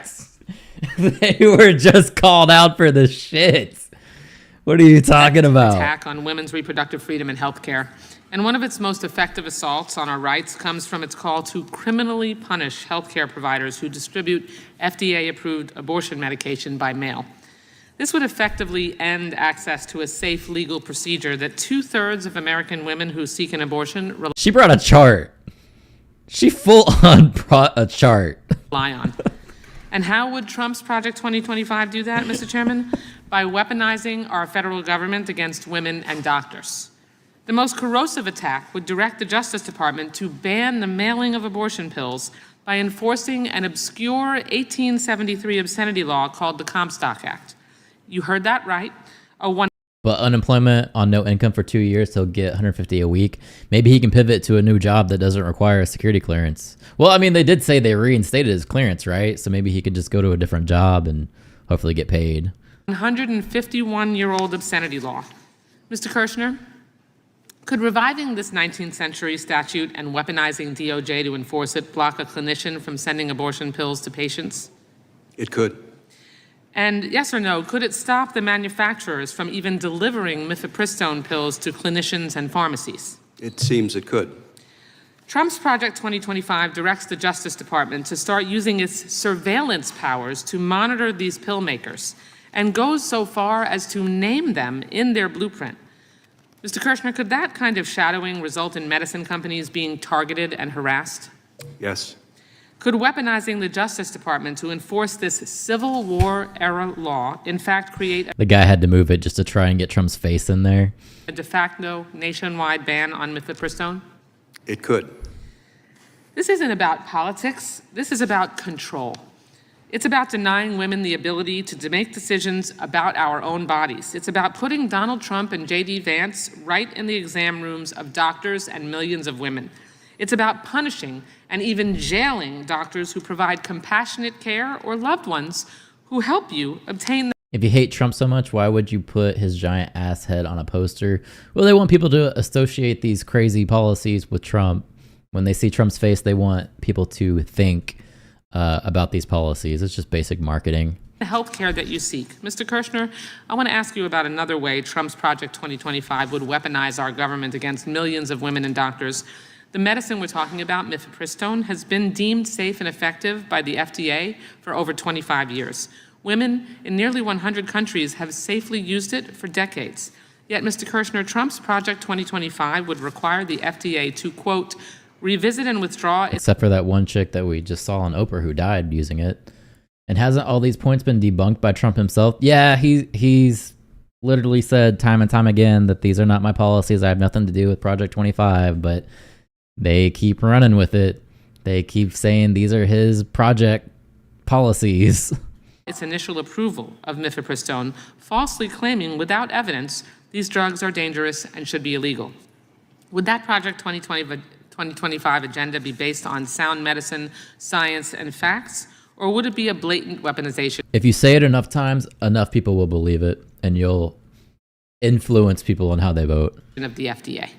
The latter, and it sounds like it's based on politics, not on science, not on medicine, and not on what is best for women and the decisions they have to make with their doctors. Thank you. The FDA recently allowed certified brick-and-mortar pharmacies to dispense mifepristone and doctors to prescribe mifepristone via telehealth, which expands abortion pill access, avoids added costs or stigma. But Trump's Project 2025 calls for the FDA to reverse that guidance, despite the Supreme Court recently rejecting that argument. It goes even further by eroding the privacy protections of abortion patients by promoting prosecution for women who take the pills. Could this weaponization of our government agencies obliterate the privacy of those who obtain or dispense abortion pills? It could, and it's dangerous. Project 2025's assault on our basic freedoms doesn't just stop at women's health. It undermines the safety of whole regions of our nation, Before my time expires, I'll quickly note that Trump's dangerous Project 2025 proposes to eliminate the National Weather Service in its entirety. I'll remind everyone that we have Hurricane. That's why she emphasizes it so many times. She has to say Trump's Project 2025. She has to say that as many times as she can. Helene, who is quickly approaching the shores of my state. This is the very agency responsible for helping us prepare for and respond to climate change-driven natural disasters. Right now, Hurricane Helene bears down on Florida, and it's the National Weather Service that provides critical forecasts that help warn and keep our communities safe. Let's be absolutely clear. Project 2025 is not about reform, it's about control. Whether it's women bodies or the agencies that protect us from disaster, Trump's Project 2025 would erode the freedoms that we all take for granted. We cannot allow Trump's dangerous agenda to strip away our rights and leave millions more vulnerable than ever. Whether it's criminalizing healthcare providers or dismantling the National Weather Service as more hurricanes threaten our coasts, Project 2025. He didn't distance himself from the Heritage Foundation until the plan got put on blast. Yeah, I don't think anybody knew about Project 25 until it was put on blast. So there was no reason for him to try and distance himself. Thank you, Chairman, for the time. I'd like to pivot from Project 25 to Project 25. Is an existential threat to our nation's core values and safety. We will not let this agenda undo everything we've fought for, because we will not go back. Let's see if you're right. I yield back the balance of my time. Let's see. Generally Project yields 25. back. Chair asks unanimous consent to enter into the record a coalition's letter on reforms that are needed. The letter is addressed to Chairman Comer, Chairman Turner, and myself, Ranking Member Nadler, Raskin, and Himes. Without objection, that will be entered. Chair now will recognize. Yeah, recognize the ranking member for as much time as she'd like. I'll give you 6, 7 minutes, 8 minutes if you'd like, and then or a closing statement after that, and then I have a couple more questions, and then we'll be adjourned. Gentlelady is recognized. Thank you. I don't know what to do with all that time. Kind of freaked me out when you said that. I started. You could always yield it back to me. Oh, no, I don't think I'm not giving up what's given to me. I'll tell you that much. You never know when you can get that, but I appreciate it, Mr. Chair. And I want to thank our witnesses for being here, each one of you. Thank you for expressing your ideas and your thoughts. And I did want to ask some follow-up questions, though, to some of those. Mr. Inspector General Horowitz, my colleagues across the aisle have said that the Inspector General found that the FBI intentionally weaponizing the security clearance process to purge conservatives from its ranks. Mr. Inspector General, did your office find that the FBI has a pattern or practice of misusing the security clearance adjudication process to purge certain FBI employees? We have not made such a They already asked this. finding. Okay. And also, there were allegations made that the FBI has weaponized this, any findings that it was related specifically to individuals who might have expressed sentiments with regard to January 6th. Did you find that? We haven't made such a finding. We've actually, Congresswoman, had complaints come in from both sides on these issues. On one side, complaints about field offices not taking action in January 6 cases, and on the other side, complaints about offices that did take matters in January 6 cases. So as usual, it's across the board of the political We have spectrum. complaints from whistleblowers on both sides on that issue. And that is par for the course you have found in the FBI and in your position over hearing from your other Inspector General officers that complaints may come from both sides of the political spectrum. I've certainly seen, with regard to the DOJ law enforcement components, issues coming from various perspectives. I will say non-ideological, ideological complaints across. What about religious? Have you made any findings that the FBI security clearance process targets Christians? We've not made such a finding. Or targeting military veterans? We've not made such a finding. Thank you. You know, I understand They already asked all of those questions. He praises on them and spoke at their events. I believe he's blatantly lying. He could be lying. We never know. We'll have to see. We'll see what happens, I guess. The lady who died had complications that could easily have been remedied. She didn't need to die. Yeah, I'm with you. I mean, she did go to the hospital and they didn't find anything within 20 hours. I don't know. We were watching the Oprah interview yesterday about it, and we don't know if maybe she felt like she couldn't say that she took the abortion pill because it was illegal, and she thought maybe going to the ER and saying that she would get in trouble, or what happened, what the details were. It's kind of fuzzy, but yeah, I'm sure if she had better care, she probably would have been a lot safer. Paul, I agree she didn't need to die, but it sounded like a failure on the doctors, not due to an abortion ban, but due to incompetence. Yeah, it's that from the articles that we read yesterday, that's what it sounded like, was the doctors kind of failed her. But maybe those articles that we read weren't true. Maybe the sources were wrong. Without the families actually letting us know what happened, we're probably never going to know. And they've already hooked up with Kamala, so they're going to spin their narrative anyway, you know? They didn't want to go to jail. Yeah, I could see that being a thing.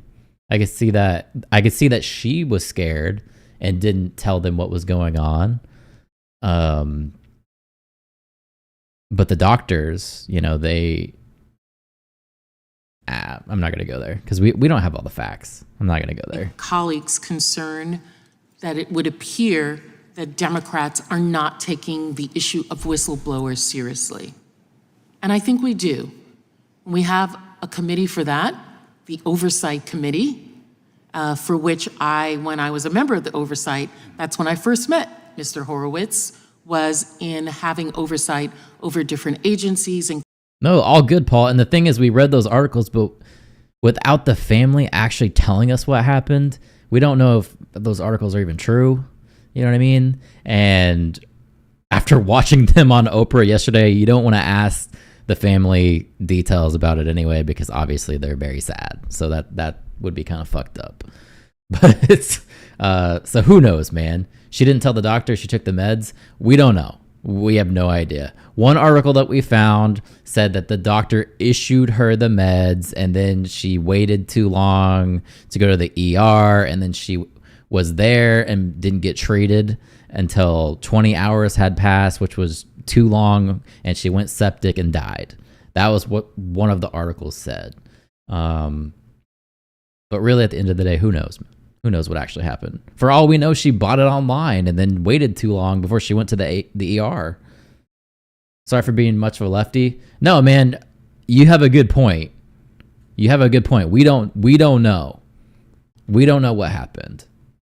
But the thing is, we can't say that it was because of a abortion ban either, because we don't know. We don't have enough details. Obviously, the Democrats are going to pick this up and try to spin it that way, and Republicans are going to come back and try and, you know, debunk everything. So who knows? Questioning you about some of your findings there, some of which, when I first came to Congress, were targeted against a Democratic administration, at the time, the Obama administration. We've gone through a Trump administration. We're now in a Biden administration. And so the vagaries of political persuasion, you've seen them all. But I think the reason that the Democratic members have been bringing up Project 2025 and President Trump is because they want to campaign. Yes, you are absolutely right, lady. They want to campaign. They want to get clips out there. They got to get those clips on YouTube and X to make sure their candidate looks the best they can, and screw that guy who's not getting paid. It presents a global threat, a true weaponization of offices and of a position against the American people as a whole. We see places like North Korea, Hungary, Iran, now Venezuela, where those citizens could not have imagined 20, 30 years before, potentially, that they are living under a dictatorial rule. I went to school with individuals, I'm dating myself, in the early 80s with students who had fled Iran. I have been around young people in undergrad who have fled North Korea. And the notion that anything like that could happen in this country seems so antithetical to our thinking. But we cannot drop the ball in when we see an individual or a group of individuals who have power trying to take that control. And it's hard to tell what publication shows favoritism and which side. For all we know, it could have been a COVID incident. We like and respect you, Paul. No hate here. Yeah, absolutely. Paul is the man. We have people coming from Idaho to Washington to get abortions, and Idaho wants to stop it. Why are we so worried about government weaponization now when it's going on for centuries? Exactly. And it is our opinion, many of our opinion, that Trump, for his own purposes, has now joined forces with individuals who have offered Project 2025 as a means to an end for each one of their own desires. I would ask to submit to the record a CNN article, Trump claims not to know who is behind Project 2025. CNN review found at least 140 people who work for him are involved. Objection. Thank you. And in this article, and in other places, we will see the nexus of relationships between the president and individuals who have written this. 6 of his former cabinet secretaries. There we go. 4 individuals nominated by the former president as ambassadors. His first deputy chief of staff, my former colleague Mark Meadows, and also his longtime advisor, Stephen Miller, who were advising Project 2025. Federal Communications Commissioner under President Trump, Brendan Carr, Lisa Laurenti, who was a delegate to the United Nations Commission on the Status of Women, all wrote components of Project 2025. We have the American Accountability Foundation putting together a roster of current federal workers it suspects could impede Trump's plan for a second term. I would direct your attention to what we have up there on She brought a chart with her too. On the screen, which shows so many associates who have in fact contributed to the transitional plan for a presidential Trump next term that are part of his orbit. Paul Dans, top official in Trump's White House. We have Ben Carson, former HUD secretary. Christopher Miller, acting Secretary of Defense. Peter Navarro wrote a section defending the former president's trade policies. This has been drafted as the next conservative president's last opportunity. The last opportunity for what? Not the America we know now, a different form of America. One that meets the demands of specific individuals, not all of us. One women that does not include us having complete autonomy of ourselves. One that puts a form of Christianity that may not be my form of Christianity. That's why we have a separation of church and state, so that we can all worship our God as we wish. That's not what Project 2025 is looking towards. Today you may be part of it. Tomorrow you may not be. Today it may help you. Tomorrow it may not. I know I'm on the front line. I know my community's on the front line, but tomorrow it may be yours. Next week, next month, 180 days he's given himself. 2 years from now, it may be your son, your daughter, pointing in the military, pointing a weapon at their fellow citizen, at their brother or their sister who are protesting on the streets of America. Because yes, in Project 2025, it allows the president to direct the active military to come to the streets of the United States against those that he deems as political rivals. That's in Project 2025. Those are the things that are in there against us as Americans. And that's the reason why, Mr. Chairman, we keep talking about it. Not because whistleblowers' issues are not unimportant, but because this is a clear and present threat right now to the American people that we need to join forces with and stop.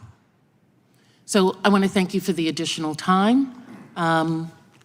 And while we're on the recess, God bless you and your family. too. And You too. I pray safety for all of us as members, all of people who have spoken out, and individuals, we may not agree with one another, but I pray that this election goes safely and that we are all back here again to continue the people's business.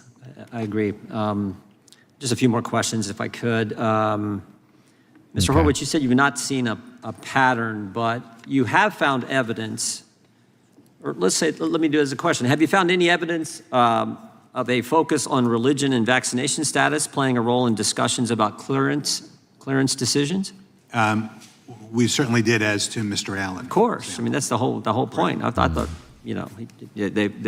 his email questioning the leadership at the FBI, they used that. They used his vaccination status. They used his religion. I thought pretty soon they were going to accuse Marcus Allen of writing Project 2025. I thought that might happen. You didn't write Project 2025, did you, Mr. Allen? No, you had nothing to do with that. Mr. Levitt, you didn't either. Right, and I know Mr. Horowitz didn't have anything to do with that.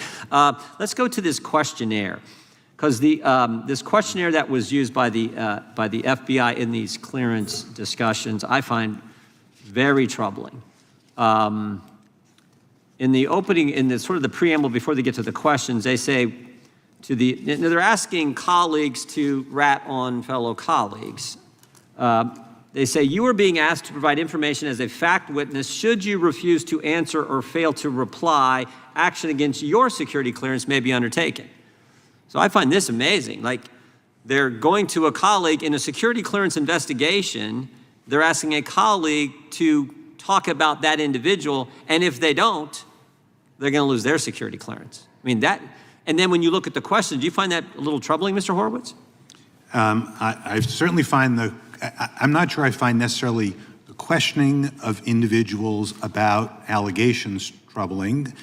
How you tell them about it and talk to them about it is concerning, as you indicated, and certainly the questions were highly inappropriate. Certainly coupled together. Hey, we're doing a security investigation on Mr. Allen, as an example, and if you don't answer it, your security clearance is in jeopardy. Yeah. And oh, by the way, here's the question. Did Mr. Allen ever voice support for President Trump?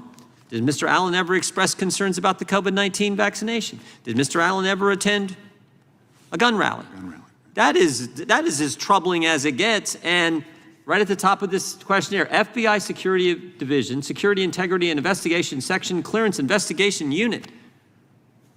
Mr. Levitt, have you ever seen anything like this? Not before this last round of whistleblowers, but I do think the point I tried to make earlier is even if this questionnaire was only typed up by a couple of individuals, and to be clear, those are the same ones that were worried about the Kelly cart. So they're the same ones that were worried that they're Right. supervisors. But even where, in cases where this questionnaire wasn't used, we've heard from a number of whistleblowers that these types of things were asked about, and of course we know they factored into the decisions. And so I think it's not just about the questionnaire, right? I hope that the Inspector General's office will look at how all of these issues were focused on by leadership. That's the element of fear, Mr. I like how they're getting back to the issue now. They spent 2 hours talking about Project 25, and now they're just getting back to the actual issue. That's hilarious. Allen just talked about in his last response to Mr. Bishop, the fear, that environment of fear. And this is it in practice right here. It looks like the thing that's blacked out is just names and email, and their signature block on the email was blacked out, just deleting all the identities in it. That is what is scary.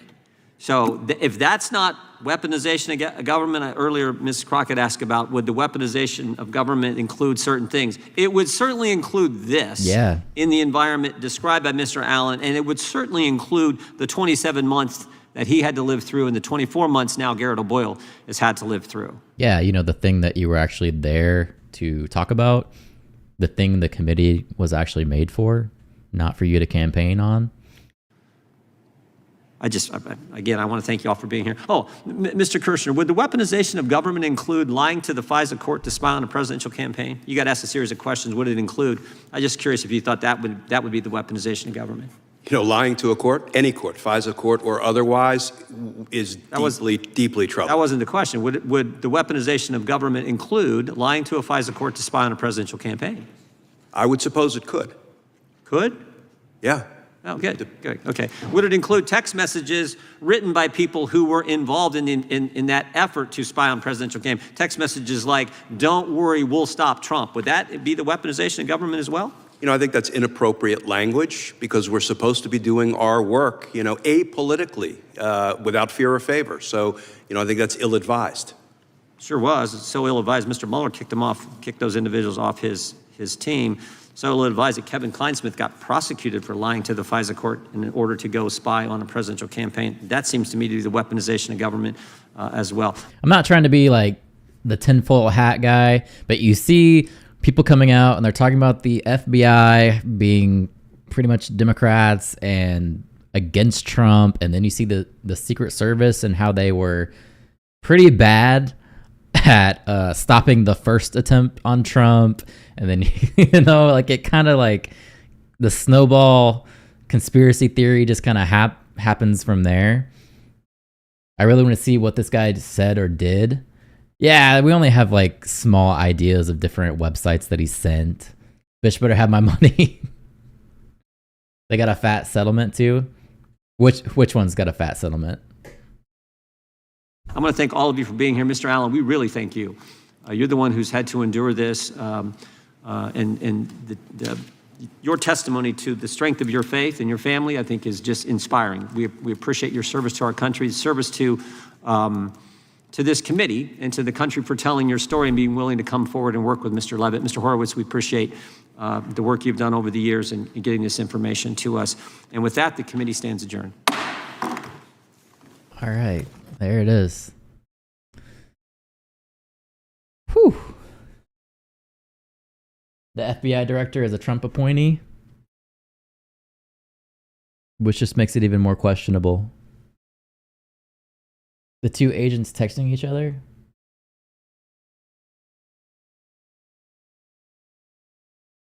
All right. Let me pull up something. What are we pulling up? What happened today?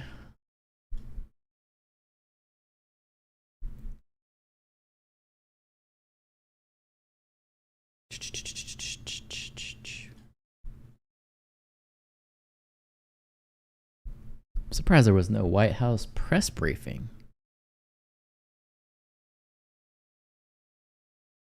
Oh, I think Harris is live.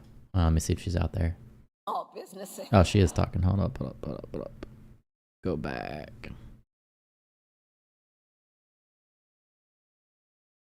Oh, they don't have the full thing, I don't think.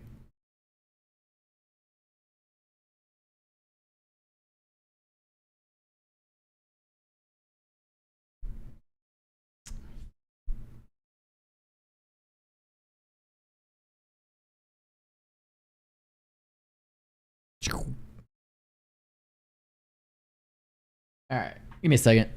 Be right back.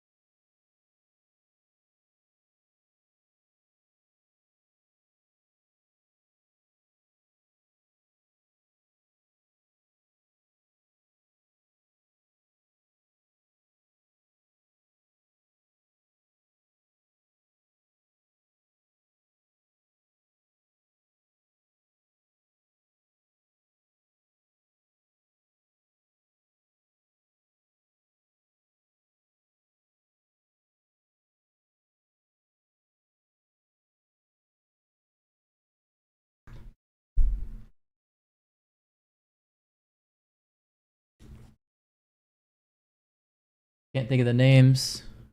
No good word. What's going on, Corporate Fly? How is it? How is it?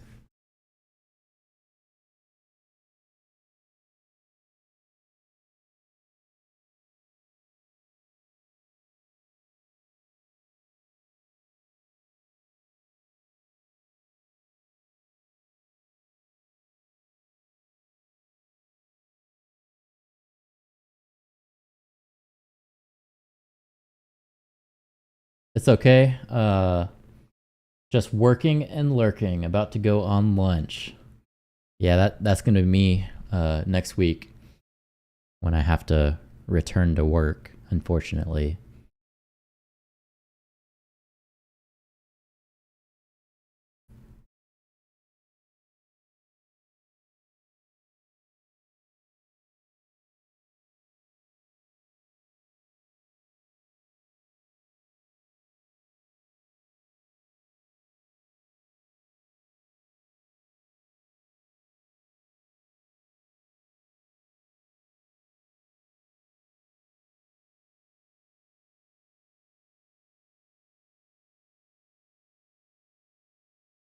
I think I'm gonna call it for today. We did almost 4.5 hours, so I probably should get off of here and take care of my dog. He's looking kind of bored and like he needs to go to the bathroom. So I think I'm gonna log off here. I'll be back on tomorrow, assuming they're gonna do a White House press brief. I'm gonna stream regardless if they do it or not, but hopefully they have one. How will working impact your streaming? Well, it means Monday through Thursday I won't be able to stream, but I'll have Friday, Saturday, and Sunday. Unless I hit the occasional like nighttime stream, but I don't know if I'll be able to do it. So I don't know how I'm gonna make it work, but somehow I'm gonna make it work because I want to keep doing this. I just got this channel monetized. I almost got my coffee brand going. I want to keep going with this. I just have to work because, bills and stuff. So definitely weekends and Friday, I can do that. I can stack up on videos, kind of like how we do now. Maybe stretch out publishing the videos across the week is an idea, like schedule them.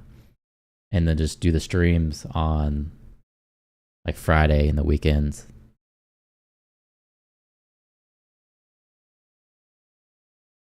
I think that's how I'm going to do it. I don't know. I need a plan. I need a plan for sure. The thing with like news content though is I don't want to not be able to post it reasonably quick because the information is going to go stale. When you're doing like news stuff, we stream it, it's like accurate to the minute. But I don't know, man. We'll figure something out. Speaking of dog, he's here and I'm going to go take him outside. So y'all have a great rest of your day and